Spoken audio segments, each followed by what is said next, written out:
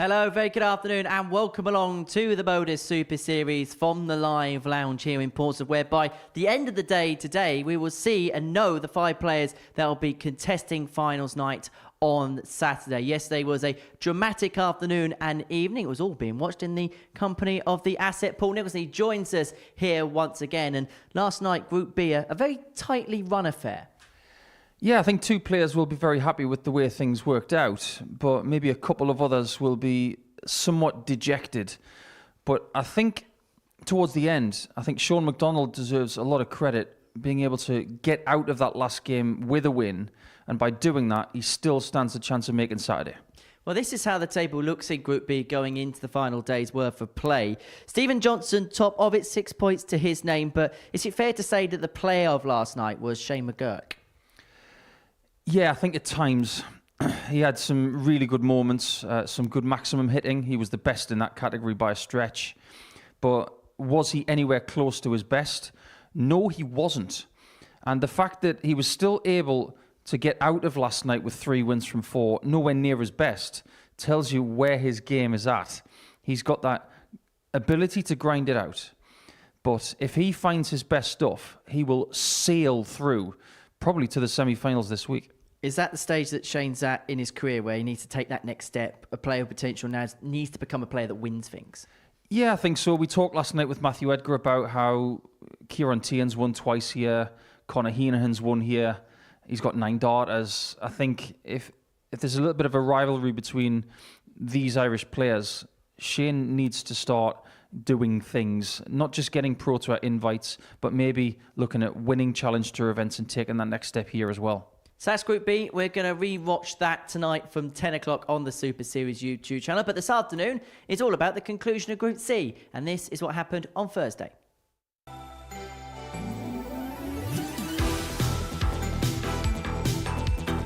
It's a Nathan Aspinall dart he's been using, but these ones that started today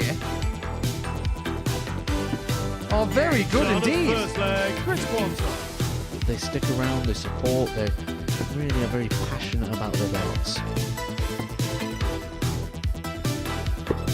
Game shot at second leg. What more is there to say about that? Johnny require 156. Needs something to happen. This could be it. Double 18.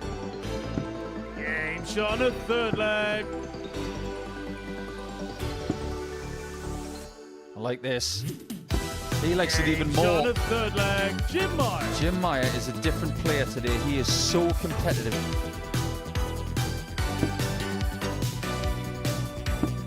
And Kai And the match. is the man Gotthardt. on Thursday to win all 5 games.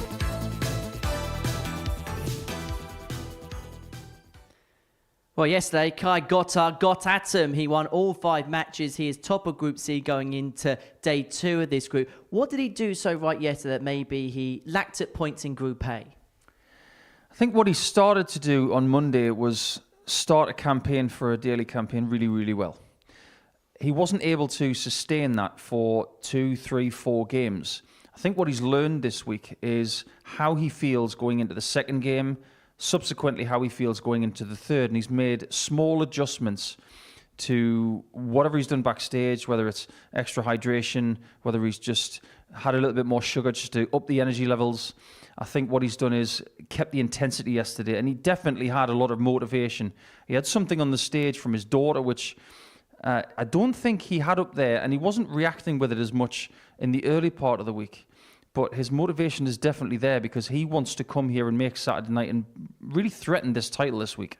What was your thoughts on Jim Meyer's day yesterday? He was good. I still think he's going to need more than he did yesterday to qualify. But I think he took advantage of other people's vulnerability. Winning 3 games out of 5, that will make him feel very, very good. But a brief word with Jim after yesterday's session. He didn't cut the figure of someone who was happy with the day and the way he played. He was happy with his points total. If he plays at the same level today, I'm a bit sure that he might walk away with only 10 points, which I'm sure isn't going to be enough. Well, this is how the table looks going into this afternoon's action. Kai Gotthardt, top of the table. Jim Meyer and Joe Croft, they go toe-to-toe in the first match. They're both on 6 points, and Chris Quantock not out of the equation on 4 points either. So that's the table. Let's see what the bookies think about today's proceedings. Kai Gotthardt goes out the 1-4 favourite to go on and win the group. Joe Croft in as 9-2 second favourite. Is that the bookies thinking that he's more likely than Jim in their eyes to qualify through? Yeah, I think they've got it spot on there. I think I've spoken to 3 or 4 people over the course of the last 16, 17 hours about who could possibly join Kai in the Saturday night lineup. And the majority of those people said Joe Croft because of experience. He's done it quite recently as well in the last month or two. And he's done it in a very tight, compact situation. And on that occasion, on a Friday, he played his best darts on the Friday. So we expect him to do it again. And it's up to everybody to stop him.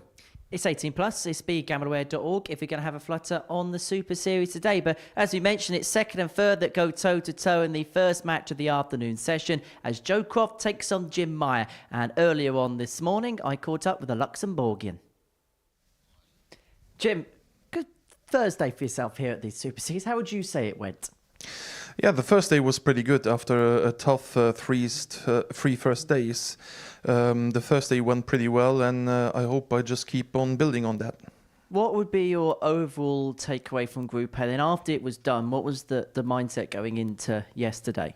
To be honest, the mindset was not the best one because coming off a week from the Europe Cup last week where I played really well, and I just want to show that Luxembourgish players can also play good darts here on this stage, and but it's just about going on and focus on this day and hopefully get to Saturday's finals night. Interesting you were talking about the representation of coach. Do you feel like when you play here, or players in your position that play here, you feel like you're representing more than yourself? You're actually carrying the weight of a nation on your shoulders? Actually, I do, yeah. Actually, I do because I think that we have great players in Luxembourg.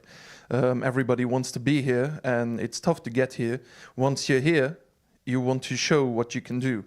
I think I've shown glimpses of that, but not all of it. So, but just keep push on. Flip the coin the other way around. Does that give you tremendous pride to be able to represent your nation and being one of the first players from Luxembourg to play? Yeah, of course it does. It does mean a lot. It means a lot for me, and it means a lot for my family as well. So yeah, I'm very proud to be here. Well, we love having you here, Jim. Wish you all the very best today. Thank you very much. Well, Jim Meyer, big day ahead for him here at the Super Series. Looking to qualify through to a first finals night here at the Live Lounge in Portsmouth. And his first assignment is Joe Croft, looking to do so for a second time. Croft, their player, very much moving in the right direction as far as the game is concerned. Twice a weekly finalist here is the 31-year-old. And will be back here towards the end of the year playing in the Championship Tour finals, and will be hoping to have a place at the Global Championship too. Whereas for Jim Meyer, the 30-year-old from Mensdorf in Luxembourg, a second appearance for him here at the Live Lounge in Portsmouth, and he's hoping to be the first player from his homeland to make it through to a Saturday night final. Friday's always an exciting day because we all know where the land lies and who will be the final 6 who will be playing for the 4th place through to Champions Week. Owen Binks is your referee for all of the afternoon's action, and Paul Nicholson is alongside me in the commentary box. And this first game could be very telling as to where the land lies in this table as the afternoon moves forward. 55. One thing's for sure, Joe needs to get off to a better start than yesterday. His first game was not good at all. But after that, games 2, 3 and 4, 100. he finished his opponents off with real class. 60. I'm going to put that first game that he had yesterday in game 3 down to I just didn't turn up. It didn't quite click. But obviously he went back to the practice board after that and things did start to click. But the start must be better. And it already looks like it might be. 138. Joe's very much a player that's developing in terms of his darting journey, in terms of his darting career. I think maybe at times 92. He can be found guilty of maybe trying just a little bit too hard. But I think the one thing just having a look at him around the arena today. It's just there's a real relaxed 140. demeanour. It looks real business-like for him today, and what is a business day here at the Live Lounge in Portsmouth. And he is first to a finish in this opening leg, 100. leaving 108 after 12 to take out the opening salvo. Well, still got 104 left, but that treble 18 bed was blocked because of the first 40. start, and maybe Jim Meyer may 132. give us a champagne start to the day's proceedings. Treble 19. It was too early for champagne anyway.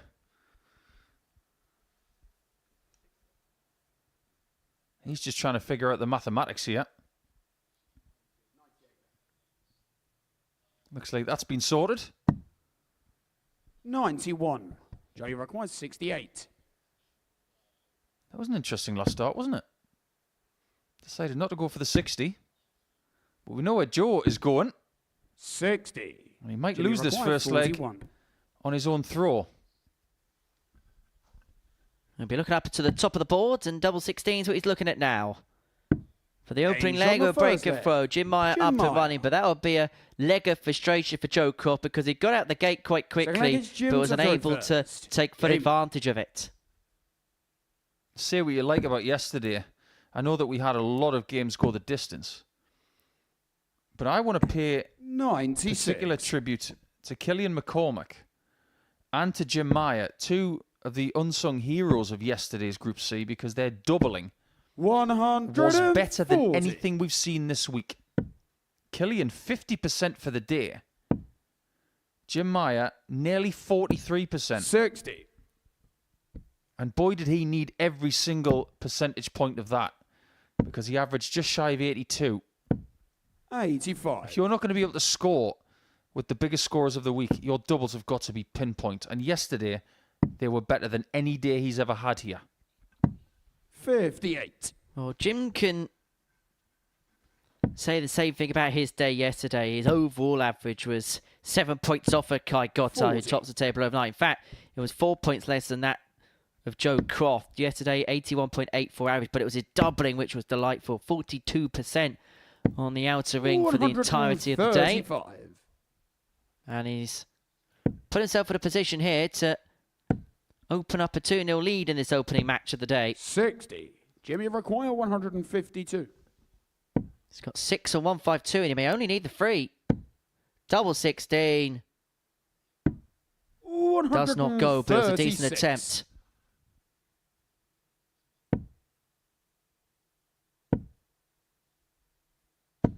$100. Jimmy requires 60. Jim is definitely growing in confidence. Game on the second leg. We can see Jim it Meyer. before our very eyes. Third leg, it's Joe to throw first. I somewhat Game on. speculatively said that I can see him getting 4 points today. I don't think 10 points is going to be enough. I think 180. someone, apart from Kai Gotthardt, gets to 12. So with that said, I believe that Jim will have to replicate what he did yesterday to qualify. 140. I think he has to win more games than he loses. Carry on, Crofty. 135. 5 will do for now, but he's put himself in a good position in this third leg to bring it back to 2-1. Still a break behind in the contest, even if he does win this one. 95. Is that the next Carry On movie, by the way? Carry On Crofty. I'd watch that. 58.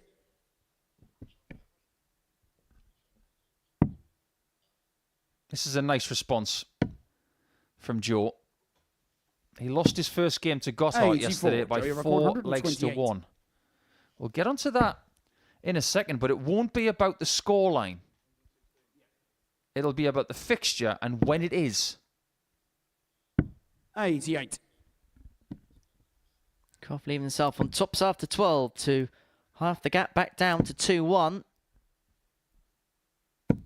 100. Joe, you Been a require real good 40. contest so far. Both players averaging in excess of 90.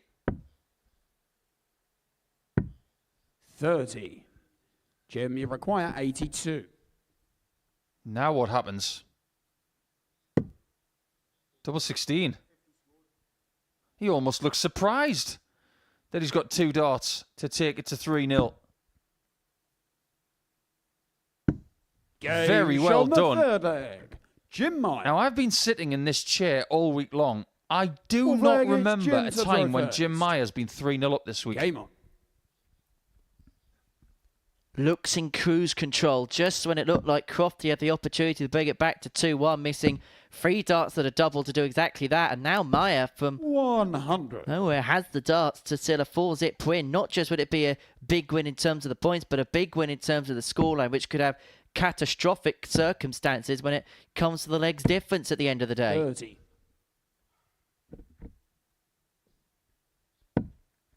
If my maths is correct, 100. I think if Jim gets a 16-dart leg in this match, 85. he will have a new national Luxembourg record average at this venue. He already holds the national record in this building 150. for his country. But it stands at 91.64. 137. If he takes 186 in 2 visits, it'll be around 95. It was interesting when he was talking this 26. morning, he was talking about the pressure that comes of representing his country in this competition, but it feels like those particular shackles have been let off and he's playing with a 140. bit more freedom. Jim, you record And he now has an 160. opportunity to win the game right here, right now. He's not going to take out the 160, and so Croft is going to get a break chance with the 109. 60. Joe, you require I think 109. that previous visit may have scuppered him in the quest for that record. 69. However, he Jim, you doesn't require care 100. about that right now. He won't even know about it. He's focused on hitting 100 to win this match. Tops to win the match. And for a big win. Not just in stature, but in terms of the scoreline. Jim Meyer gets the Jim better of Joe Meyer. Croft by 4 legs to 0. 91.09. Oh, so close towards a national record average for Luxembourg here at the Live Lounge. But he will care only for the points. Points that Joe Croft will feel has been dropped. Coming up after the break, Killian McCormack up against Chris Quantock.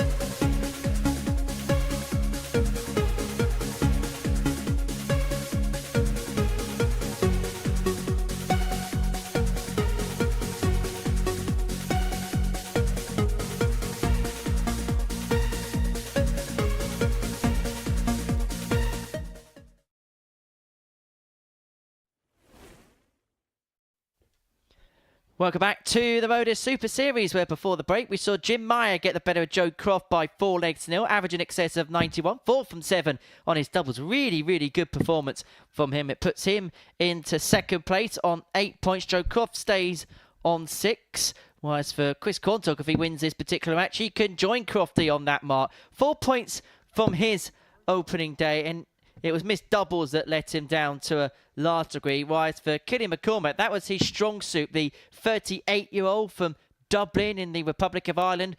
Weekly finalist the last time he was here in the previous series and did so in week 4. He'll be hoping that that is the kind of rhetoric that will work well for him again up against Quantock, former weekly winner. That was in series 5 from York, which is one of the destinations where we're watching darts from this weekend. But Quaddy will be hoping that Pompey is the destination where he picks up the big prize once again tomorrow night. Just over a year on from that success in Series 5, he is hoping to make what would feel like an annual pilgrimage towards Champions Week. But you get the sense that this first game is of utmost importance for him if he is to see himself into the finals tomorrow evening. I'm trying to figure out whether that result was good for Chris Quantock or not. I don't think the margin of victory 43 was good for the chasing pack at all, because Jim Meyer, now on 8 points with a leg difference of +8, has got himself some breathing room. 81. But what did we learn from that first game? 1, Jim Meyer is as confident now as he's been all week. 140. He's just had his first 90-plus average of this week as well, which proves that very statement. 96. Joe Croft off to another slow start, but he played so much better than yesterday, and he still didn't get a leg. Which leads me to this. 41. That is our first 4-0 since Game 11 on Wednesday. And the last person to be beaten to 0? Kai Gotthardt. 140. How things can change. Turns out that Jim Meyer missed his national record by just over half a point. 135. But the way he's playing, I expect him to scare that national record again at some time today. 140. And may well make history as the first player from Luxembourg to make it through to finals night. McCormack 142 to take out the first leg. Can't be done now, and so Quantock will return for 44 for a break of throw in this opening leg. Double top. Game shot on the first That's what he leg. needs. Chris Quantock. He needs to bed himself in and stay there. Second leg, it's Chris to throw first. Game on. Chris's start yesterday was good, but he didn't finish the first game off. He missed 8 match darts, and I think that had a huge effect on the rest of his day. But he still walked away with 4 points. And if he can beat McCormack again, like he did yesterday, 100. by 4 legs to 3, or better, he's going to go to 6 points, and he will leave McCormack on 2. 97. And basically saying that McCormack is going to need a miracle to get through this group. I know sometimes it can be a lazy phrase thrown at players that play at a bit of pace, but Chris Quantock can sometimes be accused of being a little bit streaky. That when he's at his best, he throws to a very high level. We're seeing it here, averaging 110 in the early phases of this match. But there have been times perhaps here in the past where he's been a little bit off the boil. 135. I think streaky players are exciting to watch because you're not necessarily full of knowledge 58. of when they're going to turn up, but you know that they probably will at some point.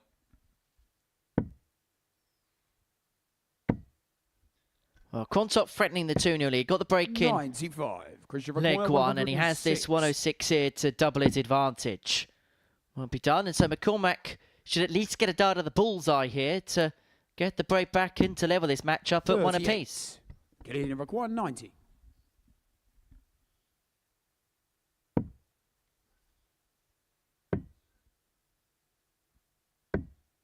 60. Chris's job now is to Which make him pay requires for those 2 68. misses at double 15. Great first start. 60. Killian, you Those require chances 30. were not being hit yesterday either. If there was one thing Killian was good at yesterday, it was taking opportunities. Well, the double 10 leads double 5.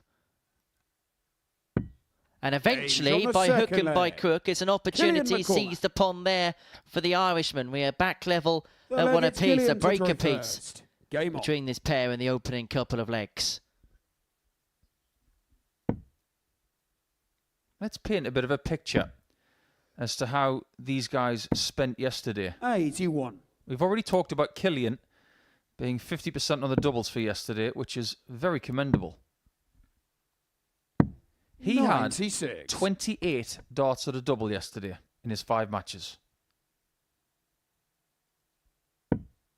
That's not enough to be successful. So his 80.71 55. average paints a very vivid picture of what went wrong. Chris Quantock averaged 7 points more, 140. and he had nearly double the amount of attempts at double. But he only hit 1 more than Killian. 96. If Chris was more cooperative on his checkouts and having 3 darts at a double yesterday, 57. he would be in the top 2. It's as simple as that. He had so many opportunities, and he had more darts at double than everybody apart from Kai Gotthardt. 100. Well, Killian there has hit a ton to leave himself on 169. And for a man who hasn't had many opportunities, when you get a chance, you've got to take most advantage of it. 140. And Chris Quantock has punished to the hilt, or ton 40 there to leave himself on 68. Killian may shake his head, but that's an unforced error which you cannot afford to give away in this kind of field. 129. Christian requires 68. Another chance of a 68 checkout. This time a different way. 43. And Chris can't make him pay for leaving the required bogey 40. number.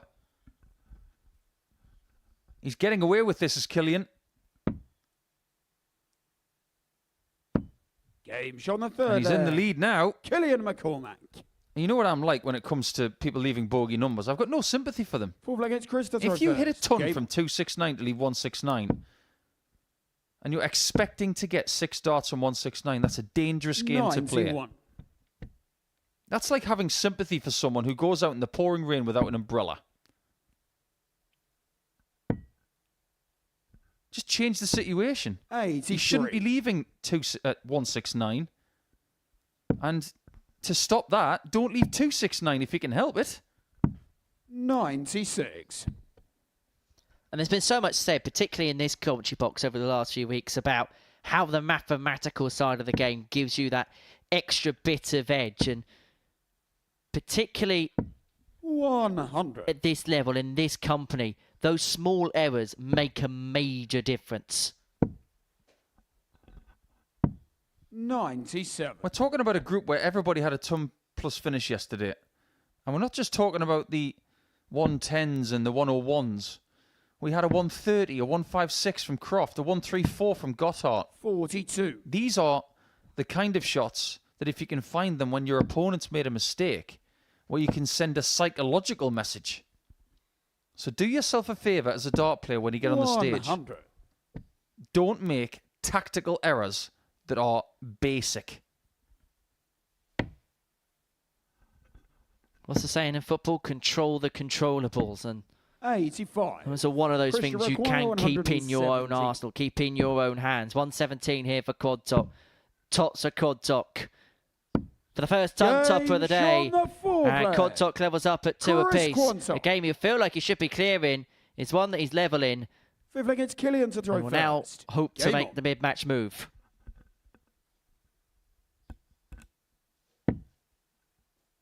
He could have won it by now. 268 checkouts that didn't 45. cooperate. He could have done what Meyer's done in the first game by winning 4-0. 80. That's our first hat stand of the day. Not that anybody wears a hat on the hockey, because do you know the rule when it comes to hats? You're not allowed to wear them in ranking events. 68. You are not allowed to wear a hat in a DRA-sanctioned tournament unless it is for religious reasons. 60. I remember there was an incident at the Isle of Man a couple of years ago where Scott Williams wore a cap to play in the doubles. Now, that wasn't sanctioned. There wasn't no ranking on that event, so 36. he was free to do so. But there was one or two people that took a little bit of umbrage to that. I've watched Alex Spellman play 96. American tournaments with a cap on, a dart shirt, and a pair of denim shorts. To me, it just doesn't look right. There are rules when it comes to every tournament you go to, and no matter what you say, you have to respect them. Otherwise, don't play. I was in Vegas in 2010, and there was an American guy who was drinking coffee as they were walking around 48. the venue, just clearing up the tables. And one of the security guards picked up this guy's coffee, and he walked over to the security guard and said, "Get your hands off my coffee." And the security guard turned around and said, "Can we have a 100. word?" Attitude was atrocious. Everybody gets a brief when they come to a tournament. These are the rules. You either 60. abide by them or you don't. It's as simple as that. If you don't want to abide by them, you don't play.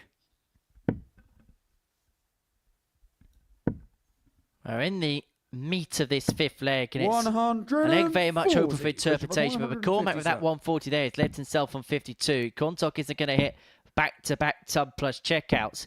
And so the 41. Irishman here has left himself in a Killian position where he could 52. open up a 3-2 lead in a game that Quantock should have had control of. Is a game that he James on the finds fifth himself leg. behind in. Killian In a game McCormack. where he has to win each of the remaining two legs just to pick the points up. Sixth leg is Chris to throw And first. suddenly what could have been a Game on. day of promise for Quanny could head down to the Swanee very quickly if he loses to Killian. 58.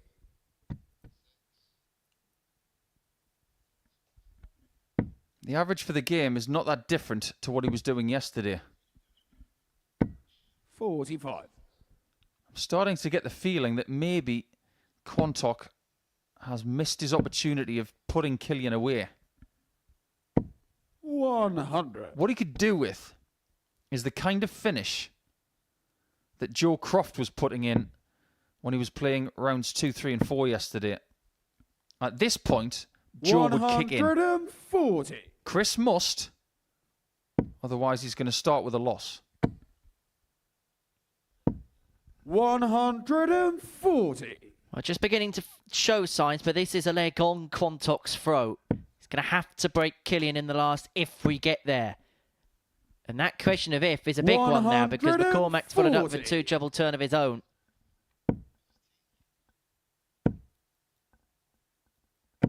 There 100. was an argument for the bull with the last start. On 201, people like to leave 96 with a 25-odd bull at the end. Okay?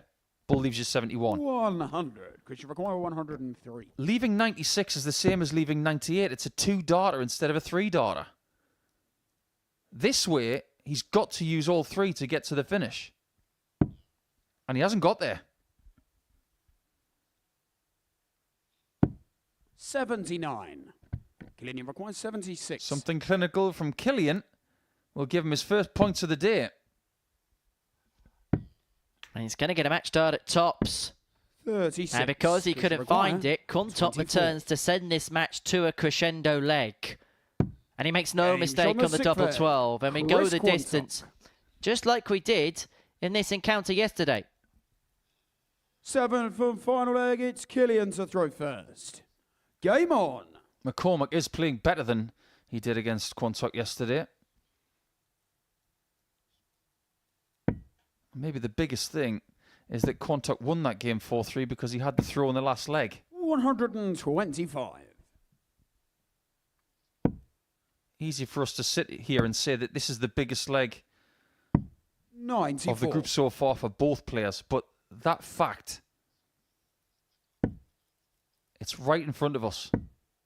Whoever loses, 83. and in particular Killian, this group is not going to be his. 97. Crucial last start of the triple there for Quantock. Otherwise, Killian may have seen himself run into the sunset in this leg. He may do so anyway. 140 leaves himself first to finish, and Quantock needs a couple of trebles just to leave himself on the fish. 100. Killian, you require 153. So 6 darts from here to win the match. Double 18. 117. Very good effort. Could have finished off with a 12 darter, but he'll take anything that is 13 to 15. 180. And he might have to get it at this visit now. 36. That may well set the alarm bells ringing. Game Or it may just shot and inspire the him. match. Magic Killian darts from McCormack. Magic Hands as Killian McCormack gets the better of Chris Quantock by 4 legs to 3, reversing the scoreline in this meeting yesterday. An 87 average for him. Quantock losing despite averaging in excess of 92. Coming up after the break, Gotthardt looking to make it 6 of the best against Dan Astbury. Next year, when that decision needs to be made, he's going to be 49. 1 year shy of the age of the seniors. A very viable option. Two players who are around that age. Well, what did he say about the 9? Will we get the 141? Will the promise come true? Double 12. Shot and the match. Steve West West has won the match with a 9 dart.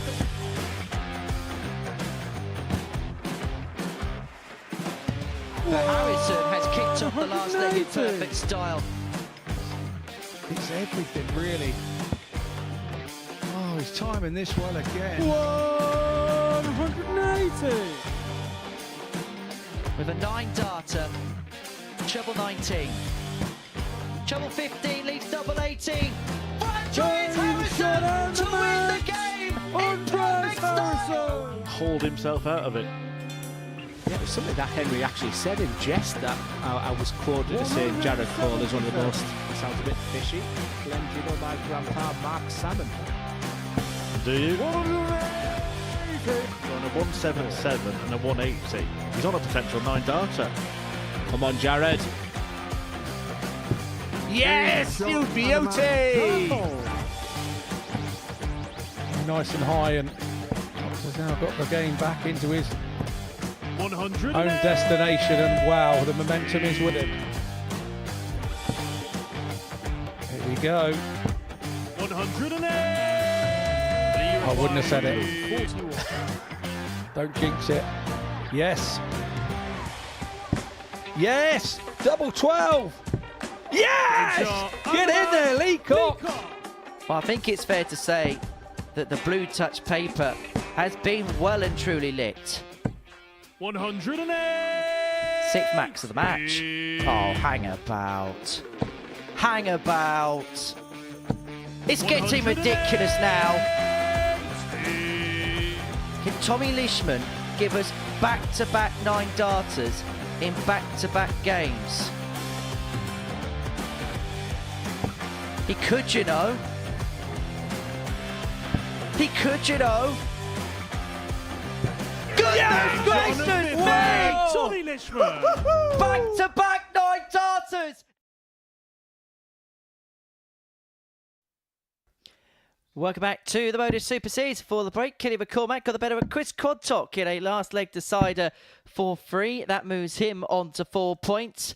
And it means for Gotthardt, he's got the opportunity to move on to 12 here. It's a meeting between the players at the top and the bottom of the league table. As he takes on Dan Astbury, who was a superb debut in this competition for the man from Telford, but it hasn't quite correlated second time around. It was a late call-up for him, whereas for Kai, it's a debut that people have been calling out for a while. The 29-year-old from Elslingen in Germany, one of the premier Deutsche darters, up against Dan Astbury, the 31-year-old from Telford, semi-finalist the last time he was here and he's going to have to realistically complete the card to have any kind of outside chance of qualifying through to the finals for a second consecutive time when it comes to tomorrow evening. But for Guy Gotthardt, you actually look at the numbers throughout the course of the week. He hasn't been playing bad, but yesterday was the day that correlated the best. A daily average of 88.23, and that was despite only being 30% on the doubles. He was head and shoulders above the rest of the field yesterday, taking advantage of key opportunities when they came, 40. and showing glimpses of the type of player that got through to last 16s on the Pro Tour in 2024. 81. My only concern for Kai today is that if he takes his foot off the pedal a little bit, things could get quite perilous. 96. So I think what he needs to do, and what he needs to focus on early, is bringing the same work ethic to the practice room 60. 2 hours before play starts. That's the first thing. Secondly, he needs the intensity and the pace that he's shown 99. over the last couple of days on the board.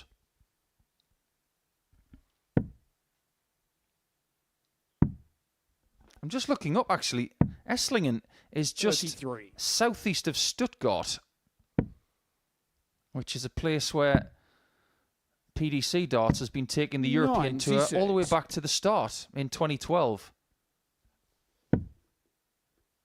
Little pop quiz for everybody out there. Who won the very first event 130. on the European Tour? 170. In Sindelfingen, beating Ian White in the final? 60. I'll give you a clue. It's the only European Tour event he's ever won. 120. And no, Paul Nicholson is not the answer. Kai require 110. I did make a final there.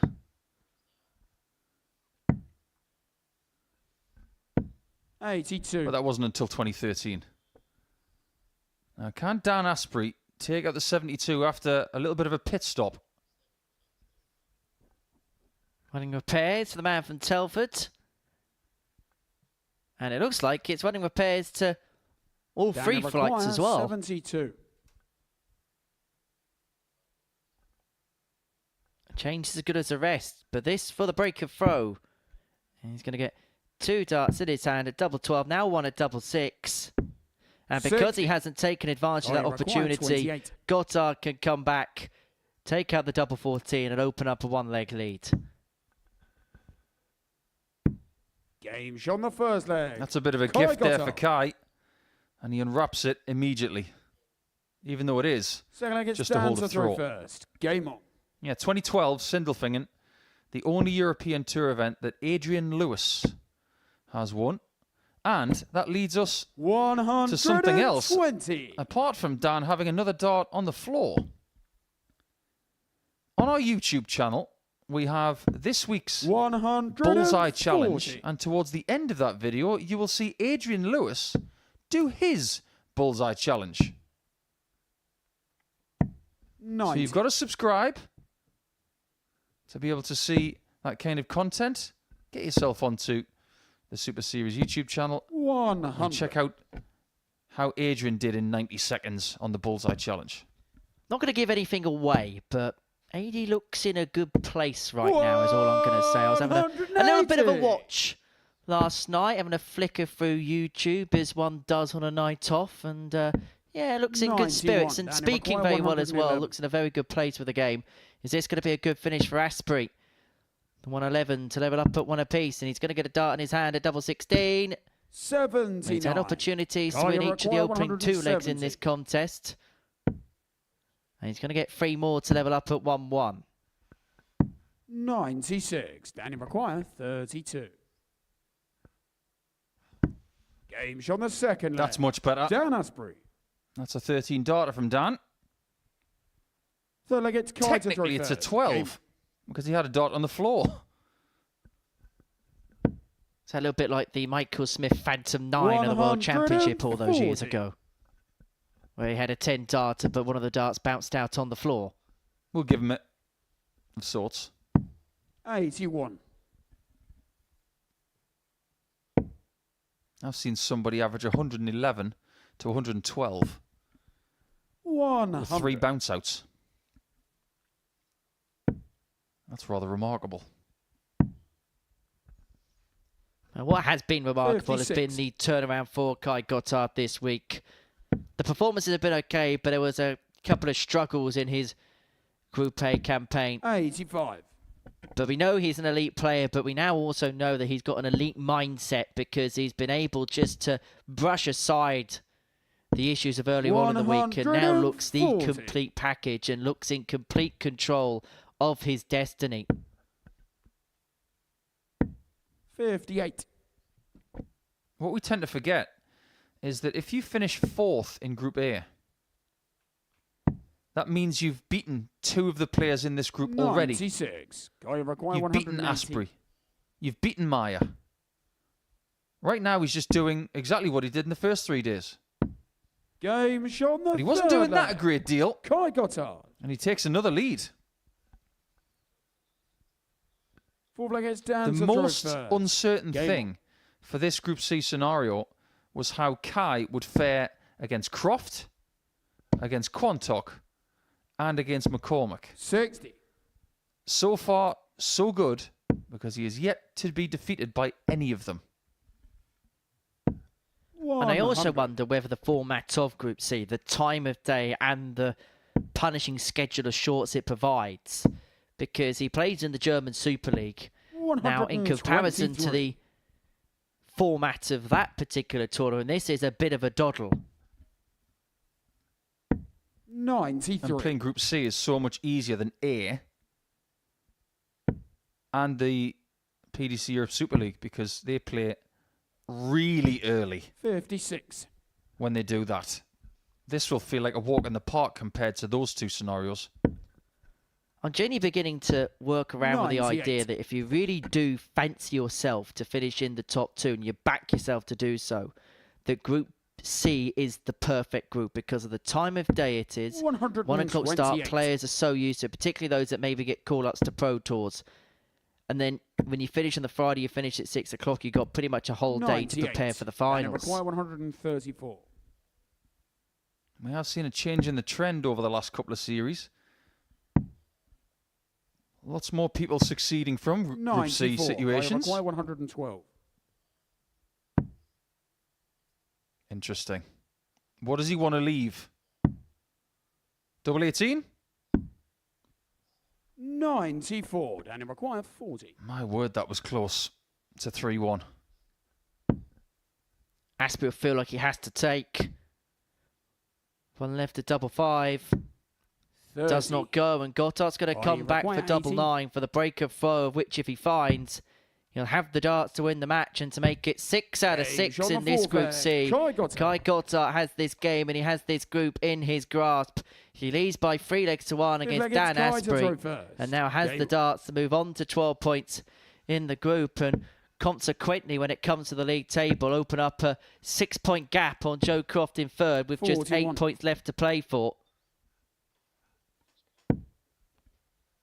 This is a very decent game. Very decent indeed. 140. Look what Dan is doing here. He's raising his mean level from the week to this game, but it's not enough. 57. And the reason that's the case is because he's hit 1 from 7 on the doubles.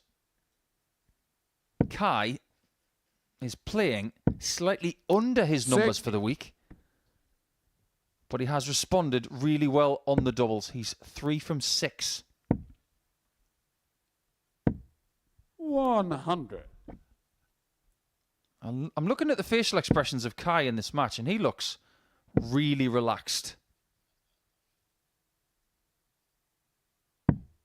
84. And when Matthew Edgar was sitting in that chair yesterday, Henry, he said if Kai gets 2 wins, he's going to be safe. I have to agree with that now. 58.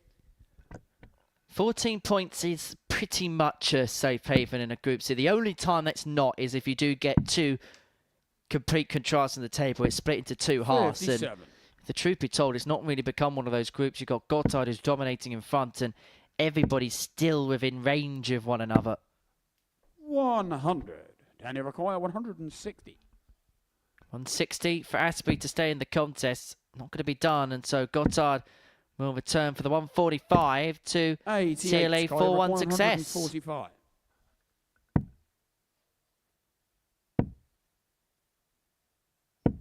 $59, Daniel requires 72. So will the match end? Or will it be extended? 2 darts missed at big numbers. And unfortunately for Dan, this is not the first time that's happened this week. 60, Collier require 86. And so Gotthardt comes back for the match. May just be a dart to the bullseye. Another single. Leaves him the middle of the diddle, but it's not going to solve the riddle. And he requires So Astbury will return for a break of foe to extend this game furthermore. Game shot You could not ask for a better marker than that.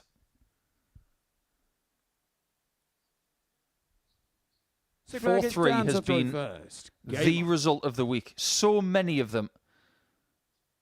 And when we came here on Monday, we thought there was opportunity 41 for everybody to shine.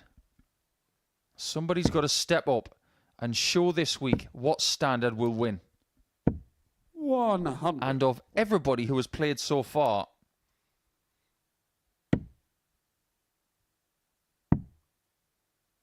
the most consistent of 58. players. And I can't believe I'm saying this about someone in Group C on a Friday afternoon. I think the most consistent player has been Kai. 140. I think even John Worsley would say that as well, because he was puzzled by the fact that he won Group A with the standard he showed. But he won vital situations that Kai didn't. There is kind of 91. shades of Andy Hamilton last week about Kai Gotthardt, where you were scratching your head as to how the player who's playing probably some of the best darts of the week finds themselves in Group C. I had him with the hammer, he went on to win the week. And Gotthardt here looks in a very good position to move on to 12 points and move himself within reach of Saturday night's final. However, he has to evade this 1-2-2 to give himself an opportunity to win the match in this leg. Astbury's not going to get a dart of the ball, and so Gotthardt will come back for a 4-2 win, which will put him on to 12 points. Double 10. 54. Dan requires 61. He can't put Dan away. At least not yet. Double 9 to cling on. Game shown the 6th. He's not just clinging on in this game, he's clinging on in the table as well. A win in this last leg for Astbury, that will get him to 4 points alongside Quantock and McCormack. But that is still 4 points behind second spot, 93, which is currently occupied by Jim Meyer. He's hanging on the edge of a cliff top with half a bitten fingernail. 100. That is how close he is to the tungsten trapdoor is Dan Astbury. Realistically, he has to win every game if he's going to stand any minute chance of qualifying through. And so this could well be a game on or game over for his whole week in this particular leg.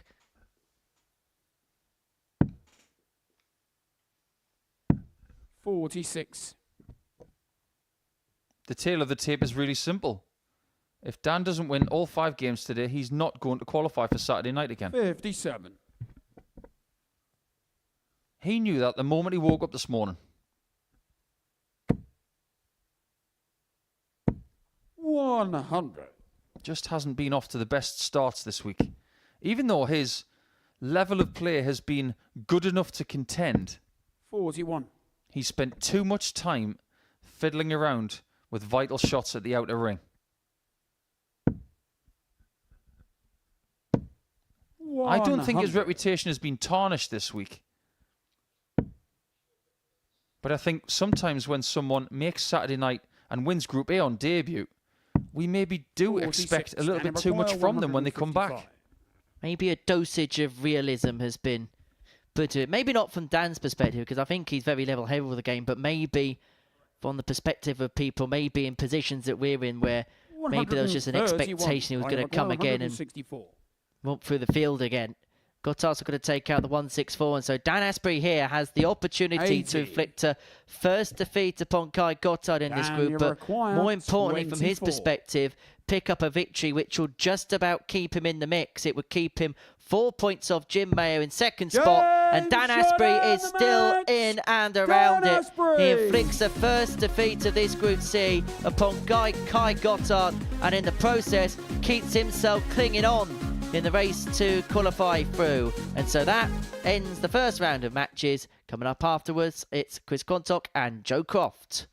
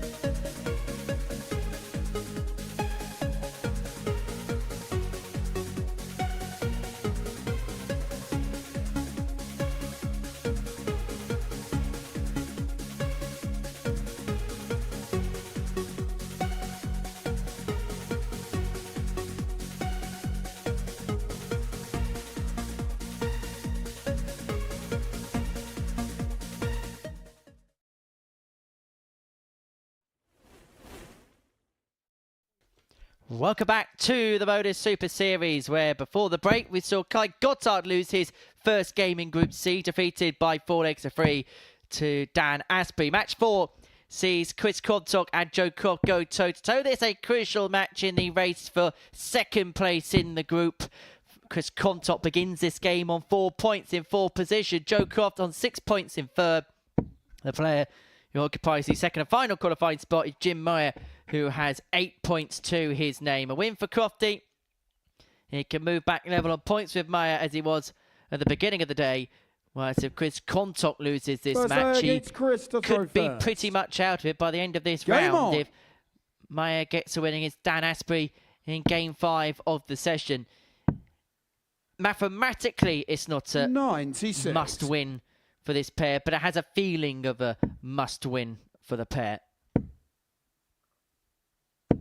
81. It's more of a must-win for this man right here. If he gets 2 points and goes to 6, 100. He will join Croft and hope that Meyer is stopped in the next match by Astbury. 100. Because what that will create is a situation where Meyer's on 8, Croft's on 6, Quantock's on 6, and Astbury is on 6. 140. It's amazing how much of this group has mirrored what happened in Group A. One person at the top, 81. looking pretty solid, and everybody behind them jostling for position. 100. Well, Croft has got off to the quickest start of the two. He didn't play bad in that 58. game against Jim Meyer. Require 80. Averaged 89, missed 4 darts at a double in the contest. He'll feel if he could play to that level over the course of 5 matches, he'll give himself opportunities. Game Just on the like that first one leg. at tops there, which he Joe Croft. takes first time of asking. He gets the break of throw, a 15 Second leg is darter, Joe 2 to kick throw start. first. Croft up Game 1-0. He looked almost surprised to take that leg in that way. 140. Don't be surprised that you're good, Crofty. We all know you're good. 81. But how about the other way around? If Croft wins this game, he goes to 8 points, 140. and all of a sudden, there's this gap between the top 3 and the bottom 3. And that gap 80. could well be 4 points at the end of the round.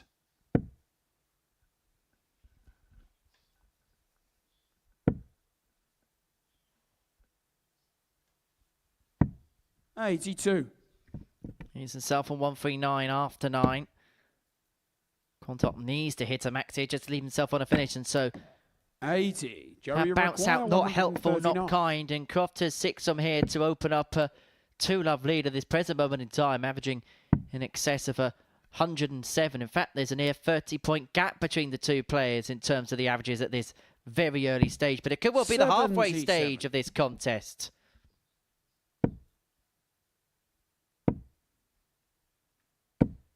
$41. Joe, you require 62. Does everything according to the textbook, but that wasn't part of the 28. textbook. Neither was that. Allow me to just remove my foot from my mouth. 83. Joe, you require 34. The lesser spotted double 17 is so lessly spotted because he split it. 18. Chris, you require 136. The way things have gone for Joe over the last couple of visits, it's got so messy, 60. it's Joe turning into a requires 60. masterpiece. Game shot on the second leg. Joe And Croft. 2-0 is very fair, I think, at this point, because Quantock hasn't had a shot at a double yet. Third leg, it's Chris to throw But first. if we may Game be fair to Chris as well, he played well in his first game and he still lost. And he averaged 3 and a bit more 81. points than Joe did. 92.44 in that loss to McCormack. It just so happens that so many times we 60. come here weekly and we see somebody play well against the darts, but they don't win. And I wonder whether there's also an 100. air of the stuffing being knocked out of Chris as a consequence of that defeat, because yes, he lost to that high average, but it was a game that he should have won. A 100. game where he had opportunities to really accentuate the lead, to have control of the contest. He was never able to. And Killian McCormack took his 140. opportunities when they came. And if he loses this game, then 100. he's pretty much as good as brown bread when it comes to qualifying through to tomorrow night's final. It'd be 100. at the best case scenario, 4 points behind with 6 left to play for. If Meyer beats Astbury, he'll be 6 points behind with 6 points left to play for. 180. Chris, you require 80. Best get a move on, Chris. 26. There wasn't a great deal of belief in that Joe, you shot require there. 61. And he might just pay the price. That's not the worst start in the world. At least it's in the board. Oh, Joe. Joe. 6. Chris, you require 54. Just let it slip. He's allowed Quantock in. Allowed him the opportunity at tops. Double 10 does 34. not go. And Joe, as you we require know, 55. his doubling has been his Achilles heel so far this week. 27% on the doubles yesterday. Missing a key opportunity there. And Joe Game Croft on the punishes. third He's leg. got the double Joe break. Croft. He has a 3-0 lead and now has the darts to see this game out to 0. Fourth leg, it's Joe to throw first. Game on. I hate to be obvious, but if Joe has ambitions of getting through this group. His leg difference might have to improve. 58. And a 4-0 victory here would be just the ticket.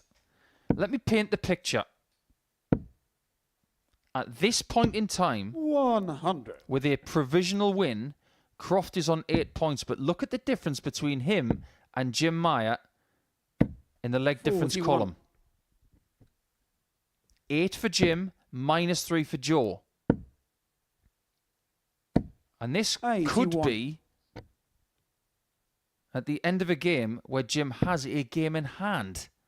So it could actually get worse. 60. And so to put it in short, not just does Joe Croft need to win and keep winning, he has to keep winning big. 180. And it could be as key as just conceding the odd leg here and there, like he could do here, may well cost him so dearly. 100. Chris, you require 140. I think what Joe's got to do is keep winning darts matches. Double 10. Game shot number Darts 4 can flag. be weird. Chris Quantock. That expression right there Fifth tells leg, you it's everything Chris you to need throw to know. first. In one Game leg, on. Chris can really struggle to get to a double, and the next leg he takes at 140, like he's just strolling down the street taking up sun rays. 57. He made that look so simple. You know what I was saying about Chris Quantock being streaky? 60. You aren't wrong. Well, this is beginning to become a 100. bit of a purple patch for Quanny. That was a 12 darter that previous leg as well, so not just was the finishing good, but the scoring was okay as well. 63. Suddenly, if Quantock could bring this back to 3-2, there's a different air about this game, because Croft raced away. Quantock's firing back. He's left himself in a finish after 9 again, 180. although admittedly it's a finish of 164. And it does feel like at this present moment in time that Chris 85. Quantock is Chris, you the require better player. 164.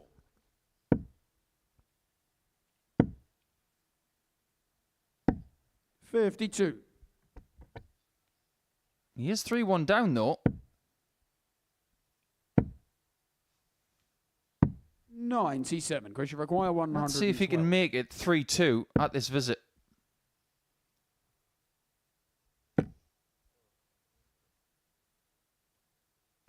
There's a part of me 38. that thinks he's still trying to get used to these darts because they are new. 140. Chris, you Better require get used to them 74. quick.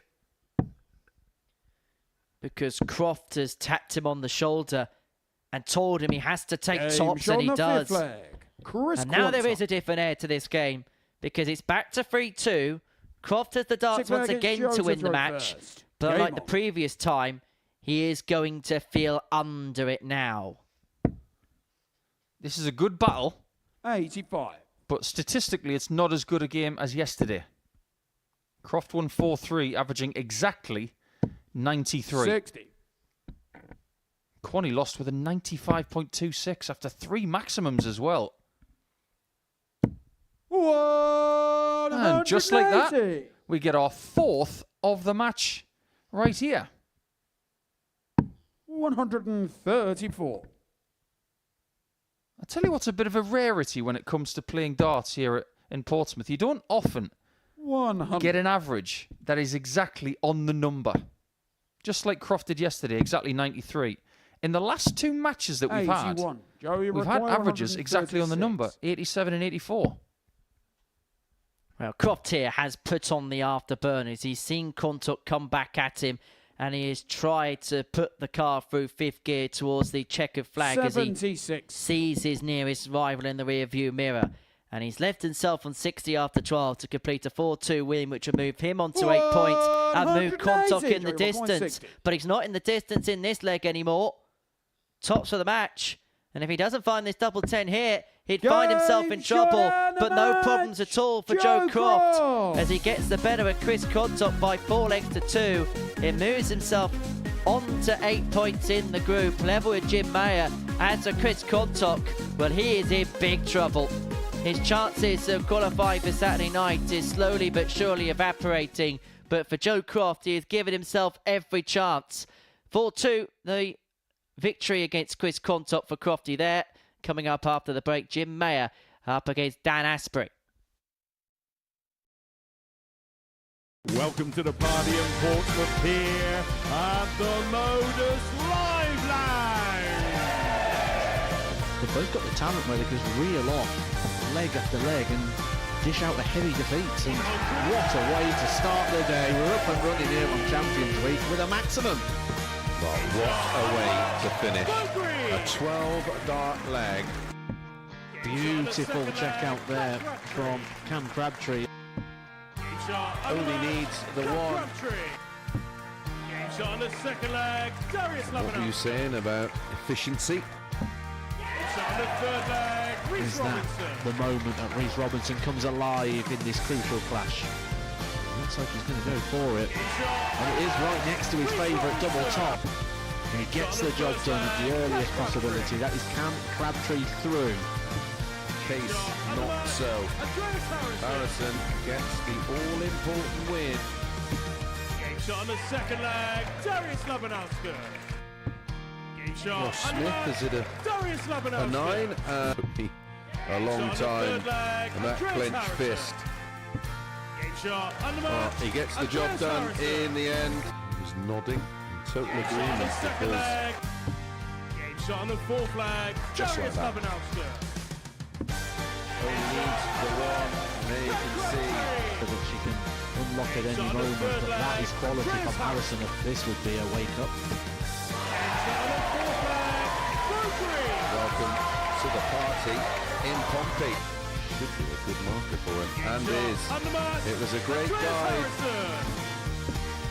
Shot on the first leg, Andreas It's Harrison. a breaker throw for Andres Harrison. Shot on the second leg, Cam Crabtree. Consecutive breaker throw, double 16 is found. And he does lead. Fifth leg. Shot on the It's not an 11, but it's a beautiful 12, treble 17, which he gets. Bullseye for the win. Absolutely incredible by Andreas Harrison. He's Andreas Dirty Harrison.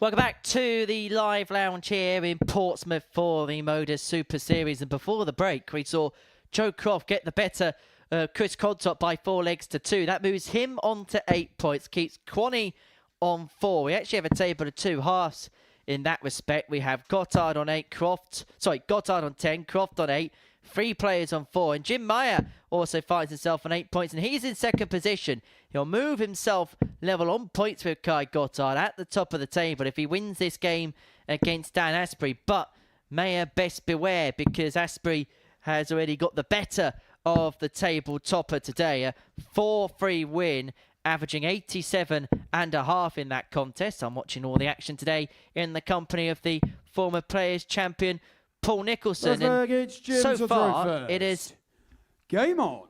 been a day which has been very hard to call, and a Group C which I think a lot of people before dart was thrown felt was very even on paper, particularly on this Friday, is beginning to play out that way. 81. Yeah, I think that's a fair assumption. Everything's starting to bunch up a little bit.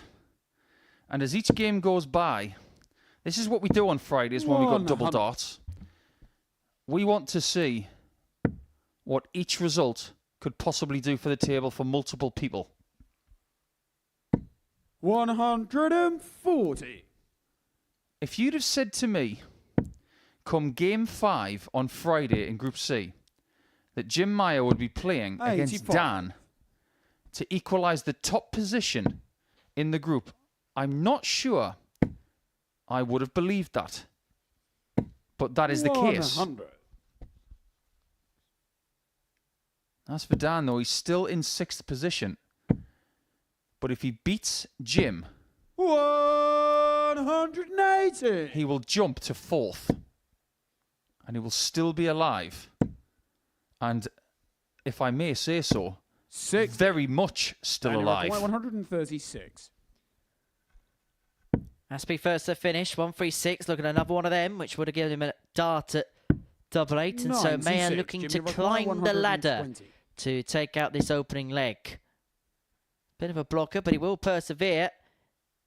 He's caught dart 1 with dart 2. Require 40. And so Astbury back for Tots for the break.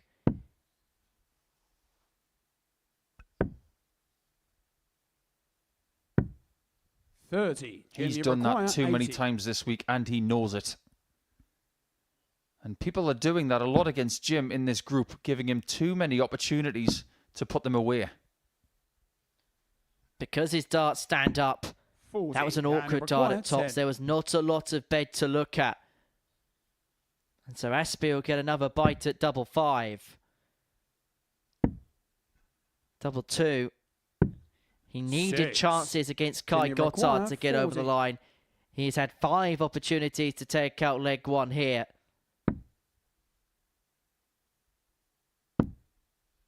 Is he going to get more? Yes. 20. Because Meyer has missed 4 of his 4. own to take out the opening leg of this contest.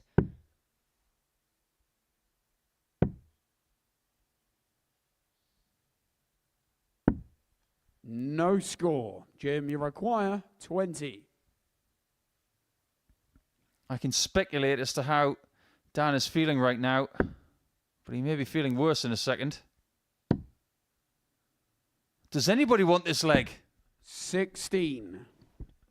At the minute, this leg is like leaving a couch outside your house, and nobody wants to take it.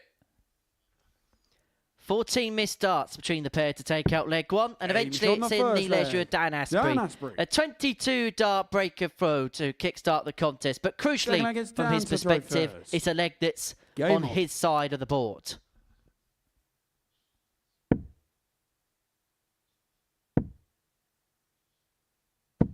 $100. Considering how many darts at double were missed in that leg, quite surprised that it was 1 in 22 and not more than that. 41. And Jim's got to be really careful now, because if he starts hitting that small 20 a lot, like he's just done, his game can unravel.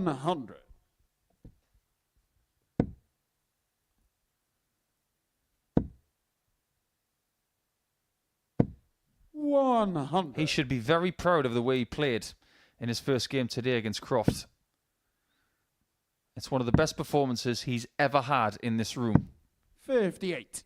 But you don't get through by playing well once. That's this format. He's going to have to put in, for me, another 2 displays like that, minimum, to get his way through.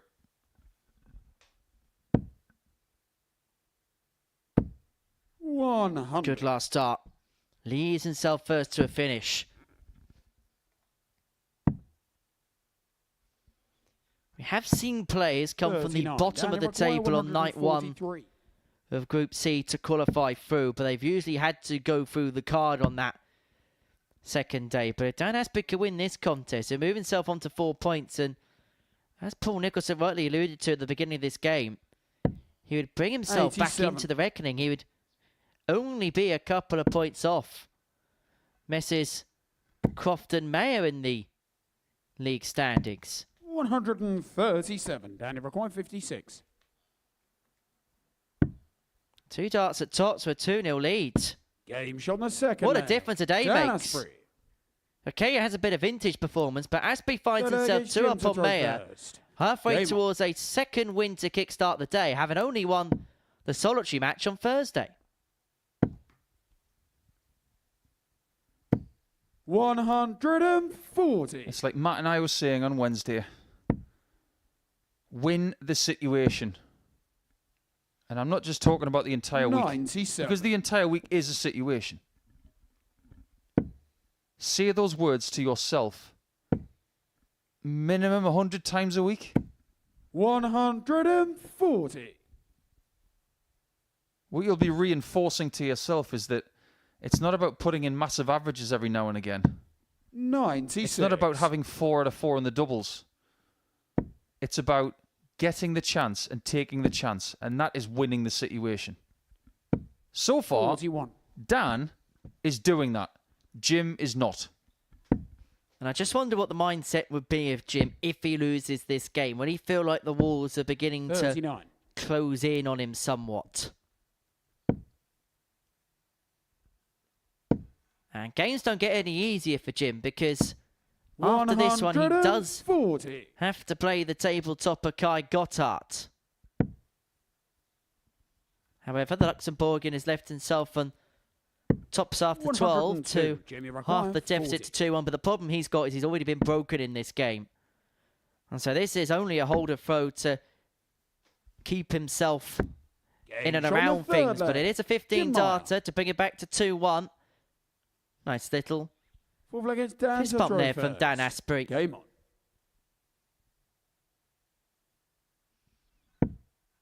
But the man from Telford, no, this is the leg. He's got the breaker throw. And leg 80. 4 is the leg where he has to cash it in. Dan's getting a little bit frustrated by the amount of darts he's seeing hit the floor.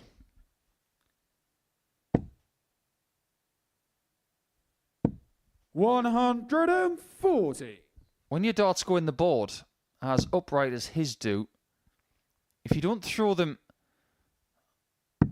92. with enough ferocity, you are running the risk of them, what we call feathering in the board, where they wobble a little bit.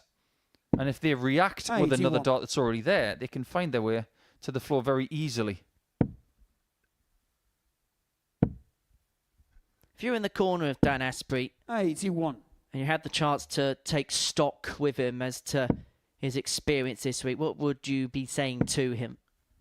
I'd be asking him questions first, 60. to ask him how he's felt over the course of the week. And we haven't had a chance to ask him what his preparation was like coming into the week. I think that would be just as insightful 27. as trying to assume why he's in the predicament that he is.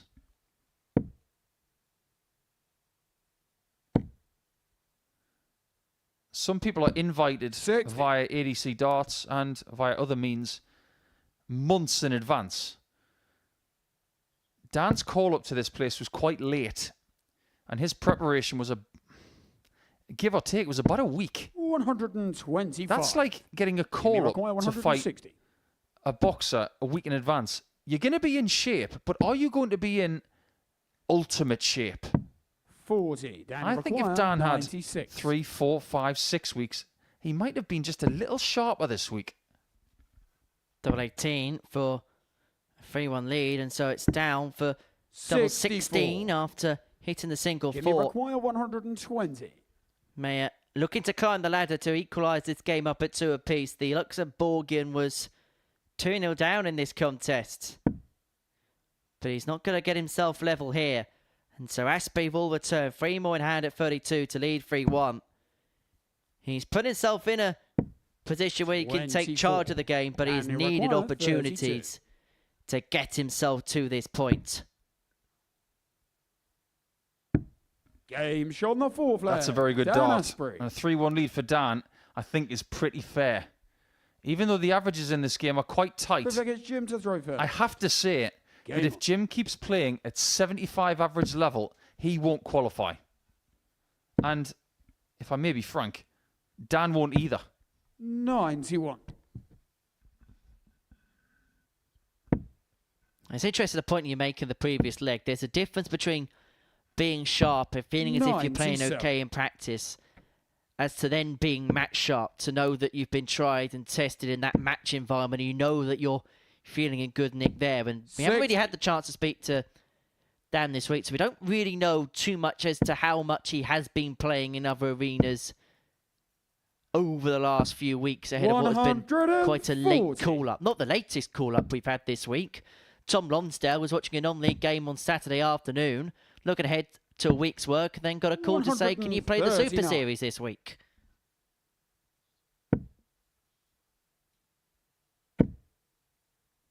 He's got a fair bit of work to do tonight. 58. 4 games left. Could be another Saturday for Tom.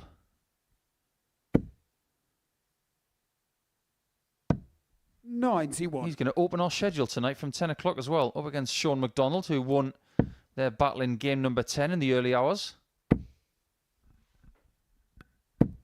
100. Brilliant visit that. Jimmy, Really, really 120. good. Forcing Meyer to take this. Triple lipstick. 100 scored. Needs double 10. 100. And he requires Well, this is a 66. result of big consequences for Dan Astbury, for Jim Meyer, but it would also be good news for Joe Croft as well. Astbury looking at double 18. 48. Doesn't go, and that would have been a 4-1 Jimmy scoreline, which required would have made 20. everybody bar Jim Meyer happy. Correct. Game shot on the But he can fifth still leg. change things Jim Meyer. in this match. Six Just leg is wonder down if to Dan third. has seen his chance Game on. come and go. If it was 4-1, Meyer's leg difference would have gone down to +5. 140. Astbury's would have gone to -4. Still quite a gap, but way more manageable than anything else that's going to transpire from here. Every leg that slips by 96. that Jim takes, that gap is going to be maintained. 58.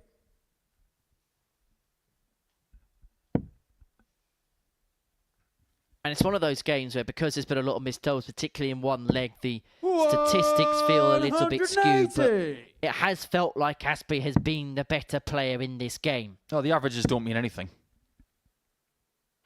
56. All it takes is one bad leg for both players. And the averages, you might as well just put them in the bin.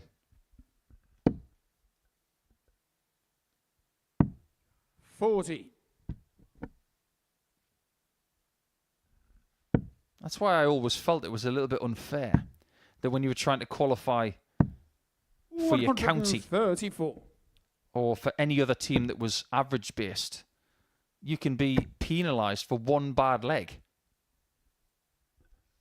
Well, it's a similar thing here where 140. Champions Dan, Week record is determined 130. upon averages, so one bad game could affect your chance of what group you're in. I don't think Astbury will care about that. He's just caring about the points, but he's not going to get it on this occasion by pinning the 81. 113. Jimmy And required so Meyer 45. returns to 45 to take us all the way to a deciding leg, and he's got 2 in his hand at double 16. Astbury sat waiting on 32 to win the match if he misses, shot on the but it's sixth not a leg. miss for Meyer. Jim Meyer. 14 data sends us all the way. 7th and final leg. It's Jim to throw first.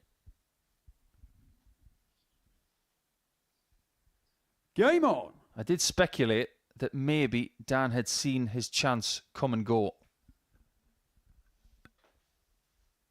His next chance was to win the game 4-2 on throw. Now that is gone, 100. we have to look at the possibility that Jim could start with 2 wins and join Kai 101. Gotthardt on 10 points. I don't want to sound hyperbolic here, Nico, but this could well be the 81. biggest leg of the group so far. Possibly the biggest leg of the day, because the pattern of play will change significantly based upon who wins this leg. 56. You just carry on with this leg. I'm going to look up the word hyperbolic because I don't even know what it means.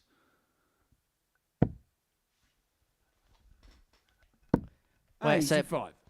a play on words with the word hyperbole.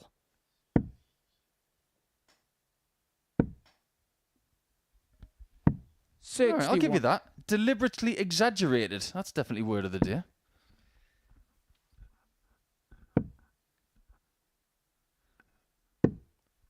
And let's be fair, if 53. there's one way of describing me, it would be hyperbolic. You said that, not me. To be fair, there's probably a similar sounding word that people 58. associate with me, but we won't go there because Meyer's got 6 darts for the match on 182.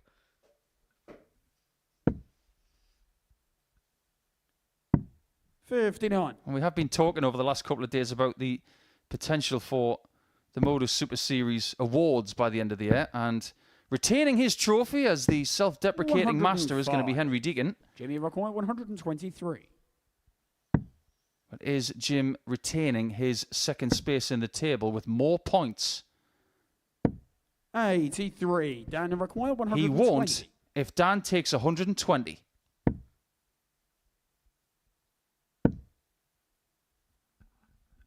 And in the background there, I don't know if you caught it, Jim, you're but there was a somewhat sinister look from Meyer.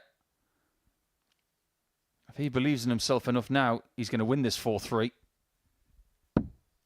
The belief is there. Shot in the match. And a big win Jim Meyer. for Jim Meyer as he gets the better of Dan Astbury 4-3. Dan will feel like he has missed a major opportunity there, and that might well be the opportunity missed. An embrace, a hug between the pair at the end, and this Group C, that second spot, well, it's in the control of the Luxembourgian Jim Meyer, courtesy of a 4-3 success against Dan Astbury. Coming up after the break, it is Killian McCormack in action up against Gotthardt.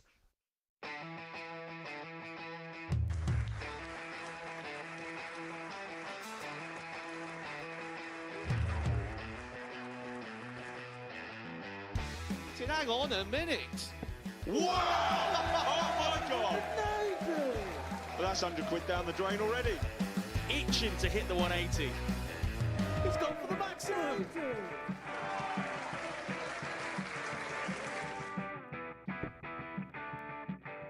Team for the ball. Ball. 53. No, he said bull.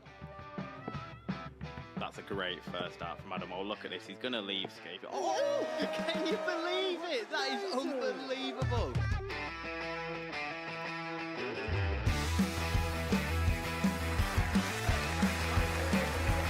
Get match darts to put his team into the final.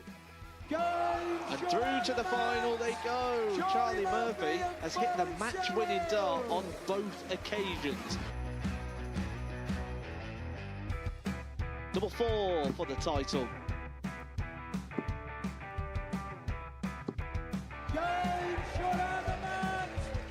Please show your appreciation for the winner of the Influencer Pairs event, George Scaife and Adam Lipscomb.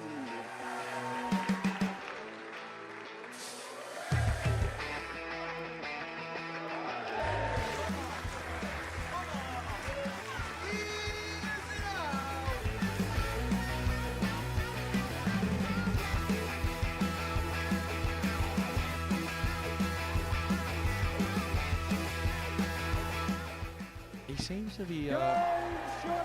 seems to be out, that's what he is. Charlie Murphy. A couple more visits yet. We're not going to need that. Oh, Bosch. Pie Face is through. And he's absolutely buzzing. It was a game that Pie Face dominated throughout.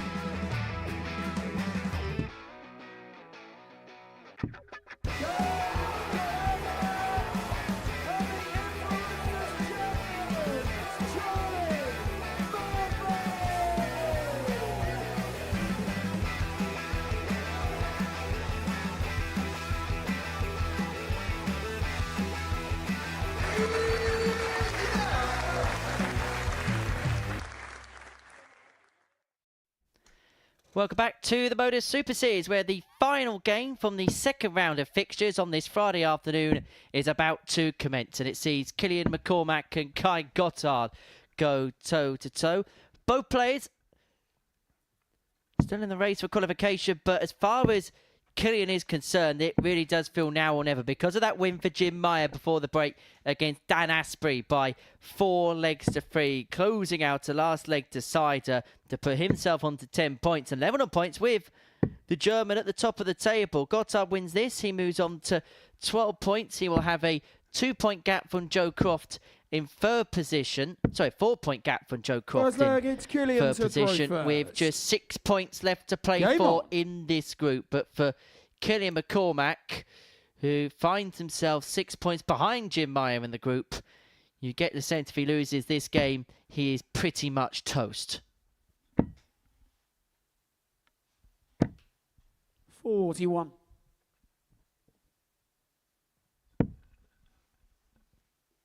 There's nothing wrong with toast, but in a sporting sense, it's not a good thing. 57. It means that you're done. And we have a phrase in darts, when you have your opponent on toast. It means they're not finished yet, but you've got 43. them ready to be finished.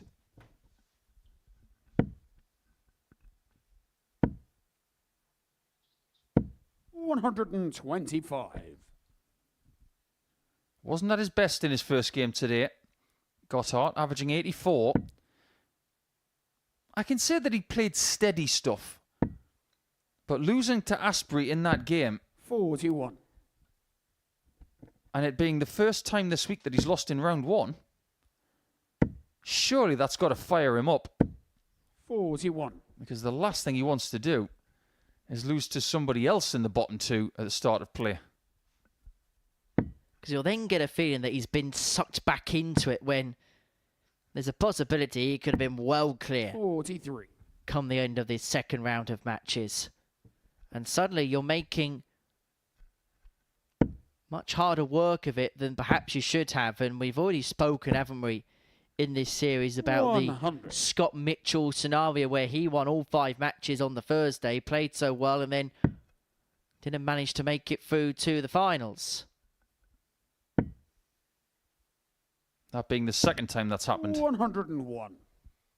Something about being called Scott, isn't it? Scott syndrome. 162. Kai's in the 54.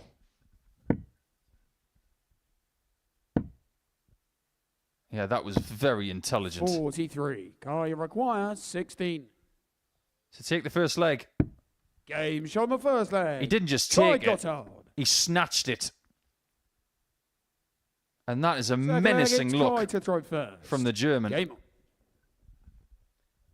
That is the look of a man in control. You could say there's a real tunnel vision about Kai Gotthardt right now. He's in the mood, all right. 180. Tunnel vision. Took us until 2:38, 81. 2:37 to be exact, on Friday afternoon to say that one. I'm quite surprised. Oh, hang about. 100.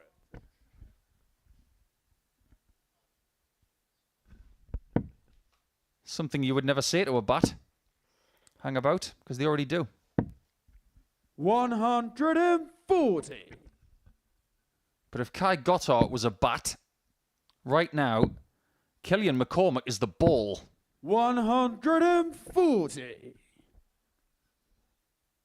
Hitting big like Ben Stokes in a T20 right now is Kai Gotthardt, averaging 110 and a half. And he's on the cusp of a potential lever dart leg to move 2-0 to the good, and he has got 6 from here, so it doesn't have to chase the bullseye, which is why he goes across for the 49. treble 10, which would have left himself on double 16, which he eventually leaves after 12 darts anyway. 45. Kai required 30. Kai has got Killian exactly where he wants him. Game shot on the second At 2-0 down. Kai Gotthardt. 10th German to play here.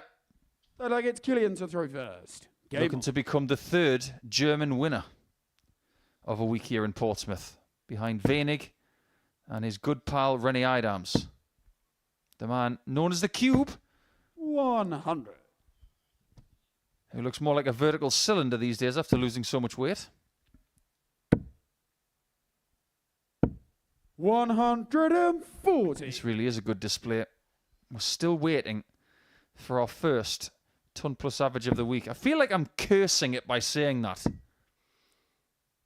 And towards the middle part of yesterday, when Kai was really starting to do some good stuff, when he played Meyer in game number 7, 100. he was on for the first ton plus average, and he just fell away a little bit towards the end. But he's still got the win. And the thing is, with a player like Kai Gotthardt, who had such a big reputation and a CV coming into a tournament like this, when he's playing the full week, you're waiting for a game where he is going to pop 100. and give us something big, whether it be an average, whether it be a moment. And maybe this is the game where it's going to happen. Maybe this is a 161. The bullseye for McCormack. 130. And he gave it a good old scare. The line on the length was okay. It just grazed beneath the wire.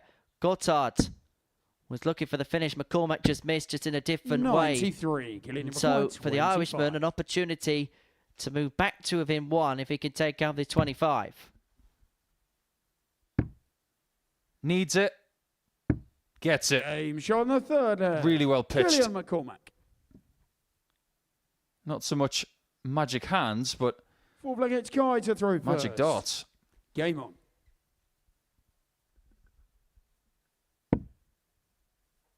It's game 6, and I haven't even talked about his shirt yet. 60. Look at it. It looks like the Jimi Hendrix Experience. And I'm talking about the full experience. 85.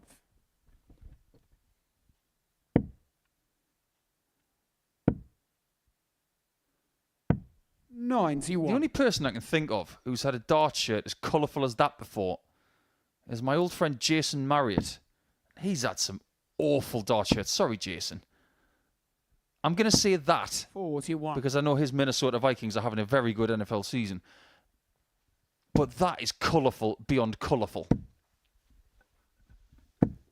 180. Well, the Paul Nicholson special, the 350 and 6, could be up in the offing here because Gotthardt's got a max to leave himself on the big fish. 125. Kaya require 170. I think it deserves a better name than the PN special. 41. I think we should pay homage to the first person who did it in this building and give them the title. I think we should call it the Jim McEwen 6-dart kill. 83. Kaya require I kinda like that. 129.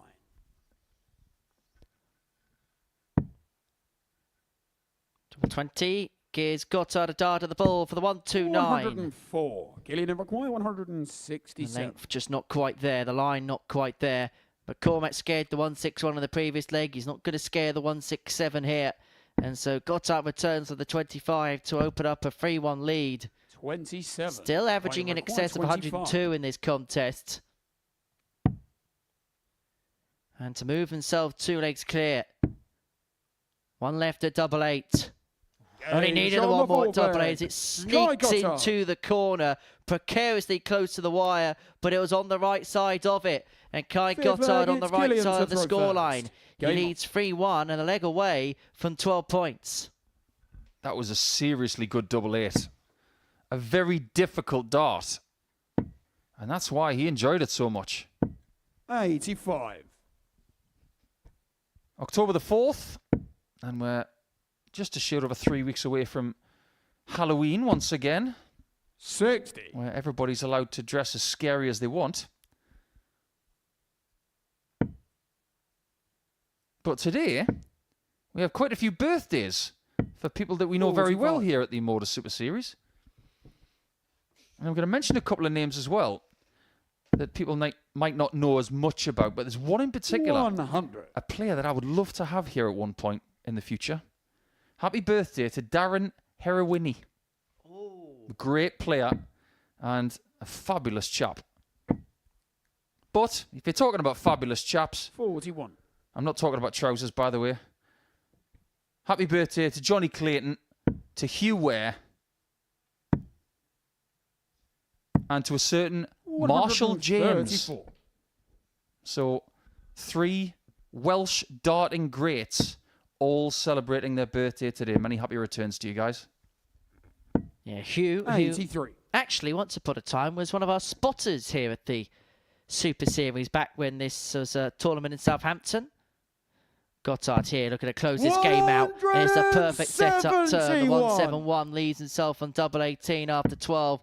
Still averaging in excess of a ton. It may well be the first 100-plus average of the week. 100. But most crucially for him, a win that have put him on to 12 points. A win that have put himself 4 points clear of third place. A special performance from Kai Gotthardt, the first ton-plus average of the week, as he gets the better of Killian McCormack by 4 legs to 1. But more importantly for him, he moves 4 points clear of Joe Croft in third place with just 6 points left to play for. The German, the Deutsche Darter, is also close towards Saturday night's final. He is beating Killian McCormack by 4 legs to 1. Coming up after the break is Dan Astbury up against Chris Quantock.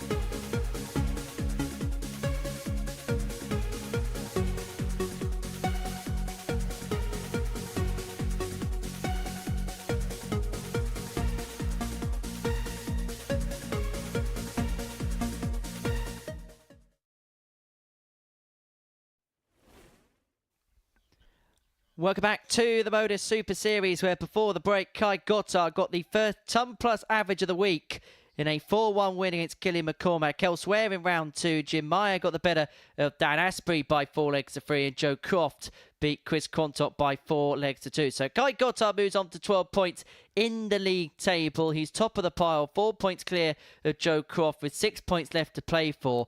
And he also has a very healthy lead when it comes to the legs difference. 19 legs in his favour. 2.5 matches in front of Crofty. Jim Meyer in second place on 10 points. The other qualification spot.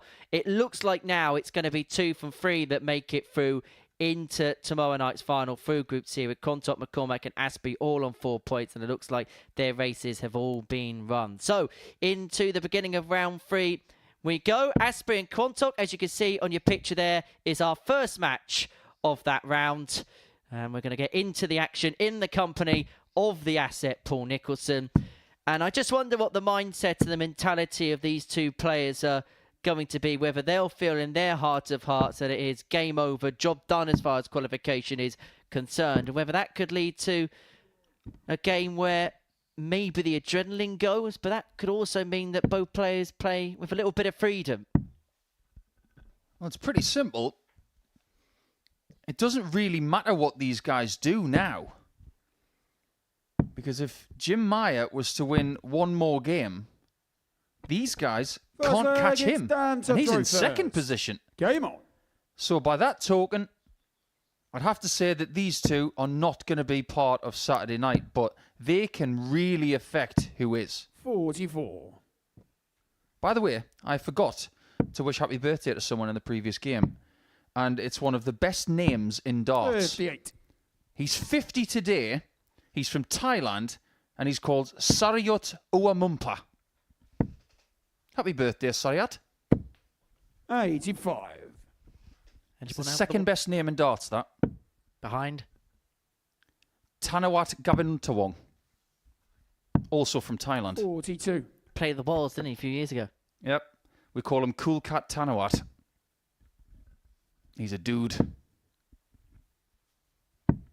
97. And they're now eligible for the World Seniors. Busy weekend there at the York Barbican, but a busy Saturday night here in Portsmouth, and you can be here too. www.dartshot.tv. That's the QR code that you need to scan to be here on a Saturday night. Just a £2 admission fee to join us here at the Modus Live Lounge each and every Saturday evening, including Champions Night, which is on Saturday, the 7th of December. 170. Big fish for Astbury. Another one of them would have left the bullseye. 98. Croatia require 138.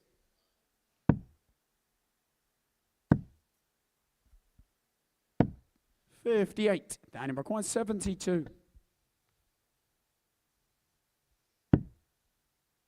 Just to keep things simple. It sounds simple, 52. getting the singles, but over the last 80. few days, Dan has missed more singles maybe than anybody else. And Quantock missing a single there, making his job doubly difficult and an impossible job now. And so Astbury is going to return for double 10 to take out the opening leg. 20. And there must be a feeling from his perspective of what could have On the been. first leg. He takes out the Dan double Astbury. 10 there to lead 1-0. And this is how meagre the margins are So here at it's the Modus Christopher Super Series, first. because if he'd Game. won that last leg decider against Jim Meyer, then he would be in a position here where 96. he'd be on 8 points, Meyer would be on 8 points, and everything's open for interpretation. But even if he wins this game, he finds himself 4 points adrift of Jim Meyer, and he 42. effectively has to hope that the Luxembourgian and Joe Croft have an absolute disaster from here on in to have any kind of outside shout. 83.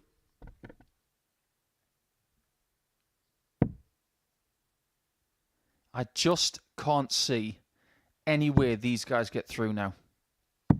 119. Meyer's got Gotthardt in game 9, and I really do expect Gotthardt to win that match. Meyer against McCormack in game 12, that's up for interpretation. But there's one thing that Jim doesn't want to do. 96. He doesn't want to have to beat Quantock in the last game of the group to get through. He wants it done by then. 140. But he's not trying to beat these guys right now in the table. He's trying to beat Joe Croft. 140. And Croft, 42. in the next game against McCormack, he will start as favourite. Double 16. Game show and the second Quantock leg. levels this game Chris up at Quantock. 1 apiece. The leg it's Dan to throw first. Game on. Now, do my eyes deceive me, or is Chris Quantock limping? 60. He does not look comfortable at all. 140. He might have just stubbed his toe, or something like that. We have seen plenty of people in the 56. past with little niggles of injuries, and predominantly dart players are comfortable whilst standing still. Can still 100. play injured. But the worst part, it is retrieving darts and going to the back of the stage. I hope Chris is okay. 90.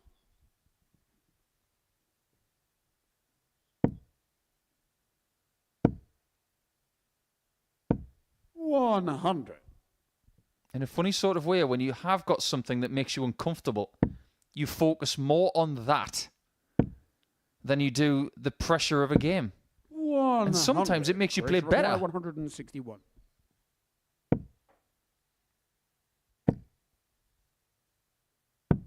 $57. On some level, I can understand going for the 17s with the last start there. 96. But on another Chris level, 104. why didn't he go for the bull?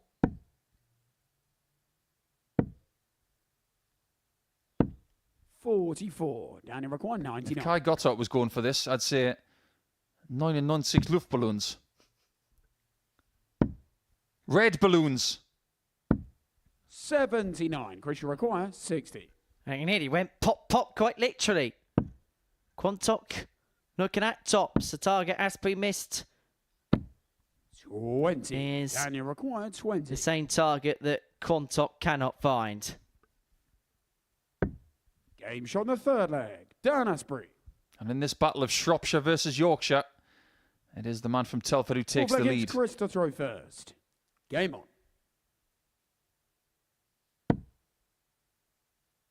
There's another thing that we haven't really talked about 100 over the last few days when it comes to Dan.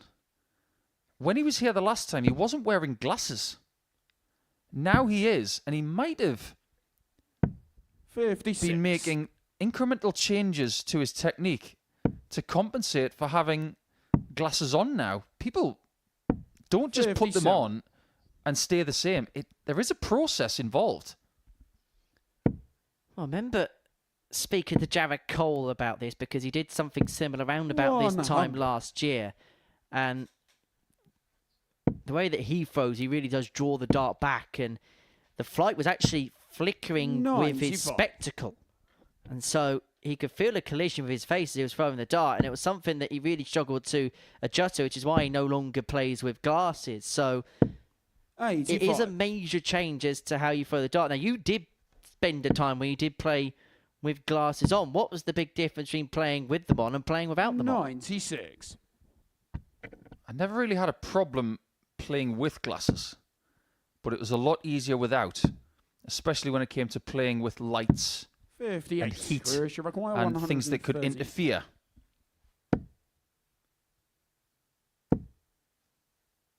But without sounding too forceful here, if you don't like playing in glasses 81. and your prescription is not that strong, go and get your eyes lasered. If you've got ambitions of being a top player, there's nothing stopping you. And if it's just a bit too expensive, 58. make Chris the require investment somehow. 32. Or you can just get contact lenses. Didn't matter if you had 24. glasses, contact lenses, And laser eye 144. surgery. Quantock would have seen nothing of that double eight. And so it gives Astbury the opportunity to open up a 3-1 lead, but he needed to find a super-sized finish, and the 1-4-4 isn't going to be that for him. 8. And so for a level match, Quantock looking at 2 4s. And now down for double 2. Chasing the madhouse, 6. chasing around, and he may well 49. be 3-1 down before too long.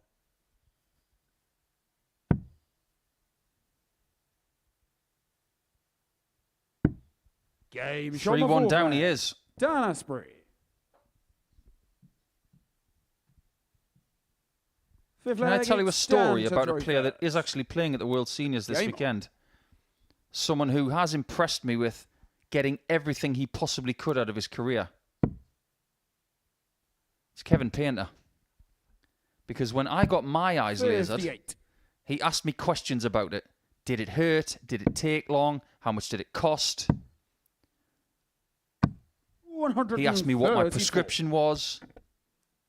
And he said, my prescription is not that strong at all. I can still see the dartboard fine, but I can sense that things are 100. deteriorating. And I want to have some sort of preventative measures to make sure that my eyesight is sharp enough for the back end of my career. 77. This is how much he hesitated. I told him everything I knew about laser eye surgery and my experiences, and within 2 weeks, he'd had his done. 59. And there's not a day goes by where he will say to 81. himself, I'm so glad I got that done. If you've got ambition, you've got to do everything you can to be the best player you can be. It includes everything. It's not just practice, work ethic, diet, 58. fitness, the lot. There are other things involved as well. And one thing about wearing glasses that I do not miss, 93. and someone who's been through what I've been through will say the same. You don't have to wake up in the morning, you don't have to clean them, and you don't have to put them on. You can just get on with your day. 100. Astbury looking to get on with the battle in hand. He's led himself 86 for the match. And he's going to get a go at it to seal a 4-1 win, which would be his second win from 3. He could well be 56, throwing for a Danny third McCormack, consecutive 86. victory if it costs it on against Jim Meyer. That's probably put paid to his hopes of qualifying through. Double 16 and now double 8 will see him on to 6 points. 78. But there are 2 match Christopher darts 60. which have come and gone for the Telford man.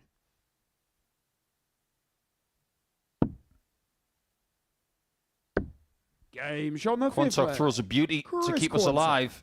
And you can see Astbury in the background. He doesn't want to show 6th leg, Chris it's how he Chris feels. to throw first. But he is devastated Game on. to have to play a 6th leg. This has been happening too much this week. 54.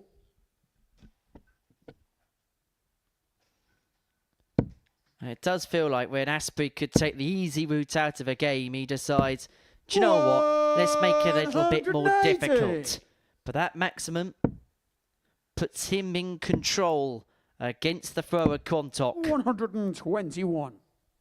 to complete the game here and now and to save us the anguish of a last leg decider. 84. Yes, Dan is not going to have the same kind of week that he had the last time he was here. 96. I don't think he's done his reputation any harm this week. I think the way he's conducted himself in the practice room and on the stage 58. has been exemplary. And that goes a long way for me. Because there are people who come here, I'm not going to sugarcoat it. 140. You might be shocked to hear me say this. They come here and they think they're better than they are. And they go onto that stage and they think they're going to cruise through to Saturday. And they don't. But Dan, all week long, stuck to his task. 39. Christian require 90. He might not get there. He's not going to get there. But he will leave with his reputation intact. 58. A respected require player, not 40. just because of his ability, but because of the way that he accounts for himself. It's a difficult situation for both players. 20. Knowing that they're going through the mill. Require 32. Going through the emotional roller coaster, knowing that they're not going to make it through realistically. And so they're just playing the games out, going through the motions. And we go to a last leg decider. How did he get that in there?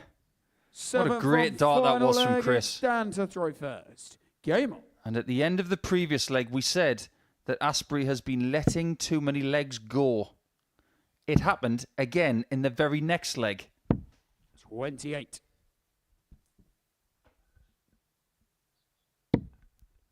Game Lloyd swing around the low 80s range. Astbury averaging 82. Quantock averaging 81. 180. Quanny's first max of the match.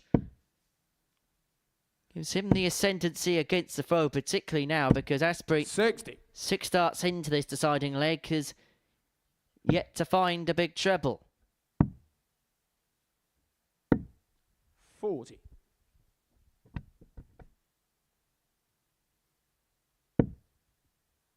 It'll feel like another game for Dan Astbury that he's let slip, just like that game against 59. Jim Meyer last time out.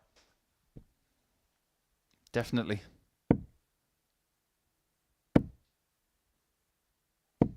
$140. You got to be very, very congratulatory to Quantock, though, the way he's played in this final leg. 56. Started with the maximum. 141. He's backed that up with 180 points in the next 2 visits.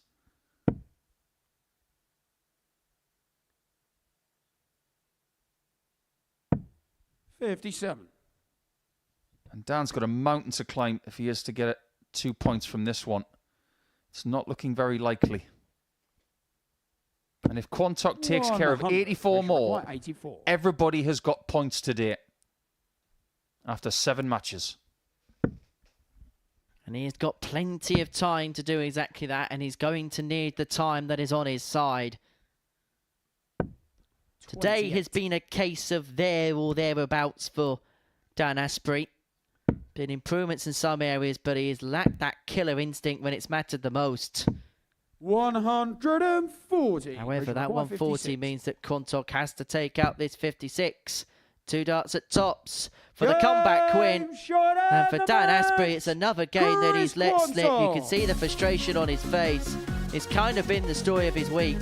As for Chris Quantock, a 4-3 victory for him. Coming up after the break, big game for Joe Croft as he looks to move on to 10 points in the group as he takes on Killian McCormack.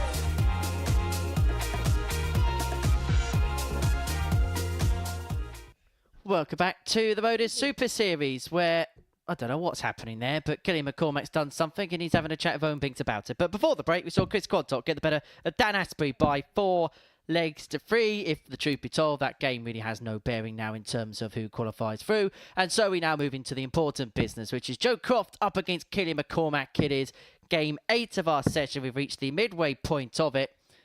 If Joe Croft wins this one, he moves on to 10 points, level with Jim Meyer on that particular mark in the group prize for Killian. He'd move on to 6 if a win here, and it would mean that Jim Meyer is in such a comfortable position.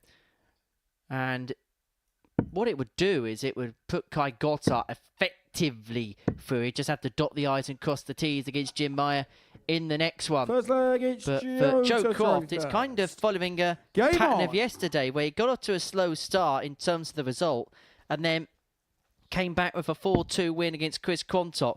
But you have to say the darts he's playing so far today are of a really good standard, and a standard that is attainable throughout the course of the day. 89 in match 1, 86 in game 2, and his doubling was very, very good against Quanny.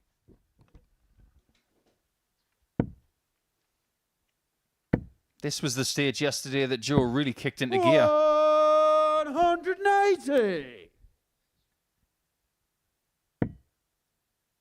And based on what we know about Joe and what we've seen from Killian 135. in his 2 visits here, if Joe plays his best, he wins. 100.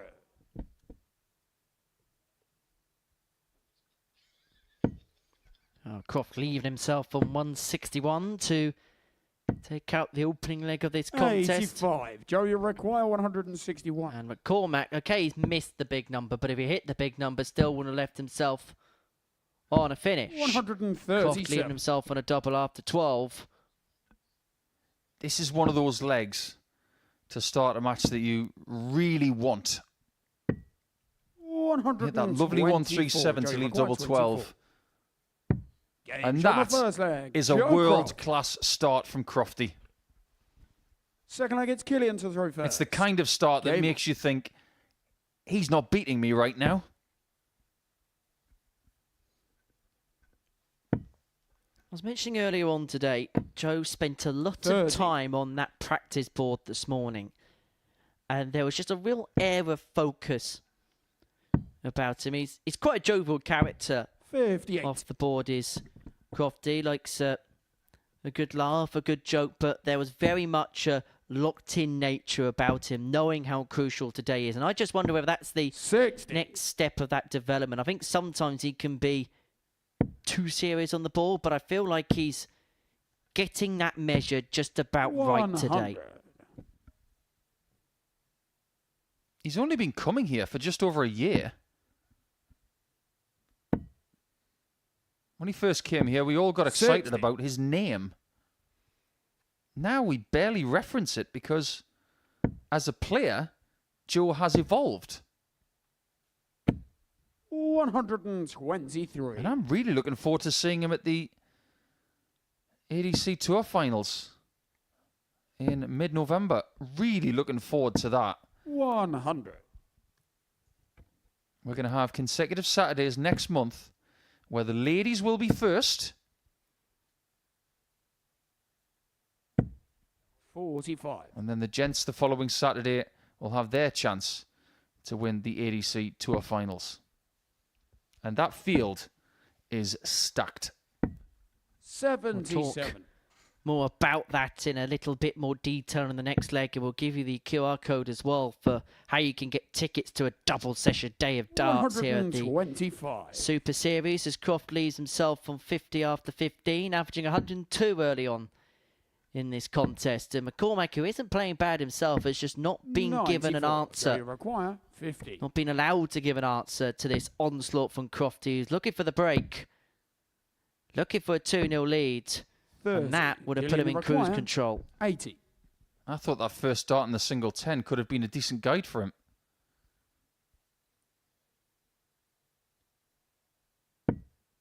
Speaking of 10s. 60. Joe, you required 20. Killian's exit from the Modus Super Series this week. It is inevitable.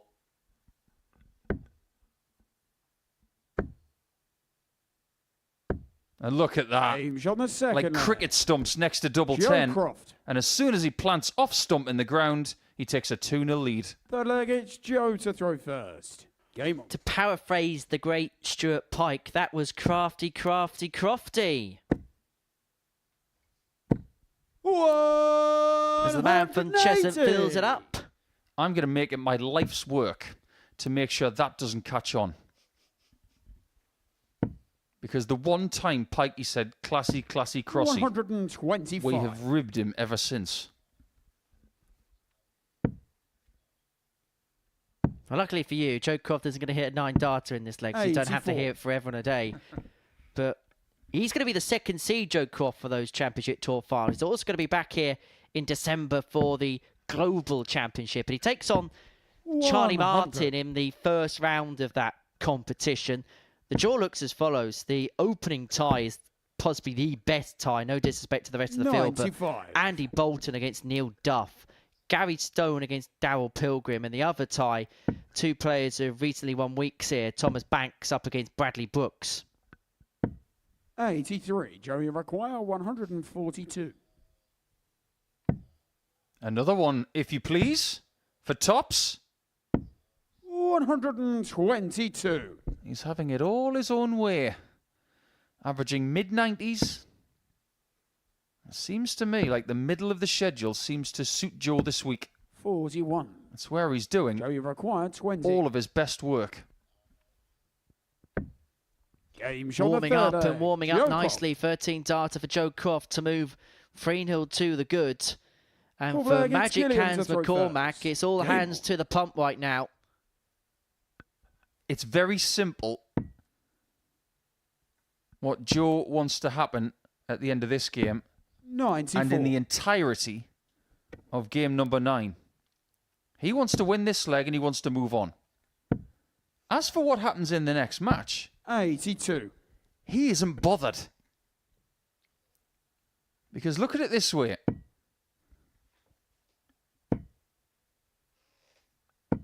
If Jim wins, he goes to 12 points and Joe's behind 2 people. If Kai wins, it means that Joe is very, very 38. close to Meyer. Both situations are very gettable. So as far as the next game is concerned, he really doesn't care what happens. 100. Doesn't give a flying fish. 100. However, Game 4-0 is looking 127. decidedly unlikely now.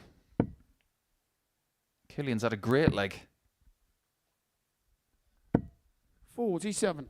Well, he himself, before that last term, was averaging in excess of 90, but has only had a couple of darts at a double throughout the entirety of the 100. contest. Killian require But 80. Croft, having a bit of an off leg here, has allowed McCormack the opportunity to possibly have more, but he's going to need the full quota of 20. 6 darts to bring it back to 3-1, and he's going to have to spurn a dart upon his return. That was careless. He will feel somewhat embarrassed by that dart, but look on the bright side, Killian. 43. If you don't make that mistake again, Killian requires 60. you're going to get 2 darts for the first leg in this contest. Game That's shot more the like fourth it. leg. The previous dart is Killian completely forgotten McCormack. now. And so McCormack Third leg back is to Joe to 3-1. throw Croft first. has the darts Game on. for the match. And we mentioned earlier how every single leg could be crucial for Crofty. He's already let one slip in this contest. 81. A 4-2 win would put him level on points with Jim Meyer, but it could be costly in terms of legs difference. Effectively in this round, he's got to win big. And realistically, he's got to hope 60. that Gotthardt batters the Luxembourgian.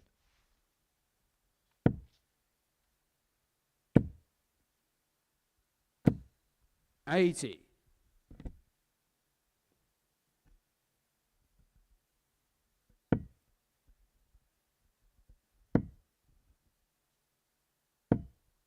$100. I don't think we should forget the fact that there's still a possibility that Kai Gotthardt might not 45. qualify from this group. He's not safe. If Croft wins this one and Meyer wins the next one, there is a very 40. unlikely situation where Kai does not make the top 2. Inconceivable overnight. But since when is Friday in Group C predictable? Just ask the likes of Ryan Finesse, Chris Hurds, Jimmy Van Ski.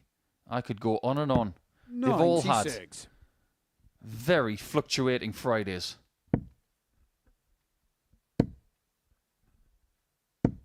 Much better.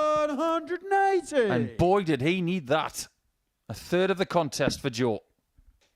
Crofty kicking on and moving on as the finishing line approaches. 41. This to put himself level on 10 points of Jim Meyer in second position of the group.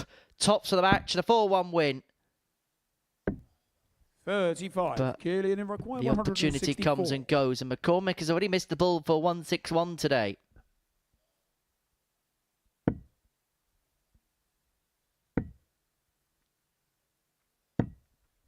That was a pretty good attempt. And how good is this one from Joe? Game Controlled from Crofty, and he puts himself very much in the mix again.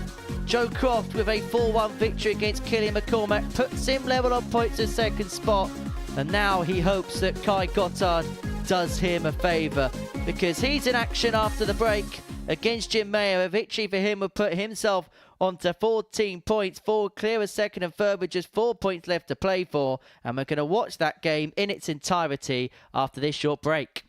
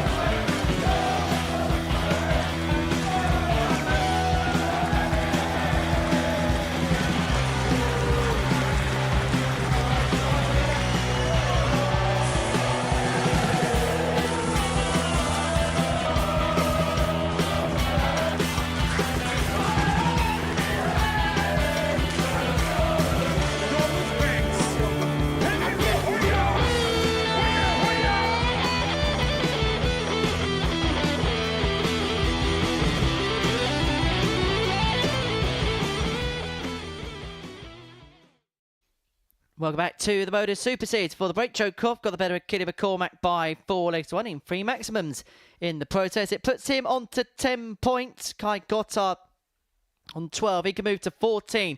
4 clear of Croft and 4 clear of that man in your picture there, Jim Meyer, who can move himself on to 12 points, level with Gotthardt, and 2 clear of Croft with 2 rounds left to play. There's a crucial match to end the 3rd round of fixtures here at the Live Lounge in Portsmouth. It's the top 2 going toe-to-toe. It's Gotthardt and Meyer, the 2 ADC European qualifiers this week. Game on. Germany against Luxembourg here at the Live Lounge in Portsmouth, and it's Gotthardt that's going to get us underway. Lost his first match by 4 legs to 3 to Dan Astbury for a 4-1 success against Killian McCormack with an average in excess of a ton. And if he carries on playing like that, it will feel like a big task for 42. Jim Meyer, who has won his opening couple of games, but 2 differentiating performances 57. for the man from Luxembourg. How do you see this one going, Paul? I can see Kai winning it. 60. And he will want to as well. He doesn't want any more doubt about his Saturday participation. He can see the tape. 60. But unless he runs through it, there are going to be people trying to pin him back. And one of them is going to be Jim. 81. Because he might still have an ambition of winning this group. Well, we know the result that Joe Croft would want. 128. And that's a Kai Gotthardt win. Just get him done and then try and track down Jim Meyer. Although he does still have Kai Gotthardt to play Joe Croft. So actually, Croft, he may well see himself in 3rd, but still, regardless of the result, sees himself in a good position if he wins his remaining matches. 72. Gotthardt missing 2 darts and a double to take out the opening leg, but he has got time on his side. If we disregard this game, which 44. we're doing because we're looking at the table, let's see if he can hit this double 1 first. Game shot on the He first does for a leg. 1-0 Kai lead. Gotthardt. But let's just disregard this game for just a few seconds. Croft has got Astbury in the next match. Second against Jim Let's to say throw that first. Joe wins that Game one and on. goes to 12 points. And he beats Kai Gotthardt in game 13. 180. He could get to 14 points and not get through. 100. But that would mean that Meyer has to beat Killian McCormack in game 12 and Chris Quantock in game 15. 140.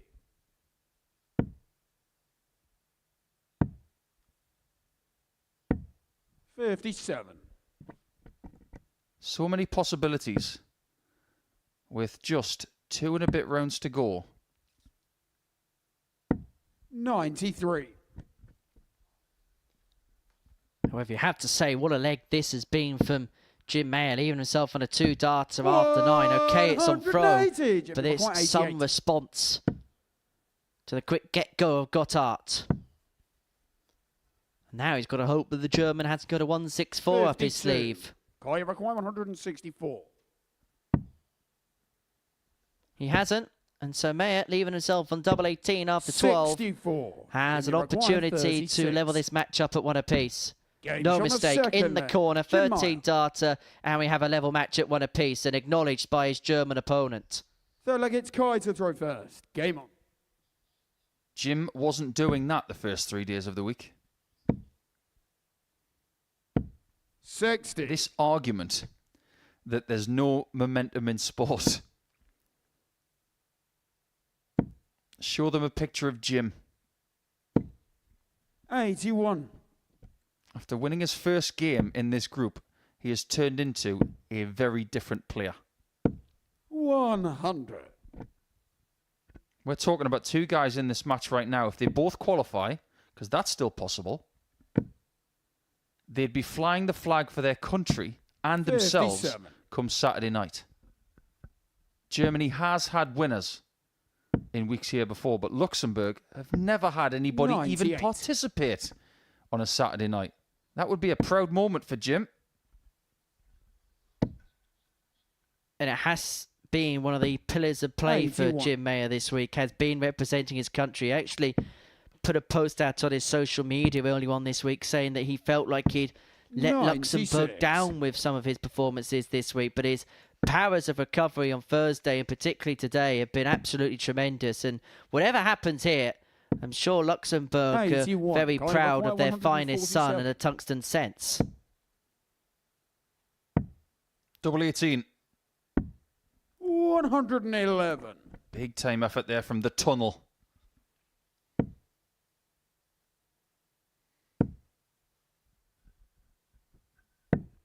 42. The tunnel looking to funnel the final fruits of his labour. If he wins this game, he'll feel like he's as good as through. Double 16. For a 2-1 lead. And it didn't matter anyway because he was going to get another visit because Meyer left himself on a bogey. But the German, 2-1 to the good. And that lucky mascot proving to be exactly that for the Germans so far. 22. Two things I want to say. One, I can't remember a week where I've seen so many people hit a single 4 going for double 18. 60. And secondly, that thing about Jim apologising for the way he played earlier in the week.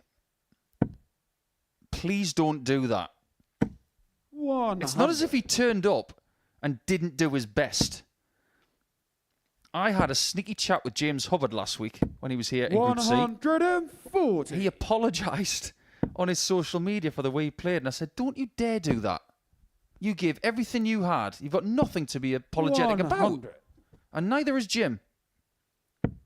So my message to everybody watching this is don't do that. 134. If you didn't give your best, you've got every right to apologise. But people do give their best. Anyway, Paul, sorry about today's commentary. 97. I'll get you later. 167. 6 and 167 for 3-1 lead, and Gotthardt is going to need the full quota of time, but in a very good position here, playing very well, averaging in excess of 95, and he's got Jim Meyer exactly where he wants him. 96. Kai required 28. Wonderful. Gage on the 4 flag. 13's out of this time for Kai. 5th flag, it's Kai to His leg difference is just so healthy. Right now it's plus 17. That's 10 better than Meyer. 60. And it's 18 better than Joe Croft.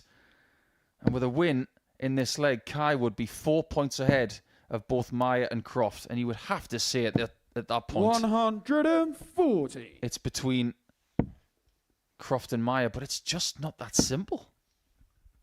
And remember, the most that could be bridged in a couple of rounds of matches is 16 legs on a legs difference. So if Gotthardt goes 4 points clear, in excess of 16 legs clear of his opponent in terms of legs difference, then 80.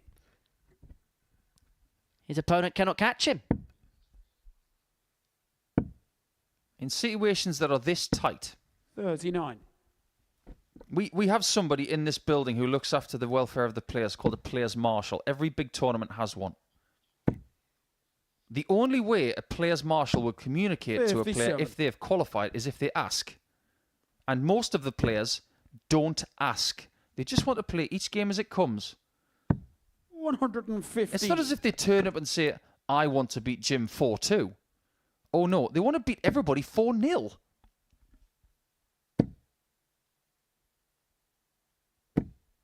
$140. Good visit that from Meyer. Finding the break of throw, and if this goes back to 3-2, we could have a different story. However, that visit for Kai Gotthardt could paint a different picture upon this leg, thus match. Especially when you consider Kai's already hit a 1-3-2 this week. Great marker. But cannot utilise it. And so this for Kai Gotthardt, 1-3-2, to effectively put himself there. Bullseye for a 4-1 win, and it clipped the barrel of dart 1. Jimmy required 24. Great try, though. Don't miss, Jim. Game shot on the 5th leg. Very well Jim done. Meyer. And it seems as if Jim has run out of shirts. Jim to throw first. Because this is the colour he was wearing on Tuesday, I think it was. So maybe he's only got 4 colours. 180. And if that's the case, Peter Jakes has retained his title as the dart player that's got the most colours of his dart shirt at 8. 43. That is still yet to be beaten. Well, Jim Mayer's yet to be beaten in this match. Gotthardt raced 3-1 in front, put it back to 3-2, and Meyer has just switched the...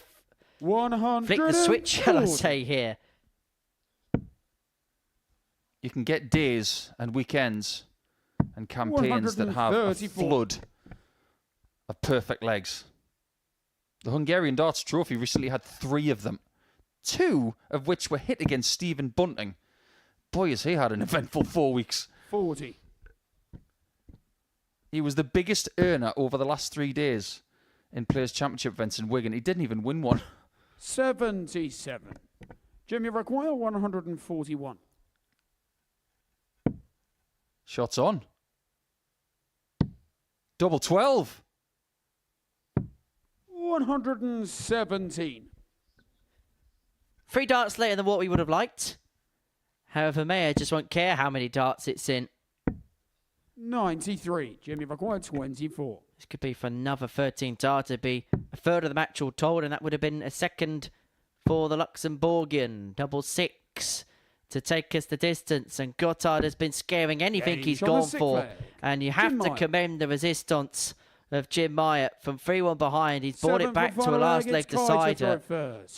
And suddenly, it's Kai Gotthardt who finds himself in a bit of peril, because if he loses this leg, 93. Meyer joins him on 12 points, and Joe Croft will have the opportunity to join him on 12 points against Dan Astbury in the next match. And Gotthardt's final game of the group is against Joe Croft.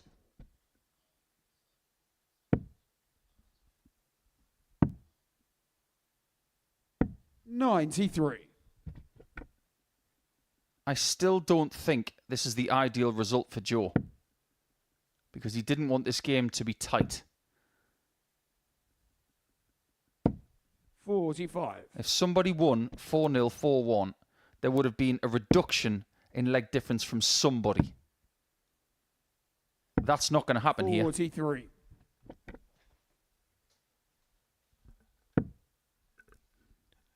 And suddenly, at the end of the day, we may well be looking back at the first game of the day as the 96. game where everything hinged upon Meyer beating Croft by 4-0. 100. Kai needs something to happen. This day is starting to turn out the way that Monday and Tuesday and Wednesday did. It's just a bit doubtful as to whether he's going to get across the line. But because of that trebleless visit, Jim has given him 6 from here. It's been hard work, this game, and he's averaged around 90 the entirety of the 7 legs. 140. Left himself on a double. Meyer could only set up from here. Gotthardt was in such a comfortable position. He was 3-1 in front. 80. He saw Meyer rein him in. 32. But he may still reign supreme here. If he could take out this double 16, it'll move him on to 14 points in the group.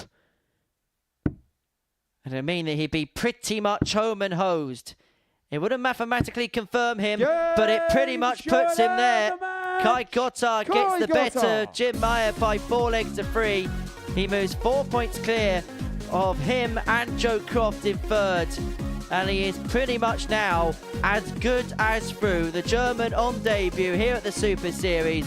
A kiss towards his lucky mascot. And coming up after the break, it is Joe Croft up against Dan Astbury.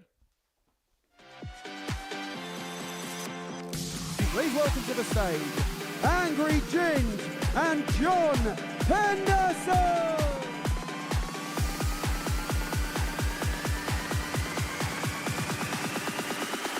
This is where...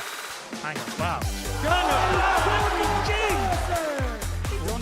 there for Nyland, but you do not expect him to get another visit in this match. John Henderson, double 10. And he pins it to take the opening.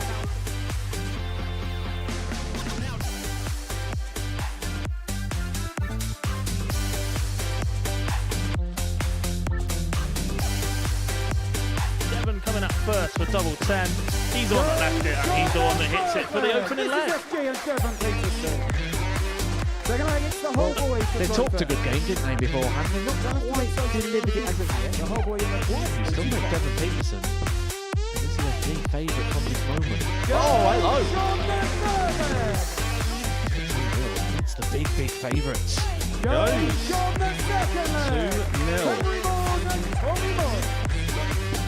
2-0. But it doesn't. The most successful player at the Super Series is the man who turns it around. He's got it 1-0. Away days and Bradley Brooks. May see a double-double. Does go double 19. Wants another double 19. Great shot. Very good. The Bradley Brooks show. No one aiming, unfortunately. He did go for this one. And we're into the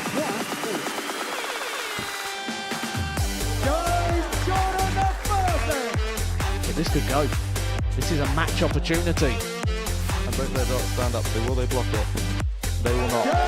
John Henderson to take himself.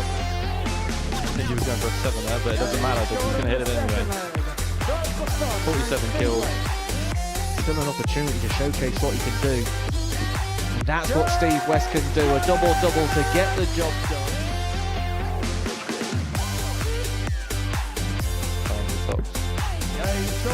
When you get those nerves, you just hang on to the dart a bit too long. Steve West finds Tops for a breaker throw. They've got that double 20. Tops the match. Starts with fun and Steve West. Steve West and Dance for Fun!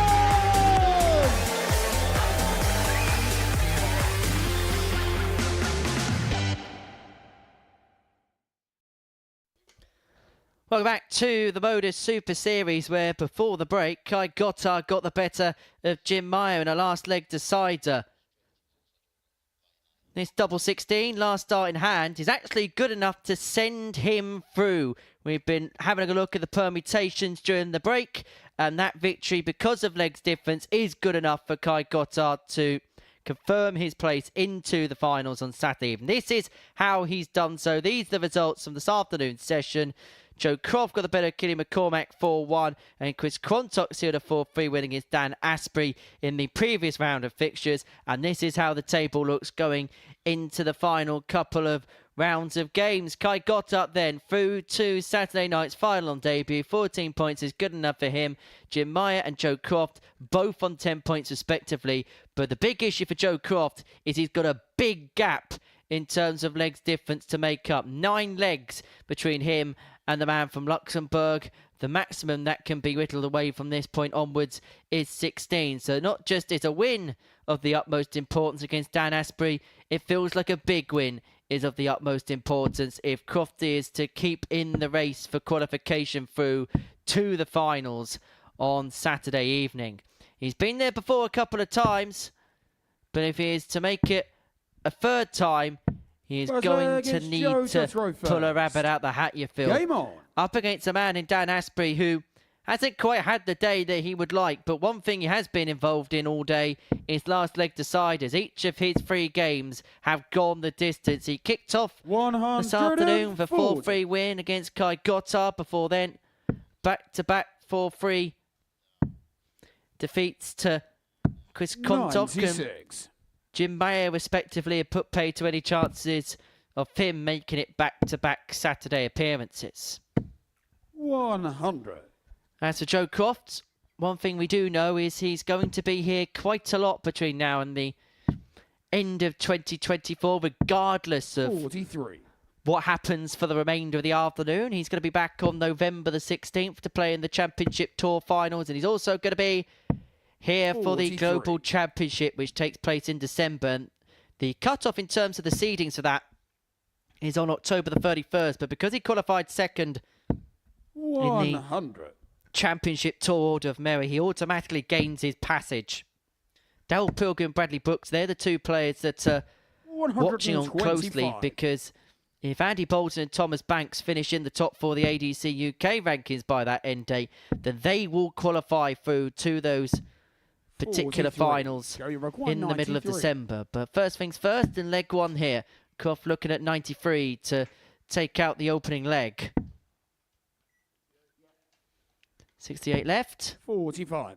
And he'll leave himself on 48 upon his return, with Astbury nowhere to be seen in this opening leg of the match. 139. Joey require 48. And so 16 leaves double 16. Game And shot Croft is first on the leg. board. He Joe Croft. leads by a leg to nil in a game in which he Seven has against to Dan win Astbury big first. Game on. to keep his faint hopes are flickering.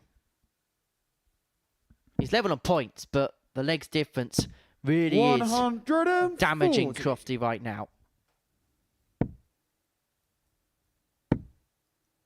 This is the intricacy of this format, because 55. right now, Joe can help himself, but other people can as well. He needs allies. He could really use a favour from Killian McCormack when it comes to game 12. Killian's going to take on Jim Meyer. 100. But then Quantock takes on Meyer in game 15. If Croft wins one more game 81. and Meyer does not win anymore, Joe will go through. But that sounds so simple in theory. 100. It can't be that simple. It never is on a Friday afternoon here at the Live Lounge. And Astbury here, after a quiet first leg, has left himself on a 2-darter after 12 to square this contest up at 1 apiece. And as we were saying in the intro, 41. Croft doesn't just Daniel need wins here, 80. but he needs wins by a margin. And there's been points today where he's conceded silly legs, and this may well be another one, which he can ill afford to lose. Game And shot Astbury the mops up second in leg. 15, Dan pinning the double Astbury. 8 first time. A level game at 1 apiece. And if he Third wasn't leg is concerned Joe to before, throw that first. concern will just Game on. continue to around the face of Joe Croft. Something's just come up in my own mind, and this is how my crazy mind works. 65. You know the Global Championship in December?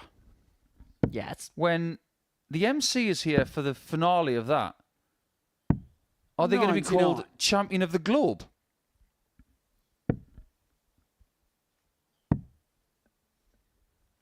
I think the MC will be saying less 96. tungsten time, more tinsel time when it comes to Christmas here at the Live Lounge. What are people's obsessions with Christmas in the first week of October? 45. You're the one who brought up an event that finishes on the 22nd of December. Brought up the event. I didn't bring up the time it was being played. 70. Must be something about people from Hampshire being obsessed with Christmas. Christmas is a time to celebrate darts, isn't it? 42. I'm not coming across as a Scrooge McDuck here. But there's so much to do before then. 140. Like next week, when we've got Stowe Bunts here. What's not to get excited about? Sure, he's in more of a Christmas spirit than you. 100. Joey Rock Anyway, on little fish 130. time for Crofty. And he's got 6 from here to make it 2-1. Doesn't have to attack the bullseye if he doesn't want to. However, there is an irony that I'm not 58. a Christmas person until December. Could have fooled me. I'm going to start getting excited about Easter in January. Ah, you like the supermarkets. 59. Joey Rock 72. Same principle. 45 left. Still got your pick of the double. Game shot. That'll the do third very leg. nicely. Joe Croft. 3 legs played, not a missed start at a Fullback double against so Dan far. to It's been a throw first. decent Game on. enough contest to press. And Croft's 2-1 to the good. 100.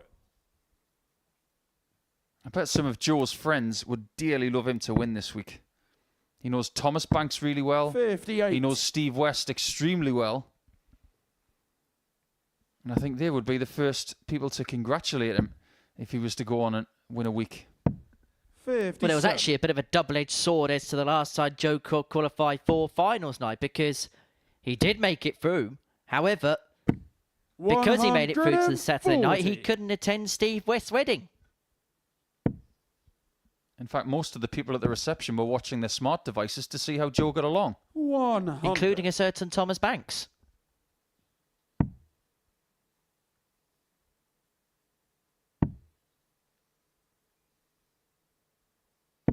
$98.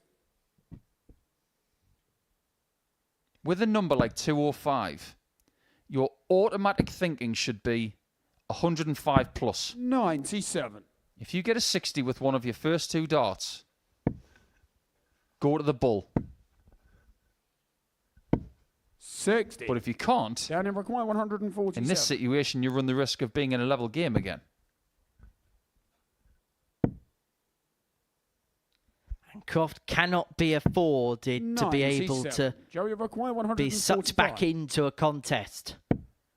145 for 3-1 lead. 105. Almost magic Down in darts for a require magic 50. moment there for Crofty. And he would have had the darts for the match if that went. And now he has to hope for misses from Astbury, because he can ill afford this game to be level. 42. But it's Joey not require going to be 40. level, not at this turn anyway.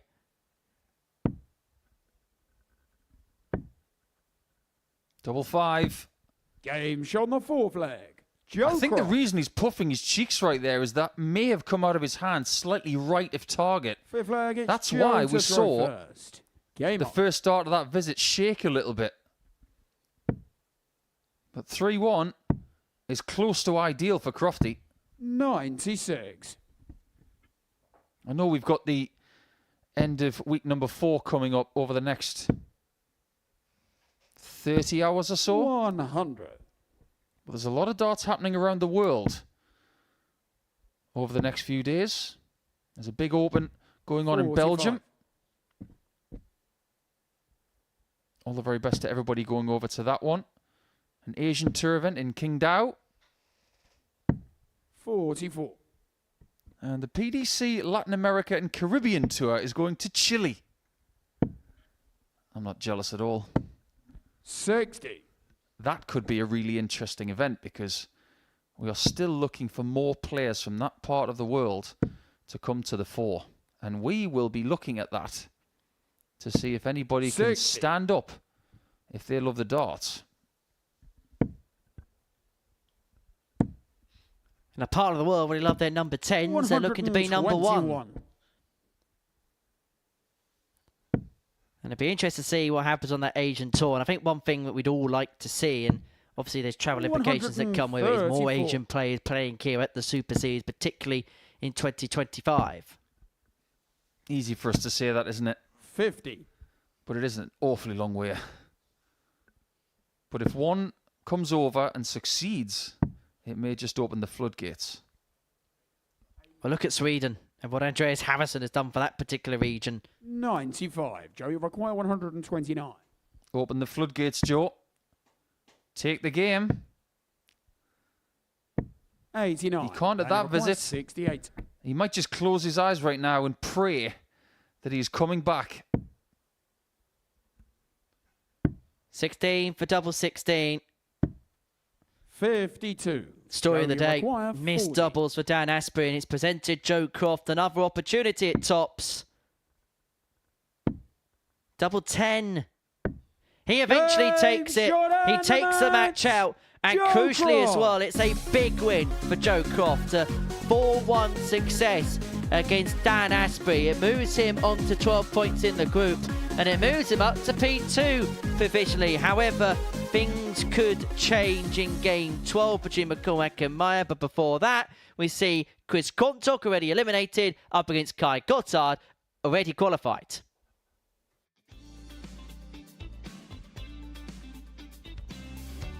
Fabulous start from the young man. Right. We're all use the champion. Oh, what a response that is from his father.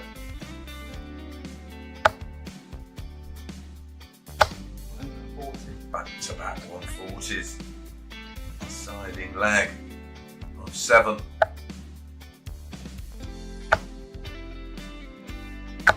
180. My goodness, back-to-back 180s. Well, we've seen 2 9s in last year's Modus League. Seen a couple of 10s. Not seen a 9 yet. In the Online Darts Live League.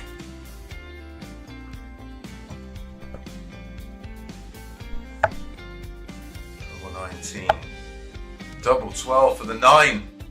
And he gets the 9. What a way to win.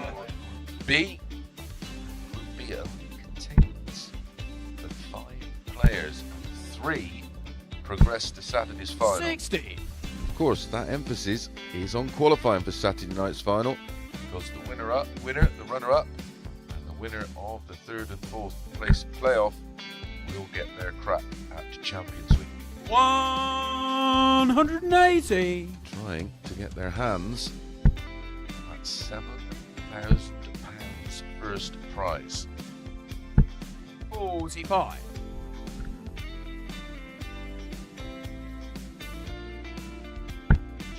Some of you on the forums are here.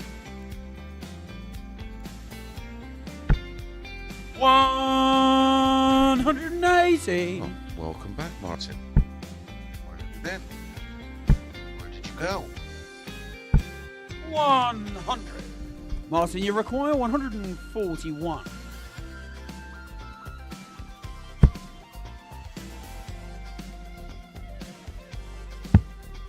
Double 12. Absolutely outstanding from Martin Adams as he hits a 9-darter. Welcome back to the Modus Super Series, where before the break we saw Joe Croft get the better of Dan Astbury by 4 legs to 1. That moves him into 2nd position and on to 12 points ahead of Jim Meyer, who plays in game 12. But this is game 11. Chris Quantock against Kai Gotthardt. For Kai, he is through to tomorrow night's final on debut. As for Chris Quantock, former weekly winner, he's only really now playing for places and positions, and if he wins this game, he'll move on to 8 points in the table and will sit pretty in terms of the race for 4th place in the table. Whilst for Kai Gotthardt, if he wins this match, then he is the winner of the group, which means that he will get a bit of extra prize money, but also get a bit more of a favourable draw when it comes to tomorrow night's finals, which we'll be watching from 7:30 p.m. on the Super Series YouTube channel. Yesterday, when these two played, it was Gotthardt who won by 4 legs to 1, and he put in a 95.96 average. At the time, 100. that was the best performance of the week.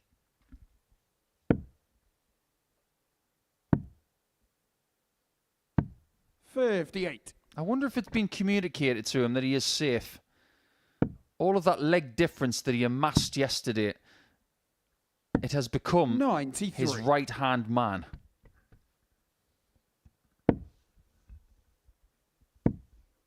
Where do you sit on the side of when it comes to 60. permutations, knowing too much and then knowing too little? Don't want to know a thing. Sometimes you get a sense of it. 60. I'll let you into a little secret. In the next leg, I'll tell you about a permutation scenario that I was in with the Grand Slam a few years back. And it led to something else, which I've never spoken publicly about, but I will. 45. An exclusive from the Asset coming up in leg 2. But Quantock looking to dish up leg 1 here. And he's got 6 on 145 to do exactly that. And he's going to need the full quota of darts to pick apart leg 1. 41.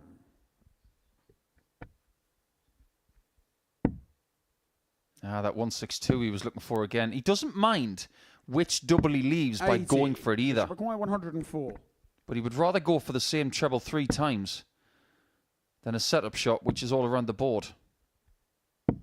84. Guy, you require 102. Well, Quantock leads himself on a double, but is he going to get a go? Because Gotthardt here looking at double 16 for 102 checkout. And it would have been only the 4th ton plus checkout of the session. In fact, these are the only 2 players to have a ton plus checkout today. 10. Guy, you require 16. We have not seen one in a while. We're not going to get one in leg 1. 12. Chris, you require 10. But the numbers keep shrinking. Game shot on the And that's a lead for Quantock. Chris Quantock. Now, just to paint the picture, Second leg, it's at Kai the Grand to throw Slam first. in 2010, I was playing the 3rd game of my group against Steve Beaton, and I didn't want to know the permutations going into that game. I just wanted to beat Steve and see if it was good enough at the end. But when I was 4-1 down, I looked behind me towards the people who were there supporting me, and they knew the permutations. And I proceeded to do a somewhat cutthroat gesture as if to say, am I out? And they just nodded and said, yes, you're gone. At that point, I was very disappointed. 96. Fast forward a few seasons, playing in the World Cup, in that infamous game with Belgium, where I did, again, use a cutthroat gesture, as did the Hybrex boys. The first time I did it, I wasn't fined. But the second time I was. 100. Make sense of that. How's that fair?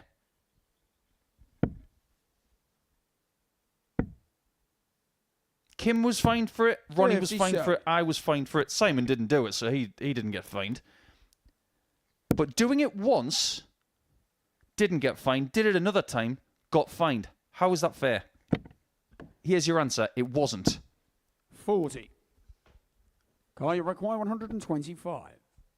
Different circumstances, maybe different atmospheres, but I argued that 53. case vociferously. It still didn't make any difference.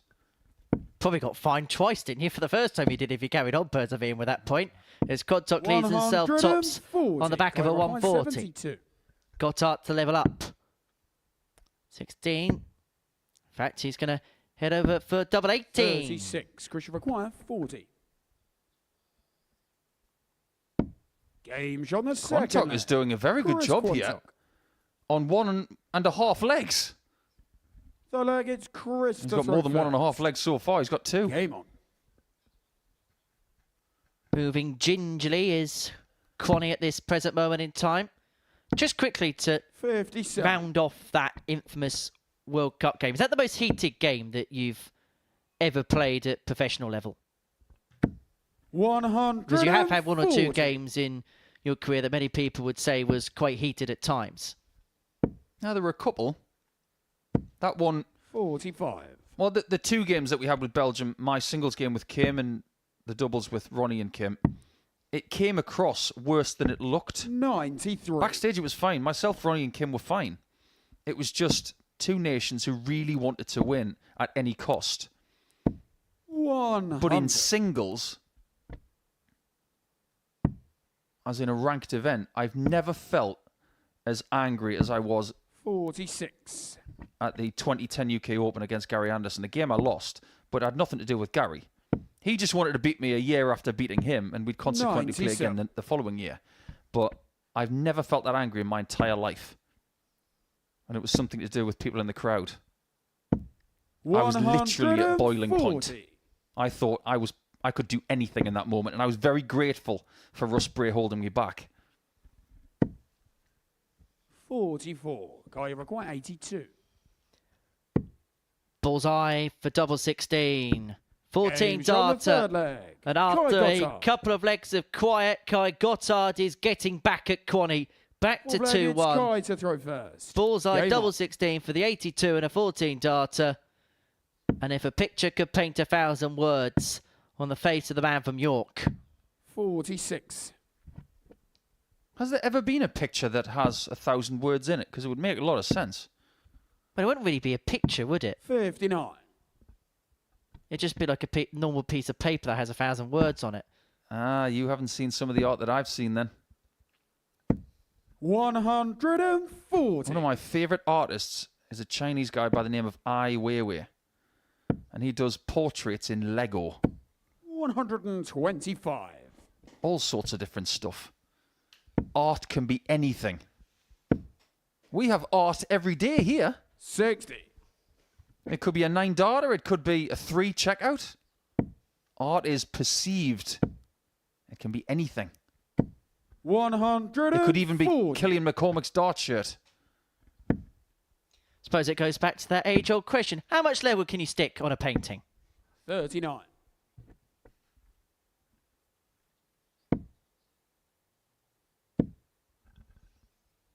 Great setup this from Quantock, leads himself from top after 12 to get the break and open up a 3-1 lead. It's been a game that's been threatening moments without there being any real moments. 92. Christian require 40. No game is like another.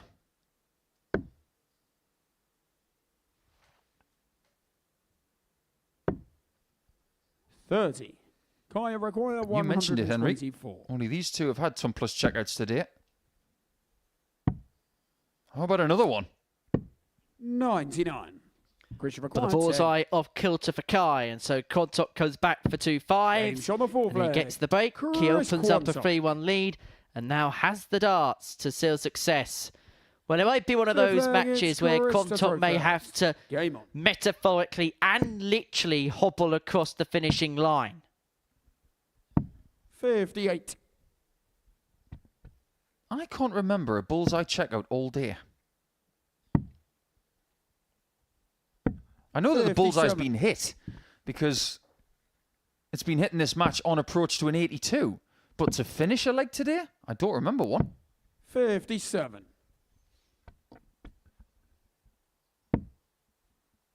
Just looking at Kai from above the board. 60. From that camera. Next time you get a look at Kai that way, I want you to look at his left foot and where it is. 140. It's behind him, but it's going further behind him. He's twisting his lower back. 60. If that was to keep going, his posture would be not in an ideal position. For me, to give him a bit more comfort in the lower back department, I would ask him to put his left foot a bit more to his left. Just to bring it around Christian require 170. and not twist his back so much.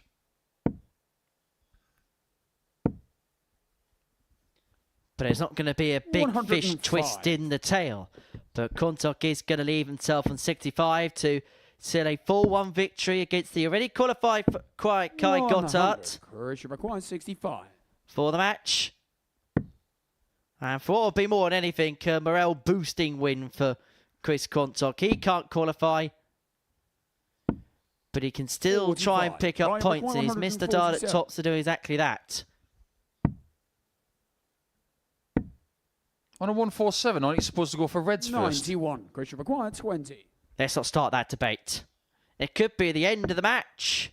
Quantock can find double 5, but he's unable to get, and so Gotthardt to keep this contest going along. Double top. To go for red last. Game shot on the 5th leg. Kai Gotthardt. This game goes on. Gotthardt gets the break and now has the dart to take us to another last leg decider. Let me ask you a question. How many 147 breaks have there been this year in World Snooker? 180. Roughly. I reckon about 5, something like that, I reckon. 21. How many 9 darters have there been at the Modus Super Series and the PDC Tour? Too many. I believe it's over 50. There's going to be a record 60. This year on the PDC Pro Tour for 9 darters. There will be more than 50. Make of that what you will. 57.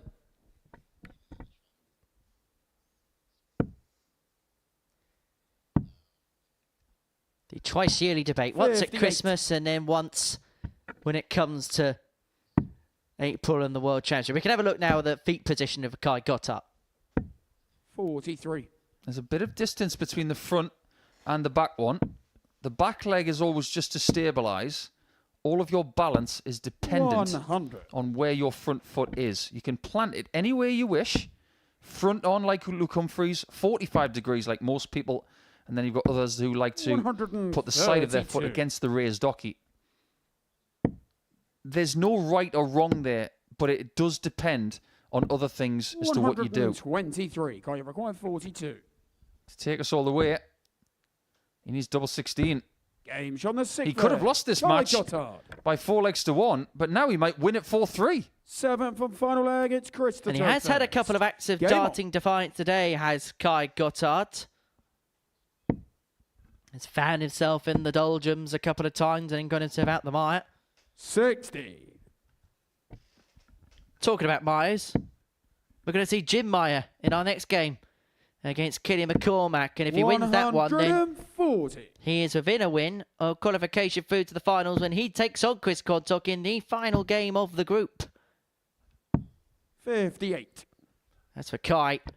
It's a quick turnaround. He plays game 11. He'll then play game 13 up against Joe Croft. 180.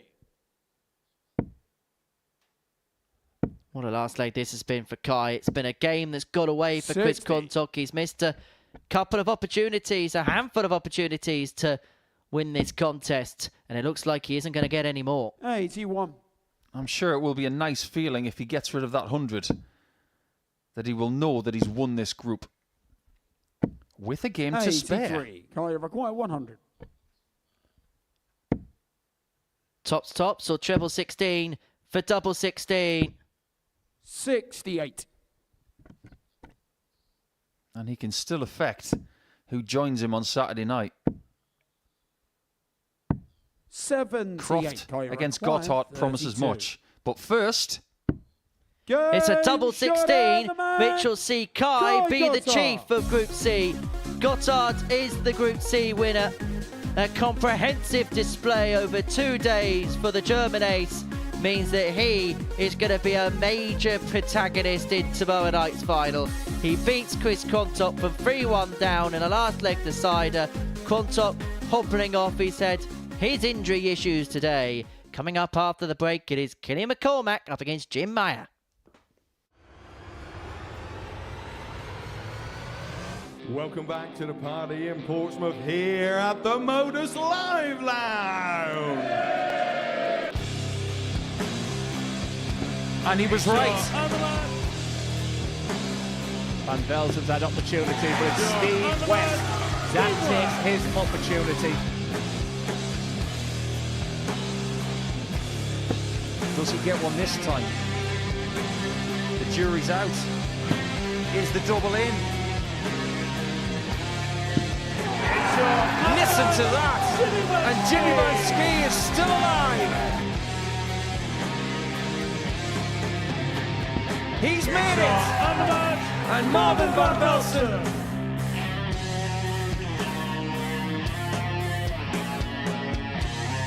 Jimmy Van Ski probably felt he's already been out already tonight. Surely not again. Oh, Jimmy! It's a wry smile. What a finish! What a man! What a response! Of the 5-time weekly champion. It's Jimmy Van Ski who makes the final! Are we, Jimmy? You bet we are! One leg to see who the champ is. Yes, he can! Marvin is the man!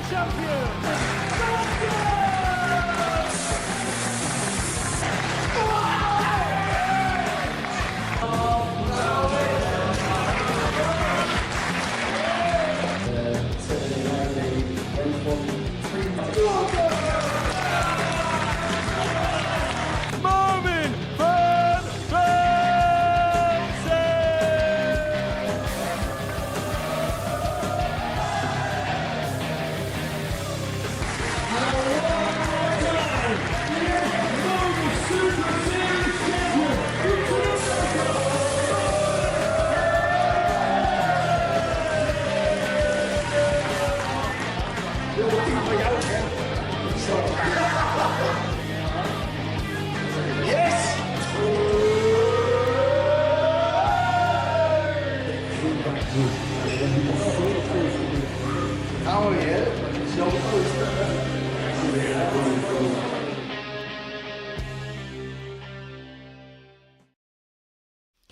Welcome back to the Modus Super Series. And before the break, Gotthardt confirmed his place as the group winner, getting the better of Chris Quantock in a last leg decider 4-3. So Gotthardt on 16 cannot be caught. Croft on 12 temporarily. However, if Jim Meyer wins this match against Killian McCormack, he will move on to 12 points and above Croft because of his superior legs difference. So game 12 of our session. And a big game for the man from Luxembourg, Jim Meyer. If he wins this, he's in a very good position. However, if he loses it, then he may well see Saturday night slip away from his fingers. One thing's for sure, he has to win either this one or his last game. If he loses them both, he is not going to make Saturday. First leg, it's Killian to throw first. Game on. Let's think about this for a second. With 4 games to go in this Group C, if Croft loses to Gotthardt next, he will stay on 12 points. If Meyer was to lose this game, he'd stay on 10. He'd then have to beat Chris Quantock in game 15. And then we would look 94. at the leg difference, which definitely is at this point in Meyer's favour. 85. One thing these guys have in common is that they were not necessarily fancied to make Saturday night. One of them has still got the ambition right in front of them. 139. As far as Jim Meyer's day is concerned, I think the truth is we don't quite know what to expect from him 55. one game to the next. Came out strongly, 91 average in match 1, dipped 10 points against Dan Astbury, and then averaged around about 86 in his 4-3 defeat to Gotthardt.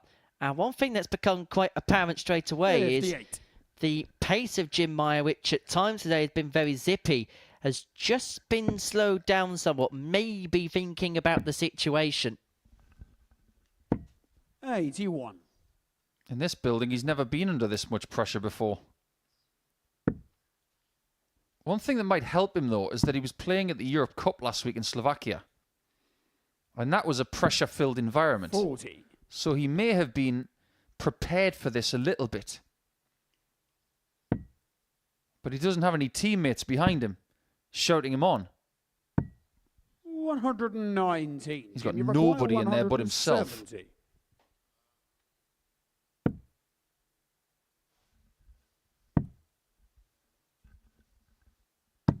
58.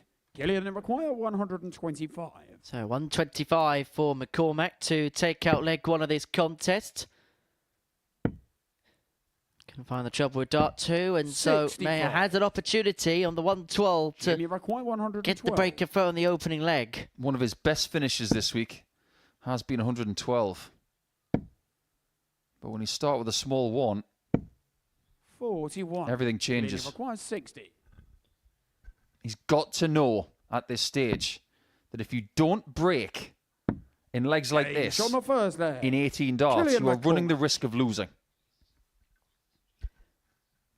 So McCormack one up. First. Game on. This is music to the ears of Joe Croft, who is hoping that the man from the Emerald Isle can do him a favour. 140. And Croft probably was clutching at 4-leaf clovers as a bit of good luck because it's not in his hands. But if McCormack wins this game, then suddenly it does. Because if he beats Gotthardt, 41.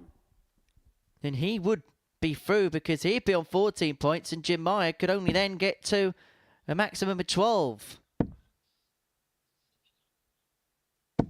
100. I hate to be simplistic,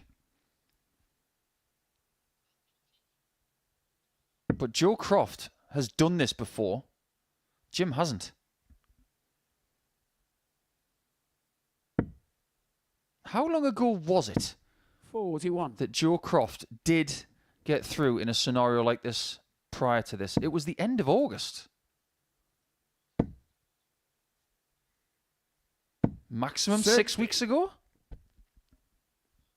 Yeah, it actually was 6 weeks ago. That's nothing. He'll just think right now in the practice room, oh, I've been here before, I'll just do it again then. 85. So he's thinking about that, whilst Jim is thinking, come on, I need to do this for the first time. I'm trying to do something I've never done before. Two very different mentalities. Well, Meyer's left himself at 156. It's been a fairly low-key leg in the middle of what's been a fairly low-key game so far, with high-end stakes on the line. 41. Meyer's got a plethora of time for 156. He's got as long as he wants to pick this leg apart. And he's going to need more than 3 darts to do exactly that. 60. I always thought this game wouldn't be a classic, standard-wise. But it's not about the standard. 95. It's about people taking chances when they eventually get them. He's got one. 80.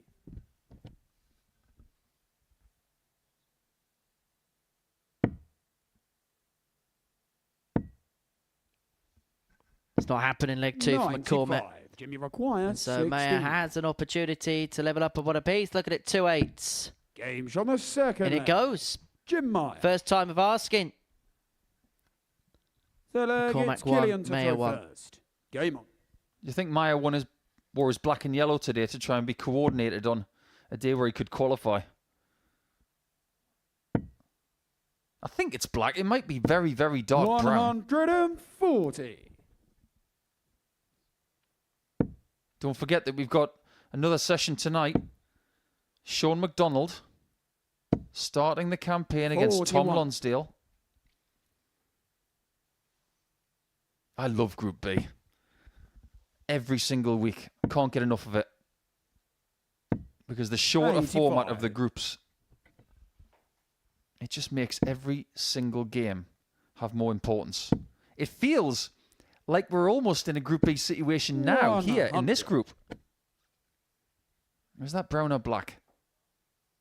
I'm a Pittsburgh Steelers fan, so I'm going to say it's black. 58.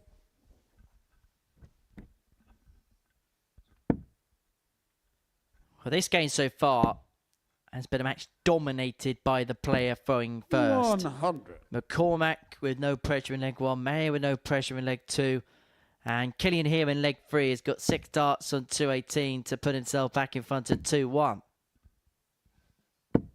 140. And that 140 leaves himself on a 2-darter after 12. It forces Meyer's hand in this leg.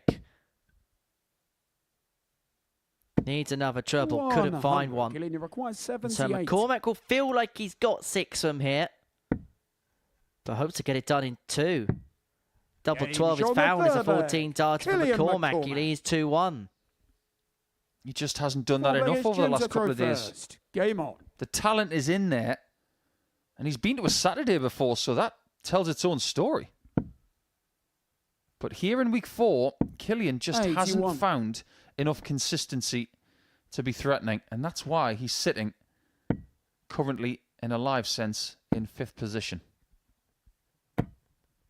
125. And he's still fighting to climb up that ladder in Group C. Because the higher you are, the better you're compensated. 100.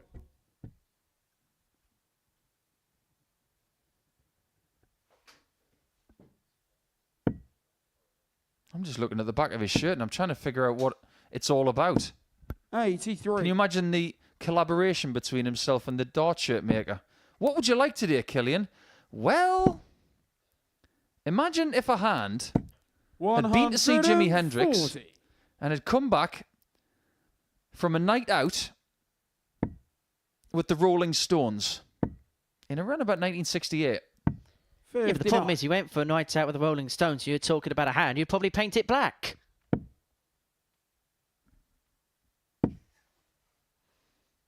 Excuse me, I'm just going to go and cough because I've got a mouthful of 68. tumbleweed. That is a work of art, isn't it? That is so colourful that maybe Andy Warhol would be jealous of it. 43. Jim, you require 112.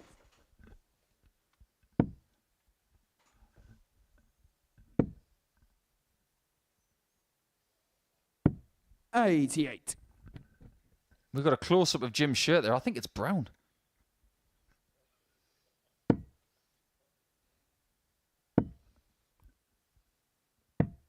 $137.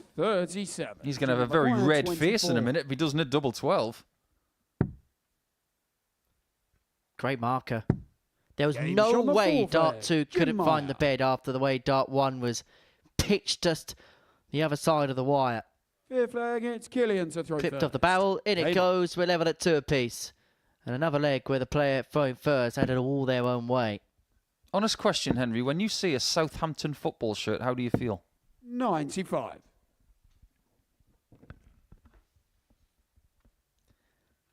Am I allowed to say it live on air? Be constructive. Look, it's not exactly the football team I support, but at the same time, 60. I've got to see my club win things, and they get to talk about when they finished mid-table one year. Anyway, I've got to be careful what I say because I'm 140. commentating on them in a few weeks' time when they take on Manchester City. So I've got to be impartial. 139. And I am impartial when it comes So to my you're job. not going to answer the question then? No, because it'd be unprofessional of me to answer it Fair because of other work commitments. 99. Fair enough. When I see people wearing brown, this is nothing against Jim, by the way, and when I see purple, as a Steelers fan, I don't like those colours. 140. Cleveland Browns, Baltimore's in purple. I 167. don't like orange either, because of the Cincinnati Bengals. Anyway, I think they're both great clubs and great football 139. teams. How are those splinters? And McCormack here has left himself on a double after 12. 140. Killian, you And he's require going to have to take it out because Jim has done 28. something similar. They both left himself on the left-hand side of the board. Game shot on the But it's the fifth left-handed leg. player who takes the Killian lead. McCormack. Sixth leg, it's This Jim to throw could first. be bad news Game for Meyer. And wonderful news for Croft. Here's the thing about this situation now. 40. If Meyer loses and Croft wins the next game, he qualifies. It's done with games to spare. And there's nothing Meyer could do about it. He 58. must win the next 2 legs for me. Just to feel like he's still in the race. If he doesn't, he needs Kai to do him a huge favour. 59. How the ascendancy can spin in an instant. McCormack here. 100. Yes, of course he's playing for himself, but effectively he is playing for Joe Croft right now. Jim Meyer has it in his hands, but if he loses this game, 140. then it may well be all done with if Croft gets the better of Gotthardt. However, maybe the only saving grace Jim does have is the fact that the player Joe Croft has to play is the player that's won the group. 83. And even though Gotthardt didn't play brilliantly against Quantock in match 11, he still won. 98. And he was through before that game started. He's not going to let up.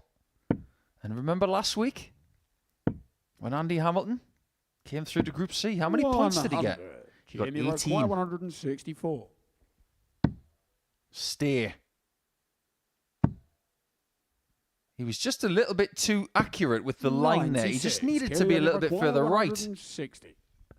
Well, this would be some way to win it. But the 160 isn't going to go, and so Jim Meyer is going to return for 68 to send this game all the 70. way to a last leg Jimmy decider. requires 68. And if he does so, Joe Croft will be watching on backstage with a bated interest. Game And the shot on double the 16 sixth leg. goes. Jim Meyer. And we have a crucial leg of darts. seventh and final leg. Killian It's Killian McCormack to throw first. Game with a on. win here would allow Joe Croft to go through with a victory against Kai Gotthardt. However, if Jim Meyer can conjure up a break of throw in leg 7, it'll be he who has 125. control of his own destiny going into the final round of matches. And it could get to the point that if he wins this game, he may not even have to beat Chris Quantock if Kai Gotthardt does him a favour because of the legs difference. That's a good point. So many different ways that people could qualify over the last 3 or 4 games. Almost dizzying. But we've been taking it one step at a time, and that is exactly what Jim's been trying to do in this game. But he must break, otherwise he's on the chopping block. 100.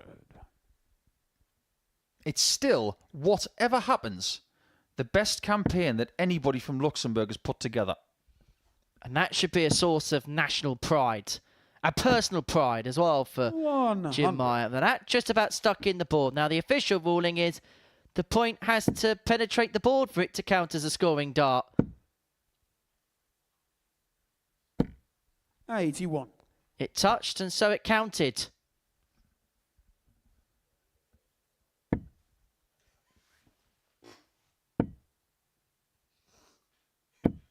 $100. Now what can Jim do? He must get to a finish, you feel. 41. I smell trouble. Killian require 110. And Joe Croft smells opportunity.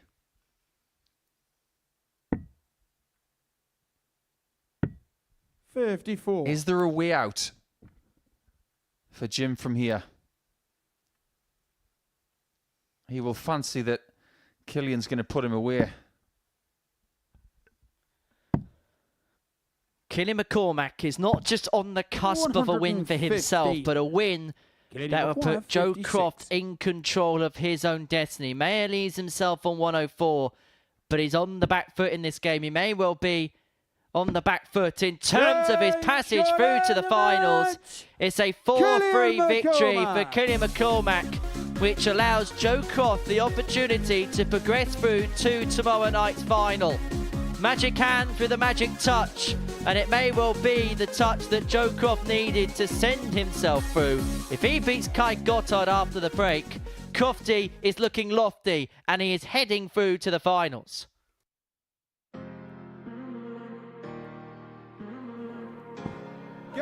Very good dart. He's done it. Not today. Yeah, there was a chance, but there's no chance there. FG's taken over here, and he's Definitely not him. he thinks it's Hold it. on. Yeah, no, I'm not giving you that. We are giving the back end of the leg here, and it's not going to go the way I thought it was there. I was about to mention the fact that we do have that rule in place. That is a great marker. And a great win for Ginge, who goes through. Oh, he's found it already. He couldn't find the treble, but he can find the doubles. And he's found himself in the next round. Great dart. And I can't help but think that... Level 7 now, sure. Oh, and he's found it. Sean Nyland is knocked out.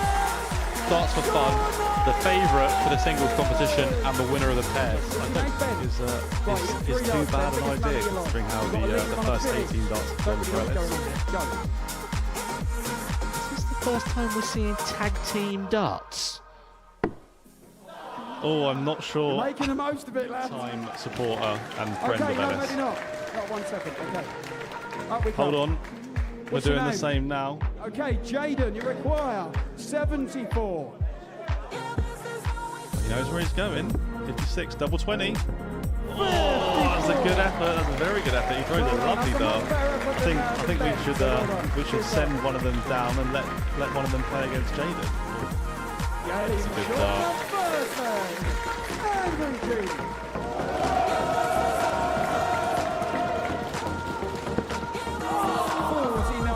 Plenty of dartboard to use for one of the most unorthodox ways you'll ever see a semi-final being won.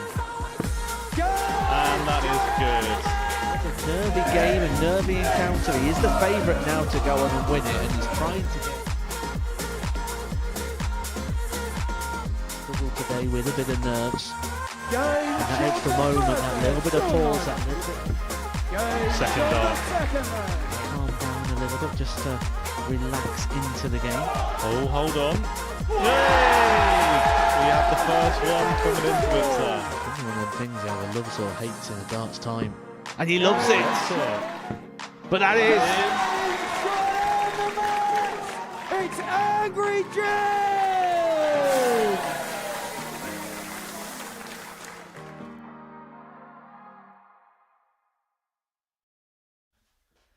Welcome back to the Modus Super Series, where we are about to begin the final round of matches on this Friday afternoon. And this is what we have watched. Killian McCormack getting the better of Jim Meyer by 4 legs to 3 before the break. Sees Joe Croft in control of his own destiny after he beat Dan Astbury 4-1. Gotthardt has won the group because of a 4-3 win against Quantock. And this is how the table looks as we go into our final trio of matches. Gotthardt, winner of the group, 16 points to his name. Joe Croft with a win here against Gotthardt would confirm his place through. However, if Croft loses this game, then Jim Meyer, if he got the better of Quantock in the final game of the session, would see himself through. So it's not all academic as far as the qualification slots are concerned. However, it could be all over here in as little as 4 legs. Because if Joe Croft beats Gotthardt, he is through to a 3rd Saturday night. A player who really is brimming to do something special on the live lounge stage, is on the cusp of putting himself into the big showpiece finale. And he probably is a player now. But when you think about his progress over the last 12 months, because of what he's done on the ADC, some of his runs on the Challenge Tour, game on, that's maybe got to a stage in his career where a Saturday night is a minimum expectation. That's fair enough. As far as Joe is concerned, 93. This is his 5th attempt in making Saturdays. 100. He's been there twice. When he first started, making Saturday was tough. It is now becoming 81. a lot more possible because of the way he is now, because of his experience, his improved skill. 180. That's what I'd call a good miss.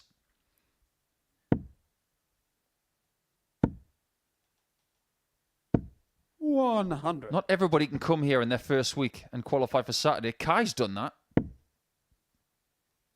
Joe didn't do that on debut. 125.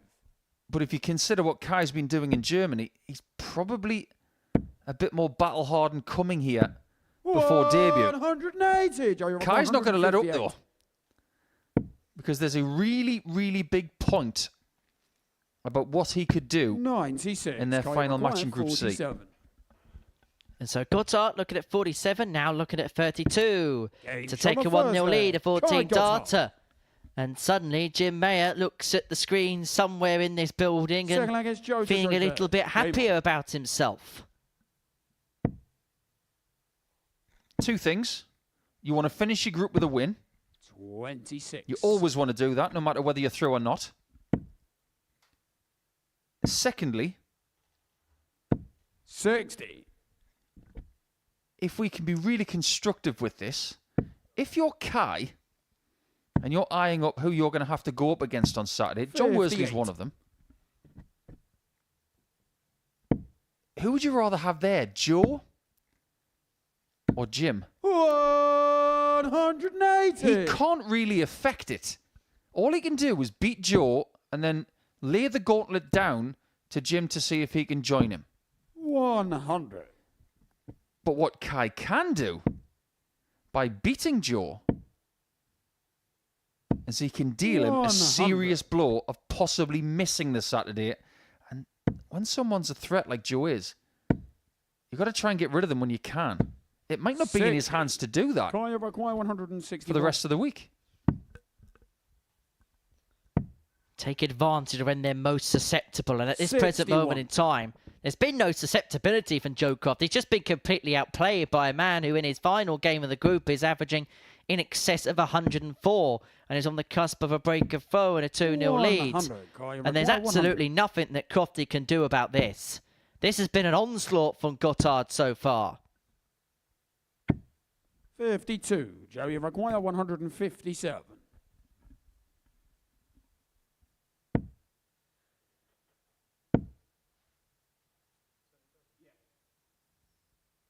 $137. Guy, you require 48. Second darter double in the match. Game shot on the and second it is a leg. successful Joe one. Gotthardt. So far, Joe has had none of them. Third leg, it's Kai to throw first. Game You can easily say this is relentless. But the right word is merciless. 91. He just wants to get to 18 points. And if you consider how he's been playing the last couple of days, 134. I think 18 points is a very fair amount of points for him to walk away with. Does Kai Gotthardt become the favourite for tomorrow night's final, playing like this? Yeah. At this point, yes. But we may ask that question again around midnight, 123. possibly 1 a.m. Because we don't know how McGurk's going to play tonight. We don't know how Lipscomb's going to play tonight. 140. Let us not forget Stevie Johnston. He got 6 points last night as well. 190. Number 19. We'll give him a data double 16 to move 3-0 up. 74. Averaging 103 here at this present moment in time. Croft averaging 98 and hasn't had a data at a double yet. And he's still not going to get a go at the outer ring. He's put in his best performance so far, but he's been ill-afforded anything, not even the crumbs off the carpet. Yeah. 78. Colin requires 16. To continue this domination.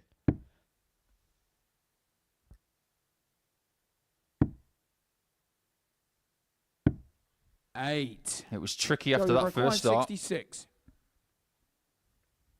Henry said there are crumbs on the carpet. 48 crumbs. Somebody get the vacuum. Oh, no. That is a 42. nightmare scenario right there. And that is a clean and cut error. 8. It can't be disputed. It's unfathomable. Absolutely unfathomable. And he's not going to get away with it. And if we're going to be brutally honest about the situation, Fourth leg is Joe to throw he should have been nowhere near that with Dart 2. Sometimes in that scenario, you just have to play safe. Go between the wire. If it was a slip out of the hand, then fair enough. But he shouldn't have been in that scenario. And now he must feel like he's at a point of no return. It's not necessarily about the leg difference 100 between Croft and Meyer, because it's about who wins. If Joe wins, he wins the situation. 60. But if Jim wins, curiously, it is leg difference that's going to take him through. 100.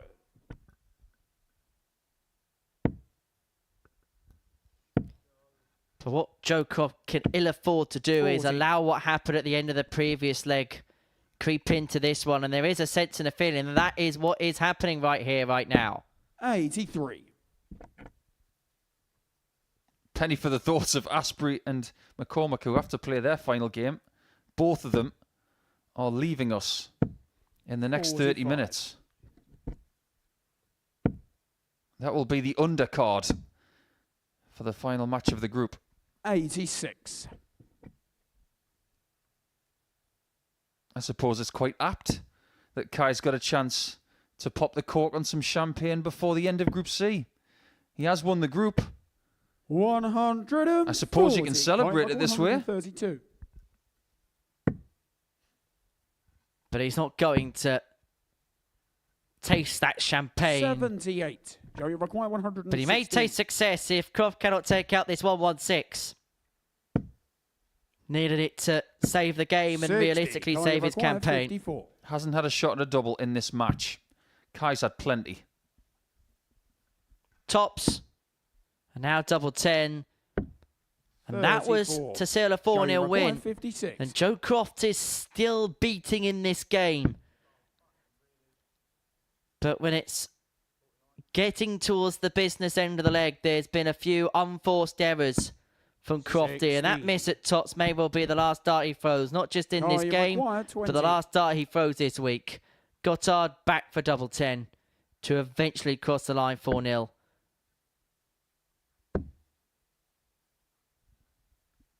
I think that's too close. Let's see how good this angle is. Game shot and That's a seriously impressive dart. Gotthardt. An impressive performance. And Gotthardt has done exactly what Andy Hamilton did a week ago by getting 18 points in a Group C situation. And Joe Croft will go backstage now and wait. He's on 12 points in the table. Jim Meyer in the final game will have to beat Chris Quantock if he wants to beat him to a place in Saturday.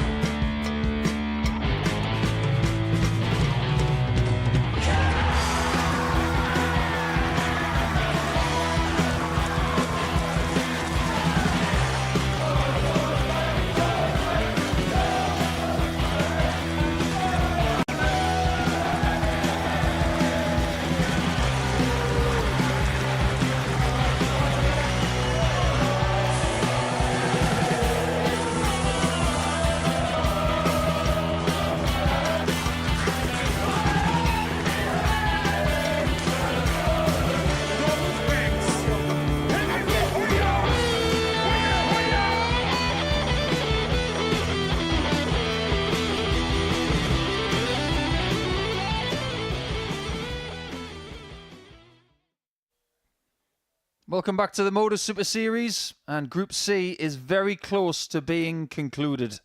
As far as the winner of the group is concerned, his name is Kai Gotthardt. Joe Croft is now in the waiting room to see if 12 points and -2 as leg difference is enough. Jim Meyer will play in the last game against Chris Quantock, but as far as our penultimate game is concerned, Killian McCormack will take on Dan Astbury, and they may be flip-flopping at the bottom of the table. But before we go into that game, we're going to get a short word with our group winner, Kai Gotthardt. He's downstairs with Henry. Kai, many congratulations through to tomorrow night's final on day. A bit interesting, you were just saying to me off air there that you didn't feel like you were playing at your best today. Yeah, I don't feel my best today, but I'm going through and winning my games, and that's the main thing. Let's see what's happened tomorrow. It was a tough day tomorrow, and let's see. Obviously, 10 points going into today. What was your mindset? What were you thinking going into today's session? What did you feel like you needed to do? Yeah, I'm feeling really well, but after my first game, I think, oh my God, let's do it better in the next games, and it's going through. It's perfect to winning 4 out of 5 today, and everything is good today, yeah. Do you feel like you're growing into this, growing into the concept? I know you play a lot of league phrase darts, particularly in the Super League. Did you actually feel going into this actually would give you a bit of an advantage, having played that before? Yeah, I think so. It's so a nice experience to be in here. I look at it every week, and I'm so proud to being here this week. Yeah, and to finals night, it's what's going better than it. How much looking forward to that? Because it's been a great year for yourself. We've seen you do really well on the Challenge Tour, seen you do really well on the Pro Tour in 2024. But how much would you like to win one of these, to add a trophy to the cabinet? It would mean a lot for me, because I only look for that, and I want to win, but all the players are so good here. Yeah, let's see what's happened tomorrow, yeah. Well, many congratulations. We shall see you tomorrow night, Kai. Many congratulations. We'll see you tomorrow. Thank you very much. Lovely to hear from the Group C winner. And after finishing 4th in Group A earlier in the week, Kai has made it to Saturday night. These two are not going to be there, so if you have got tickets for London Road on Saturday night, hoping to see Killian, McCormack or Dan Astbury, unfortunately, they might be here, but just as fans. And I get the feeling that both players will be on their way home at the conclusion of this game. They cannot affect anything else in this table, apart from their position. Dan Astbury on 4 points. If he beats Killian McCormack by 4 legs to 2 or better, he will jump into 5th position. First leg, it's Dan to throw first. Game on. Seems like a long time ago when these guys were doing battle for the first time, which was game 2 of yesterday. That game was actually won by Dan, and it was a victory of 4 legs to 3.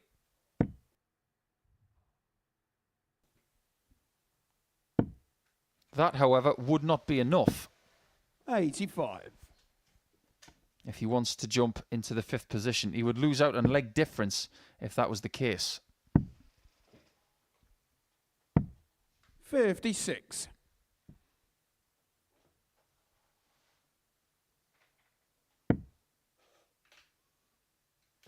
Henry has joined me once again.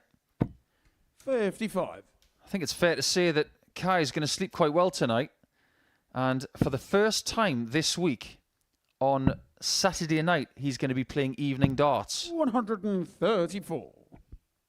I think he needs a good rest for the rest of the day after playing 25 games. He's going to be hoping he's going to play 29, just like Andy Hamilton from last week. I think he's really looking forward to the opportunity that tomorrow brings. And I was having a chat with him before we did go live, and he was just saying how much he's tried to embrace everything about this week. And this year for him has been all about brand new experiences, Pro Tours, success on the Challenge Tour. He's having success here this week.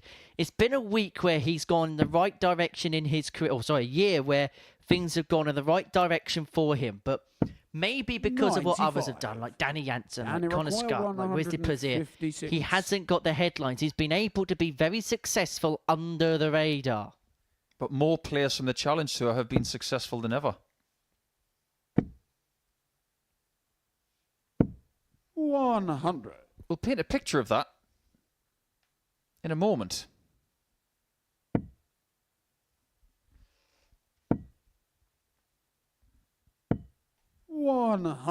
And you require 56. 56 for the first leg.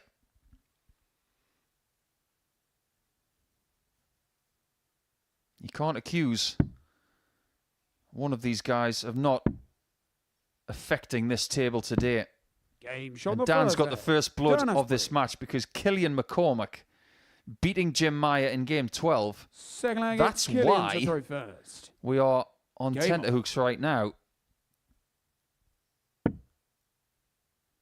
Waiting for the final match where Meyer will take on Quantock.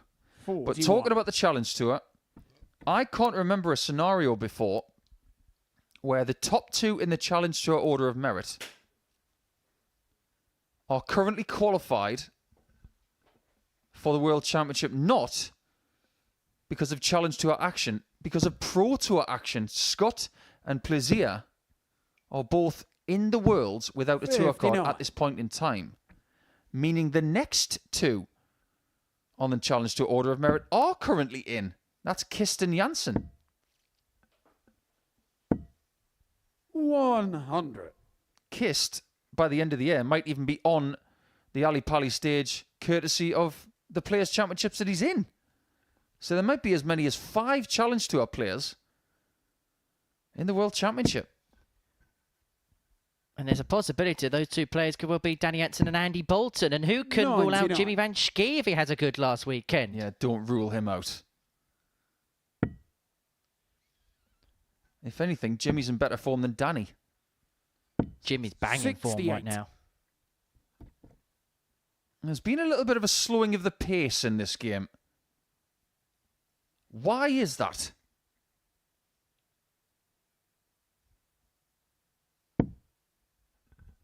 Maybe they just want to embrace this stage for one last time before they have to go. 100.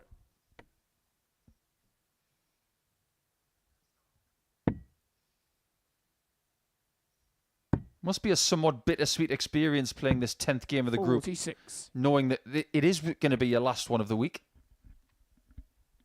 But Astbury is taking extra time to approach the Oki here.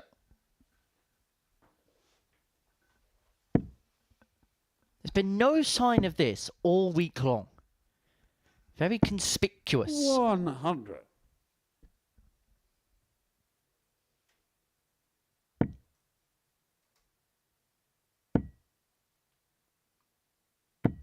$135. Danny require 143. For me, this is one of the hardest checkouts on the board.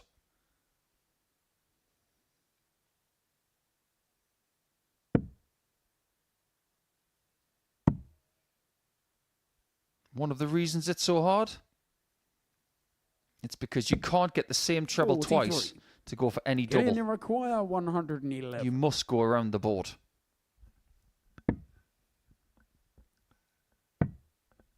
And McCormack can't get around for tops, and so Astbury 79. looking at a And ton to require make it 100. 2-0 with McCormack poised on 32 to level this game up if he doesn't oblige. 2 at tops. Game shot Only needs the one. second leg. It's our Dan third ton Astbury. topper of the day. It's a ton on the nose, and Astbury leads 2-0 with a break. It's Dan to throw first. Do you know Game what? on. Dan might be thinking at this point in time, if I finish bottom of this table, I might not get invited back. He might have to go back to the building blocks of getting to the 56. Modus Super Series via ADC vaults and ranking systems. Because he won a Group A the last time he was here, he was very close to the top of invitational lists and things like that. But if he finishes with a nice win here, he will keep himself in the reckoning with the selectors. If in doubt, just go to your local vaults, boss them and get back. 140. The easiest route to play is to qualify. Simple as that. And then you can't moan that, oh no, I didn't get an invite to this series. 140. You said that like you had someone in mind. Don't be bitter, be better. Starting to sound like Barry Hearn. 59. I do agree with that, by the way. I'm a big fan of saying that if you're good enough, you'll be here. 93. But one thing with Dan, and we kind of mentioned it when we were working together on Monday, is I think his attitude to the game is just such a good one, such a refreshing one. He doesn't take the highs too high, and he doesn't get bogged down with the lows of the sport. I think his attitude is 60. possibly one of his biggest strengths. Well, let's try and give him his fair due here. He's got a great action. 85. That is something he needs to keep. Secondly, he's got a brilliant temperament.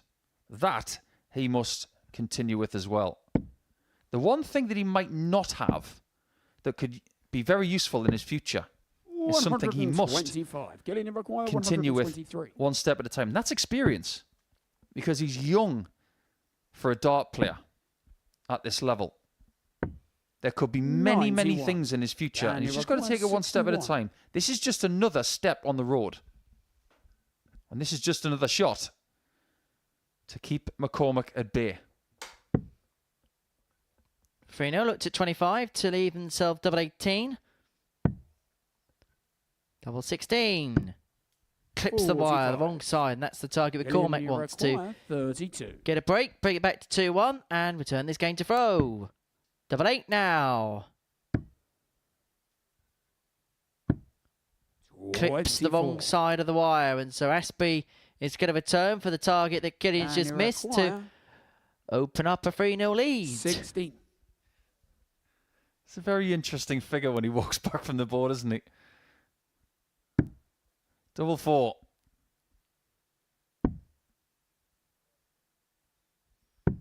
Very well done. On the third leg, Dan Astbury. It's almost as if when Killian missed those darts at double 8 and he takes the darts out the board, it was like a gif, wasn't it? Or a meme of disappointment. I don't blame him for that. He didn't win the leg. But it's like going to the window at the post office and saying, can I have such and such? And they say, I'm sorry, we don't have any left. Then you turn around and you think, oh, well, that's a wasted trip then. Turned out they did have a few left, but the Horizon computer system didn't have it on their records. All right, Mr. Politics, we didn't have to go into that. 41. There's only one Mr. Bates. Well, there's actually two Mr. Bateses, so actually that's a false argument. Barry and Owen. I suppose there's a Mr. Bates and another Bates. 68.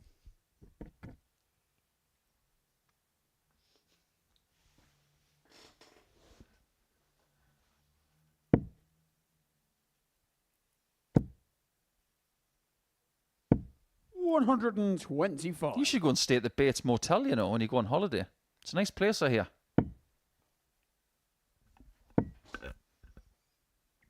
Don't want to look at your TripAdvisor. 180. McCormack with the game's first maximum. And it means he's on the cusp of winning his first leg in this contest. Why am I getting the feeling this game's quite icy? 100. I can feel an atmosphere in here.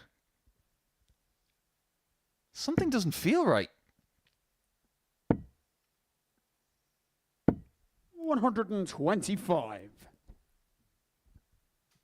Killian's racing up and back, and Astbury's slowing the pace down. You may have actually some substance to that quote. It might just be two people who are so focused 65. on leaving with a win, and it means 87. a great deal to them that they are throwing everything they've got left into this. And if that's what they're doing, I commend it. 54. Well, this will be some way to say goodbye. Dan require 170. It's also known as doing a Bram van Dijk. Finishing off the group with a big fish, but Astbury isn't going to follow the Dutchman from last week. And so McCormack back for 33 to bring it back to 3-1.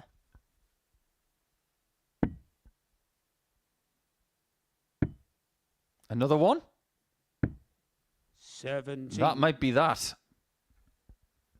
Dan requires 74. So Astbury now looking at 74 to finish off a 4-0 win. A shake of the head on the face of Killian McCormack.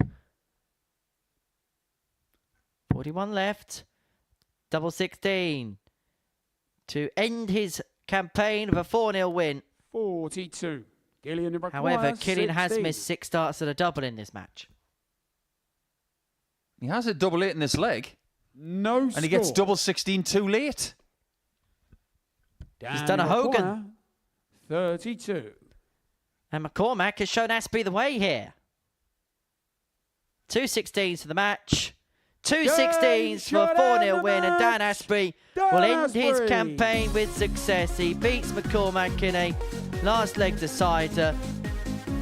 Overly pleased with how that game went. As for Dan Astbury, he sat there wondering as to what happened there, and I don't know what is happening there. There's certainly a conversation being had, and Killian McCormack is having his say about something. Dan Astbury just smiling in the background, and the conversation goes on. Owen thinks, I don't know whether he's playing the role of peacemaker, but Killian McCormack explaining his thoughts on something that did happen. But nonetheless, Astbury, a 4-0 winner. Coming up after the break, after they stop having a conversation, it's Meyer against Quantock.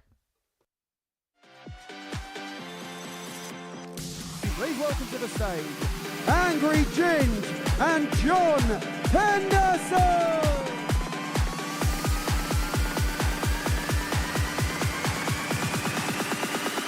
And this is where... Hang on, wow. John bounce out there for Nyland, but you do not expect him to get another visit in this match. John Henderson, double 10. And he pins it to take the opening count.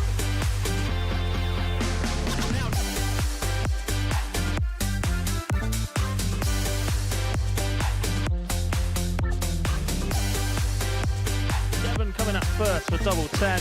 He's the one that left it, and he's the one that hits it for the opening leg. They talked a good game, didn't they, beforehand? They've not quite delivered it as of yet. You still make Devon Peterson. This is a big favourite from this moment. Oh, hello! It's the big favourites. Goes 2-0. But it doesn't. The most successful player at the Super Series is the man who turns it around. He's got it 1-0. Away days and Bradley Brooks. May see a double-double. Does go double 19. Wants another double 19. Great shot. What a shot. Very good. The Bradley Brooks show. No one aiming. Unfortunately, he did go for this one.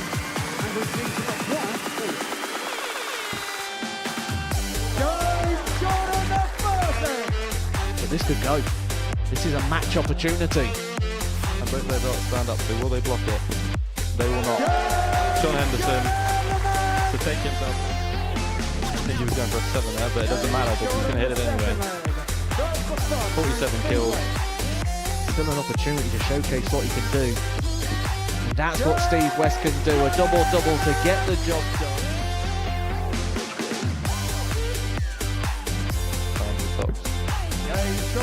When you get those nerves, you just hang on to the dart a bit too long. Steve West finds Tops for a breaker throw. Steve West at 20. Tops for the match. Darts for fun and Steve West. Steve West and darts for fun!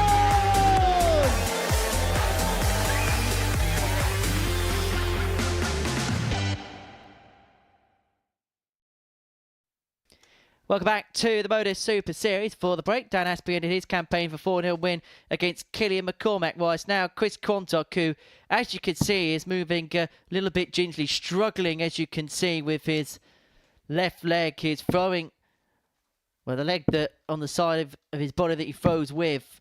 But he's going to take on Jim Meyer in our final match here. And it is a game that is filled with consequence because Joe Croft is reliant on a win here for the man from York to qualifying through to tomorrow night's final. Whilst for Jim Meyer, if he wins this match, he'll be the first player from Luxembourg to make it through to a finals night here at the Live Lounge in Portsmouth. First leg, it's Jim. It's not an ideal scenario for Chris, but one thing that we know about him is he's going to give absolutely everything to the cause. And for him, if he can win this game, he will sew up 4th place in the table. So a few more pounds in the pocket. But it's all about Jim Meyer in this particular scenario.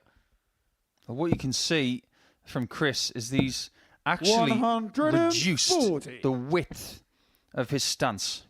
He's placing more weight on his right foot now as opposed to the left. And you know what happens in these situations, Henry? 60. When someone's not 100%, this is going 7 legs. The scenario is simple. A Meyer win, he's through to tomorrow night's final. If 62. Quantock wins, then he'll be sending Joe Croft through.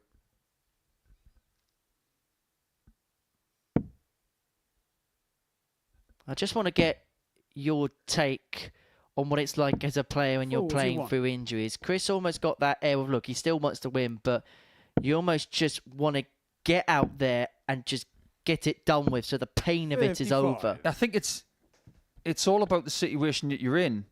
I think with Chris, he wants to give a great account of himself and he wants it finished.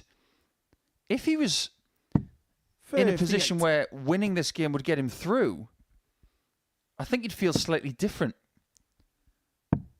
I can only say from my own perspective, I've played hurt a 38. few times.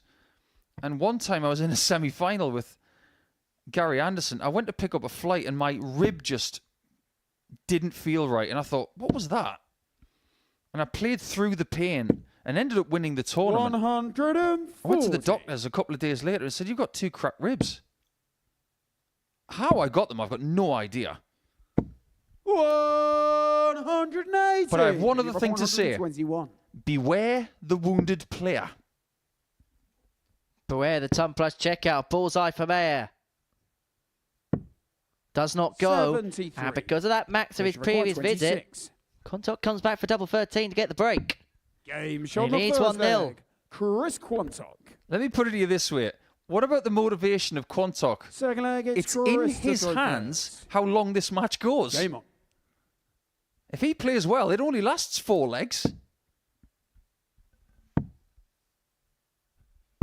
And I suppose 58. painting the other side of the coin, Jim Mayer's got the nerves of trying to qualify for a first Saturday night final, twinned with the fact that you know that your opponent is 100. struggling, not playing at 100% in terms of fitness, and you've got to try and flush that out of your mind. Yeah, but imagine if you're a boxer. I'm trying to give you another sporting analogy here. 43. You're responsible for, and I'm not saying that Jim was responsible for Chris's injury, but if you see someone on the canvas, it's your responsibility to get them back there. And that's got to be the mentality of Jim right 100. now.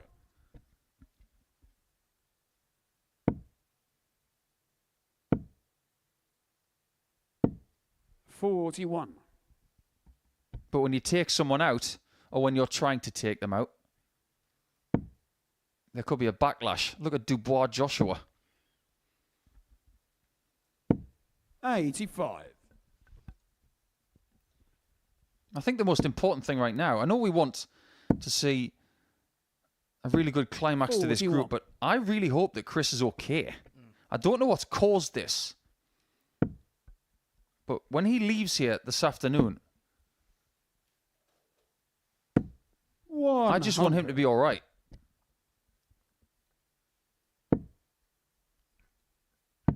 Well, hopefully when we see Chris again, and I'm sure we're going to see Chris 77. again, that we see a player that will be at full fitness, be at 100%, because, look, he's a former weekly winner here, and he's played some good stuff this week as well.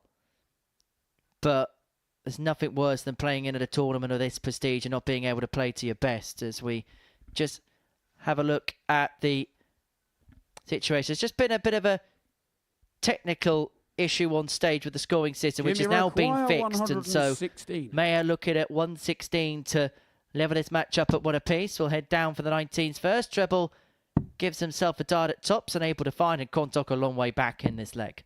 58.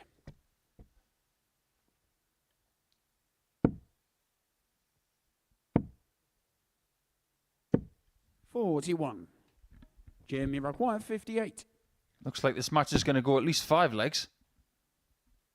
I feel like every time I say leg, I'm saying something 38. that Chris doesn't want to hear. It's like saying the word Macbeth in a theatre. 100. Or Beetlejuice anywhere. Jimmy require 20. You just have. And Game Jim shot Hayes the just second equalised leg. as a break Jim back, Mark. 1-1. Third leg, Is it ironic Jim that to throw first. the first two legs have both been Game breaks?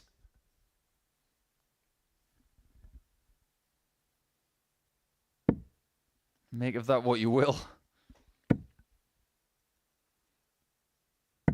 91. How many Group C situations come down to the last leg?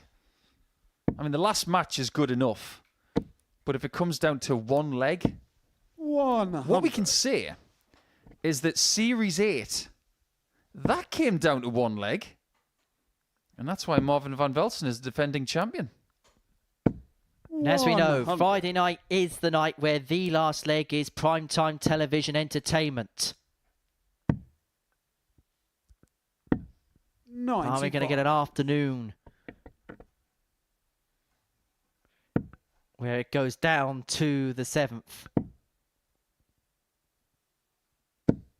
140. Jim may never have been in a situation like this before. 100. Not many people have, in fact. 70.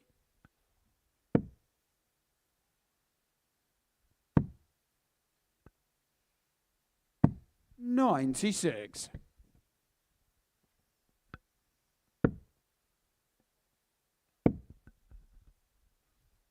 Got to be careful here.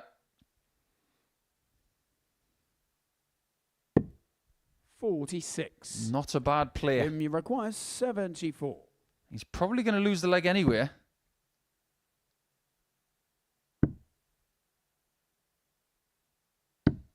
He 58. hasn't yet. Chris, you require 160. This would sting a bit. Being inspired play when you think about the passage of play so far. 100. But that last dart hitting the treble Jim, you has just require kept 60. Jim on his toes. Quantock leaving himself on a single Game shot on double. the He's not third going to leg. go at Jim it. Meyer. 2-1 Meyer. Fourth leg, it's Chris to throw first. Game on. Penny for the thoughts of Joe Croft right now. Because with that taking the lead shot, 180. Jim is now back into second position, but that's provisional.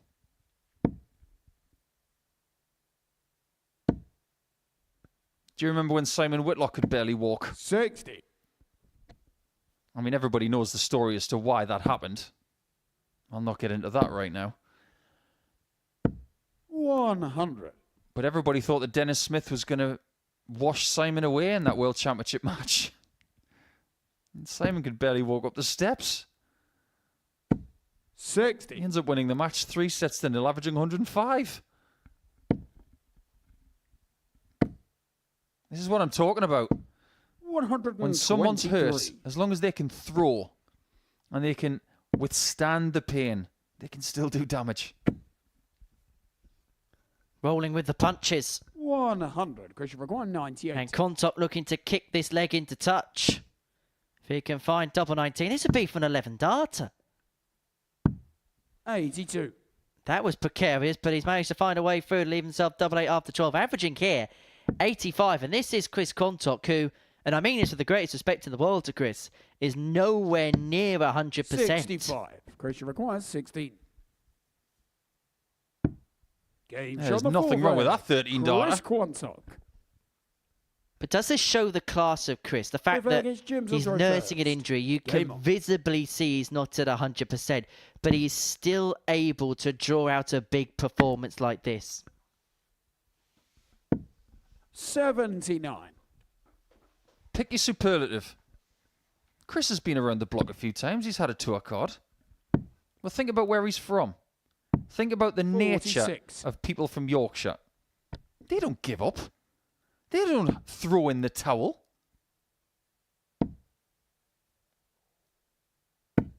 41. Whether I'm 100% or not, I'll get up there and finish the job.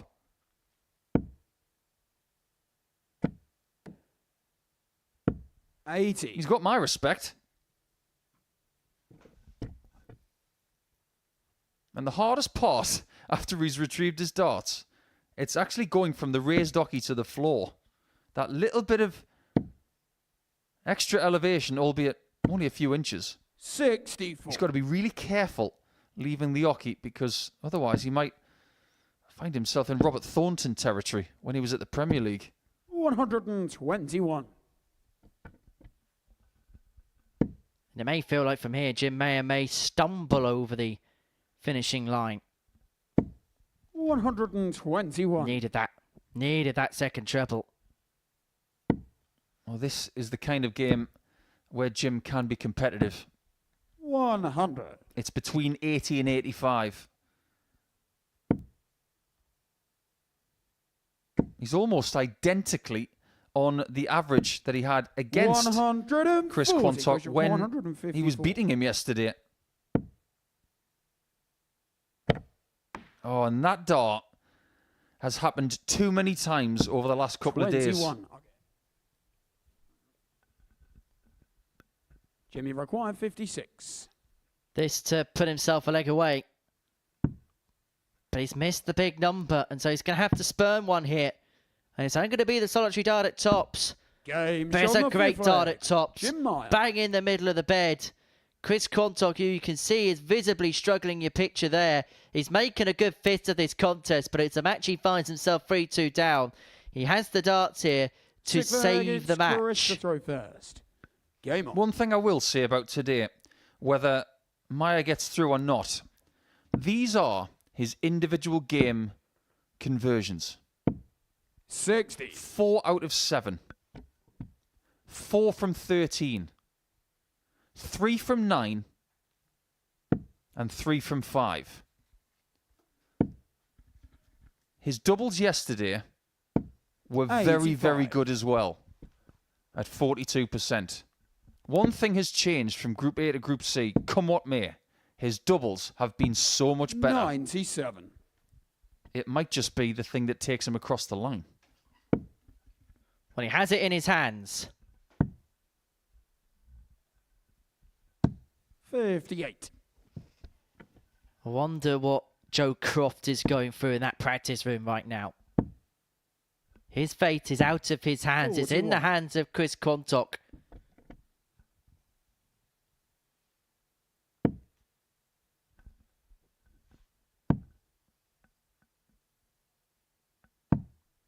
$58. This is where you learn about yourself.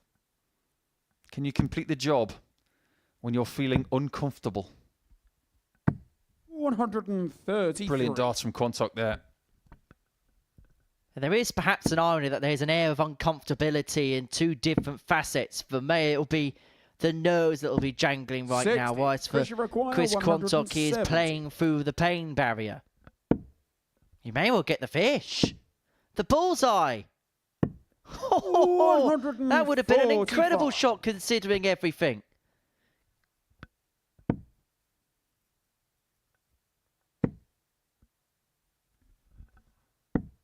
What did I see at the start of this match? 25.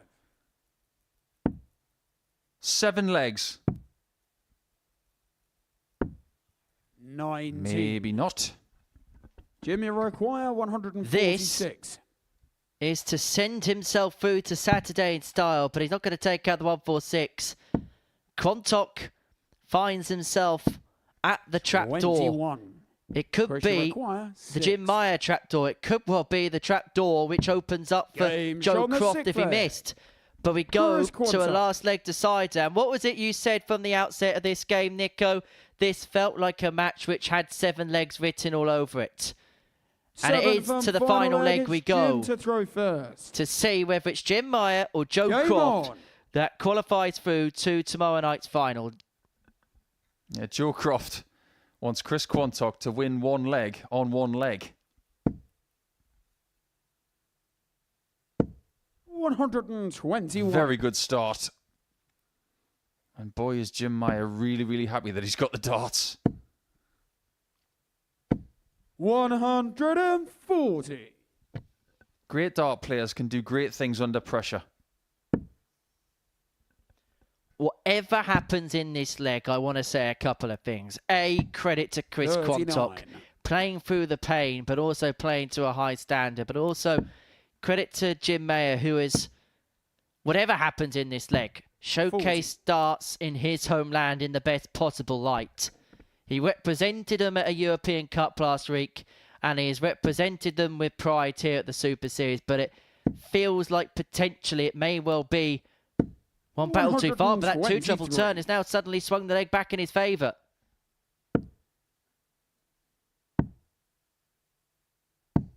Quantock wants revenge for yesterday, a game where he missed 8 match darts. How often do we look back on the first game of the group and think, if he hit one of those shots, 96. Joe Croft would already be through. There's going to be a finish left. How small is it? Very small. 180. That's the last 180 of the group. Jimmy require 120. In the last scoring visit of the group.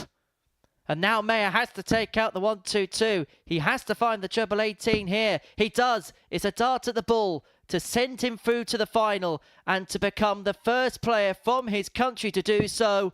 But he cannot find.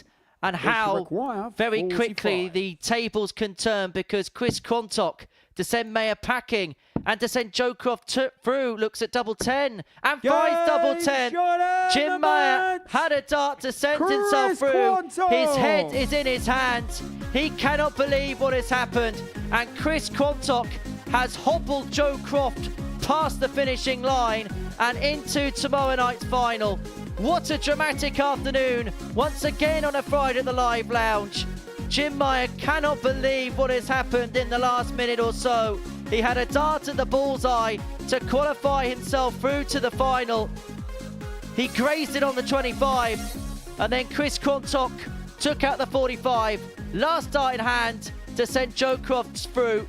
You can see the disappointment etched through Jim Meyer's face. For Chris Quantock, well, he sent Joe Croft through, and actually a really touching moment there as Joe Croft, he's about to join us in the studio, but he's congratulated Jim Meyer there, and we're going to hear from Crofty in a few moments' time.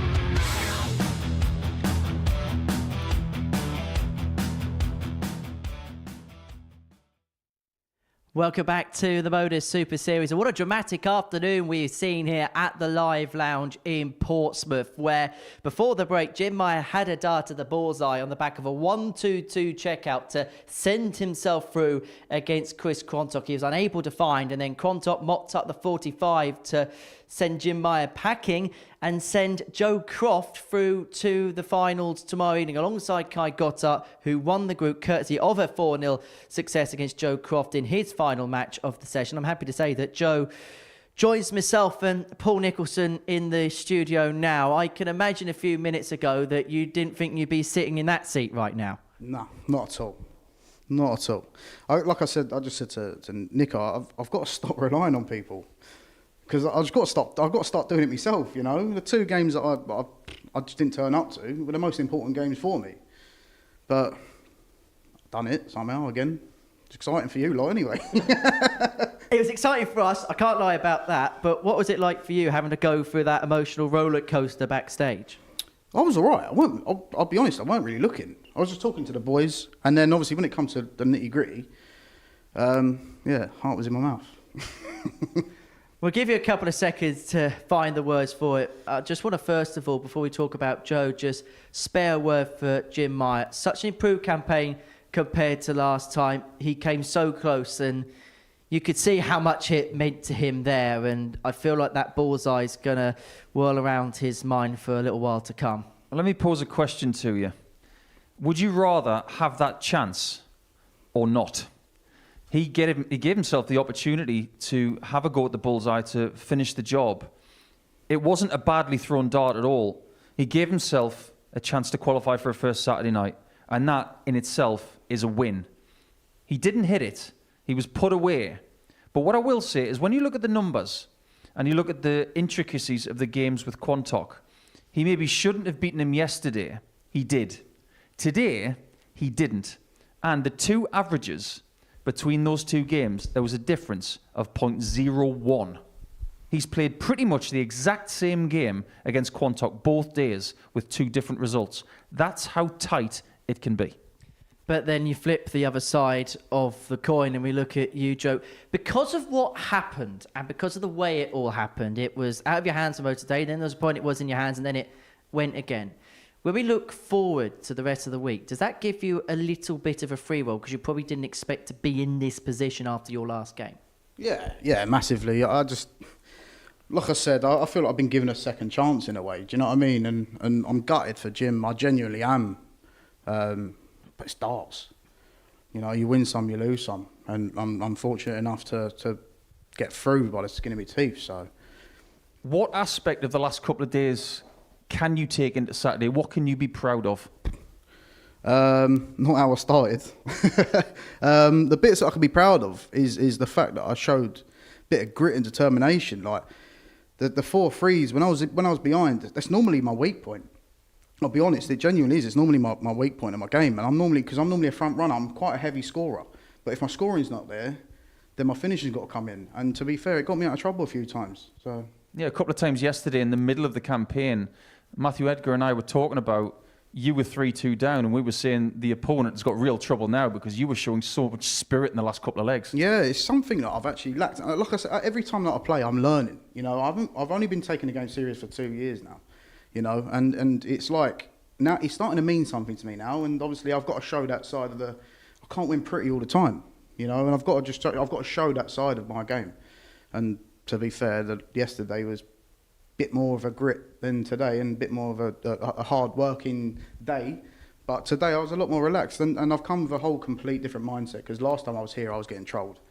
And that's obviously, I was using that emotion and I didn't show no emotion out there really, not compared to what I normally do. So.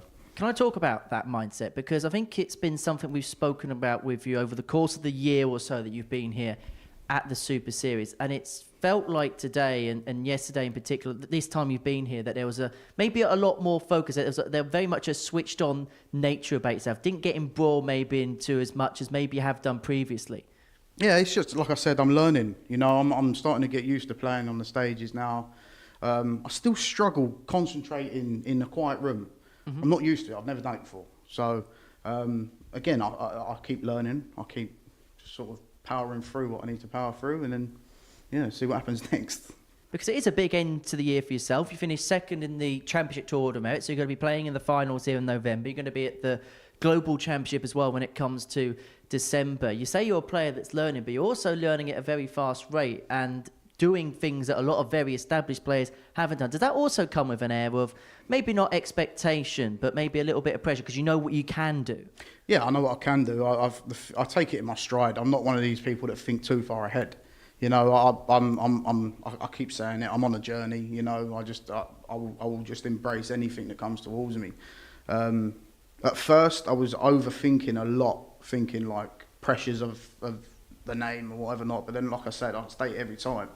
I want to make my own name in the game, so I've got to learn how to control it, and I do. It's just like I said, I'm not long in the game properly at this level, so I've just got to keep on just doing it, get my head down and working hard. I think that's a very fair statement from Joe, because when he first came here, a lot of the narrative around you was purely because of your surname. Yeah. But to be honest with you, the last 2 or 3 visits, we've barely mentioned it. Yeah. Because to be fair to you, what you've done with the amateur dart circuit and what you've done by getting to the Global Championship and the Tour finals, that's not because of your name, it's because of your arm and your stance and your mentality. So that's something you really should be proud of. Yeah. Like I said, even growing up through when I was playing football and everything, like my granddad always said, stay grounded. Just stay humble, and you'll be all right. And to be fair, I won't run before I can walk. Like I know it's coming towards me at a very quick pace and everything, but like I said, I just got to keep on just powering through it and see what happens. Have there been times you've almost had to prove that point to yourself because of what we've just spoken about? I've had setbacks. Everyone has setbacks. It's just how you come back to it. It's just how you bounce back and retaliate to it all. I'll always look forward. I never look back, And I was saying to the boys out there, like in the back room, it's whatever happens. I can't change it. It's down to me to change it up on the board. I can't go out there and be angry with myself. Everyone has their 5 minutes, but I didn't have that this time because I knew I had my chance to make it right, and I didn't. So, but I'd got through and I'd done it. So. There's so much we could talk to you about. We'll have another chat with you in just a second, Joe, but myself and Paul are going to round up everything else that we have seen, and we have to talk about Kai Gotthardt, the man who won this Group C. It's been a superb debut for him. He averaged in excess of a ton today, but he said in his interview that he feels like he's not playing near his best so far. That could be a frightening sign for tomorrow. Yeah, I think that's fair. We've seen some great stuff from Kai on the Pro Tour, Challenge Tours. Some of his domestic stuff, a lot of people wouldn't have seen, but his reputation is very solid in Germany. He comes from an area of the country which is very darts heavy as well, in the southwest. So when it comes to his debut here, we are just getting a first sample of what he can do. Joe's a great example of bringing your form here, maybe with little experience. But the thing about Kai is he's done a lot of things that Joe hasn't done in the lead up to this. So we put more pressure on him on debut. And he has performed. And he's performed to a higher level than anybody this week. So I wouldn't be surprised if he's the favourite come Saturday night. Be very interesting to see. And when you have a look at the tournament bracket, because we are heading into the final session of the week, Kai Gotthardt, Joe Croft through Group C, John Worsley through Group A as well. And we're going to find out the final three tonight in Group B as well. Stephen Johnson, Tom Lonsdale, Shane McGurk, Sean McDonald and Adam Lipscomb in there. As we head into that final qualification session of the week, we kind of said it on Monday, and it probably is still the point now, that I think every single player that's left in this race will have their own reason as to why they think they can win. It's very open for interpretation. It is now, especially after Sean McDonald won the last game against Lonsdale last night, and that being the first fixture of Friday evening makes for very interesting viewing, because you don't want to miss it from about 10:05. We're going to have a little bit of spiel before then. I can't believe I used a German word there. But I think it's going to be fascinating to see who joins Joe, Kai and John. And yeah, week 4 is not disappointing. Final word to you, Joe. Through to another final here. This is becoming something that's become a little bit more regular for you. You've done so in your last couple of appearances here. You spoke the last time you played about just getting through to a final and just trying to alleviate that pressure. Now you've done it a couple of times in a row. Is it about taking maybe that next step now? You spoke about that progress. Would progress be maybe success, winning a Saturday night? Yeah, definitely. It's one of the targets that I've set myself. I do hit my targets eventually, but again, I won't expect too much of myself, because it's just natural pressure that you're putting onto yourself. So I will. Like, it is one of my targets. Yeah. At least he hasn't got to miss anybody's wedding tomorrow. Because the last time you were here on a Saturday, Westy was getting married. Yeah, I know. I'm gutted I missed that as well, but obviously I've got to put me first sometimes, So, but yeah, I'm buzzing. I got through, to be fair. Well, Joe, many congratulations. We shall see you tomorrow night. Paul, thank you very much for your company this afternoon. We shall see you later on this evening, 10 o'clock on the Super Series YouTube channel, to see who is going to be the main man in Group B. But as far as this afternoon is concerned, well, Joe Croft is through to the finals, but just. We'll see you later on.